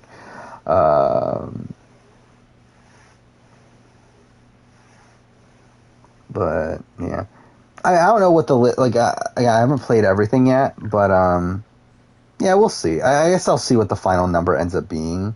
Like right now, I've played 10 games so far, and then I still have I've 21 games that I own on the list. But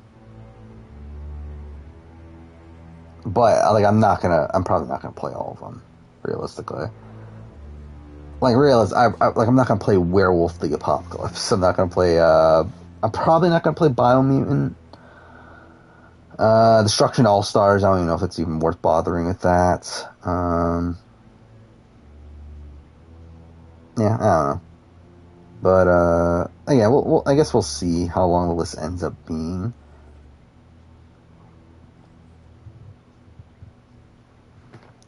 But yeah, Russo Brothers are making a stop motion series, Little Nightmares. That's a thing. Why they stream me playing a terrible game? And what is the terrible game though? But yeah, I think it would be humorous though to play like a series. Like I know Lasers did a stream of him playing like all these like indie games he got codes for, and they're all like really terrible.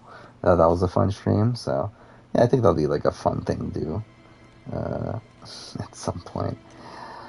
Sonic 2006, that would be fun. I'm trying to do I own anything like abhorrently bad on PS4? I can't think of unless we're including Fast and Furious Crossroads, it's like a really terrible game. Which it's bad, but I don't know if it's quite on the level of the worst game ever. Skittles game, yeah. What was it called? Darkened Sky, right? Ride to Hell, yeah. I wish that was on PS4. Trying to look, I'm looking at the collection, the physical collection, at least see if there's anything there. Again, I don't think there's anything that notably terrible. I want to look this up, a list of worst games of all time. Because I know there's a Wikipedia page, yeah. List of video games notable for negative reception. What are the recent games that are on here? Balan Wonderworld's on there. Should I stream Balan Wonderworld?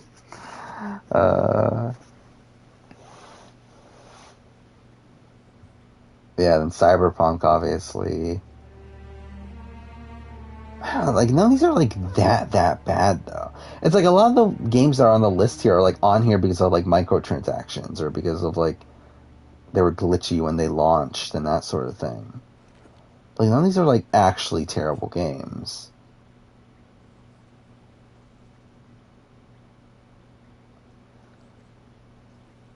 Yeah, it's I don't know. Tony Hawk's Pro Skater 5. That'll be a fun one. Superman 64. I own Superman 64, but I just don't have a way to stream it. Actually, technically I own Sonic 06 as well, but I don't have a way to stream it. I do own Sonic 06, right? I'm pretty sure I own Sonic 06. Okay, that's me being an idiot. I literally almost fell there. I own Sonic 06.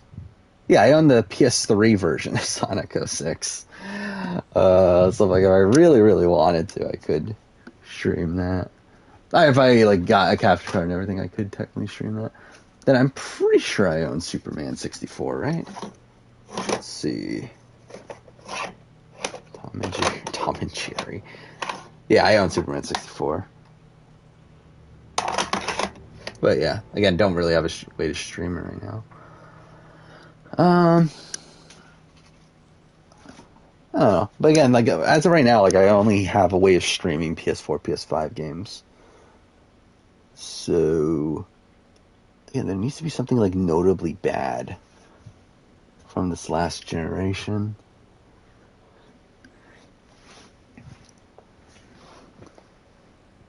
Yeah, Sonic Boom. Was that on PS4?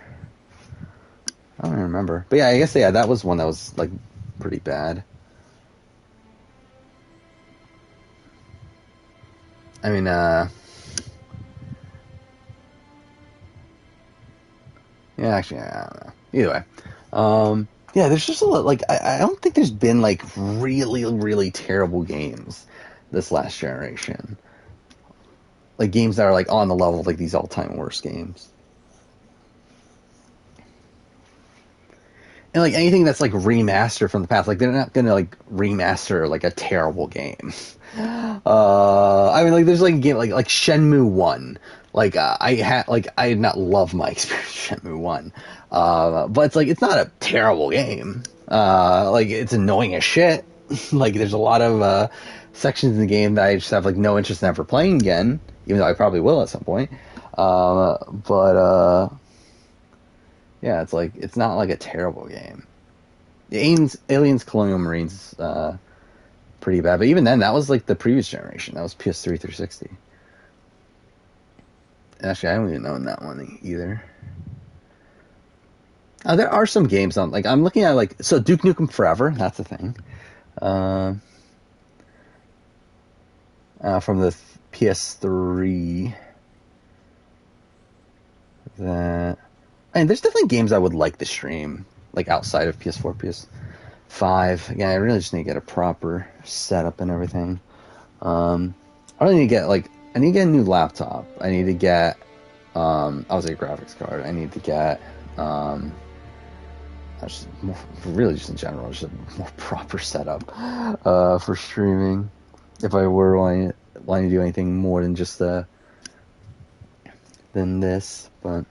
By the way, I didn't even know that Nathan... Oh, well, he's just crouching. He's not even, like, sitting. I thought he was sitting down. But yeah, like, I feel like if I were to stream outside of PS4, PS5, like, there's a lot of other games I could stream. That'd be fun. New Popeye game? I didn't even know there was a Popeye game. Like, a new one. Yeah, like, I think, like, the original Red Dead... That'll be a fun one to stream. Enslaved. I would love to replay Enslaved. I guess technically, like if I were to get an Xbox Series S, I guess technically I could stream it, couldn't I? Because I'm pretty sure you can stream from Xbox, right?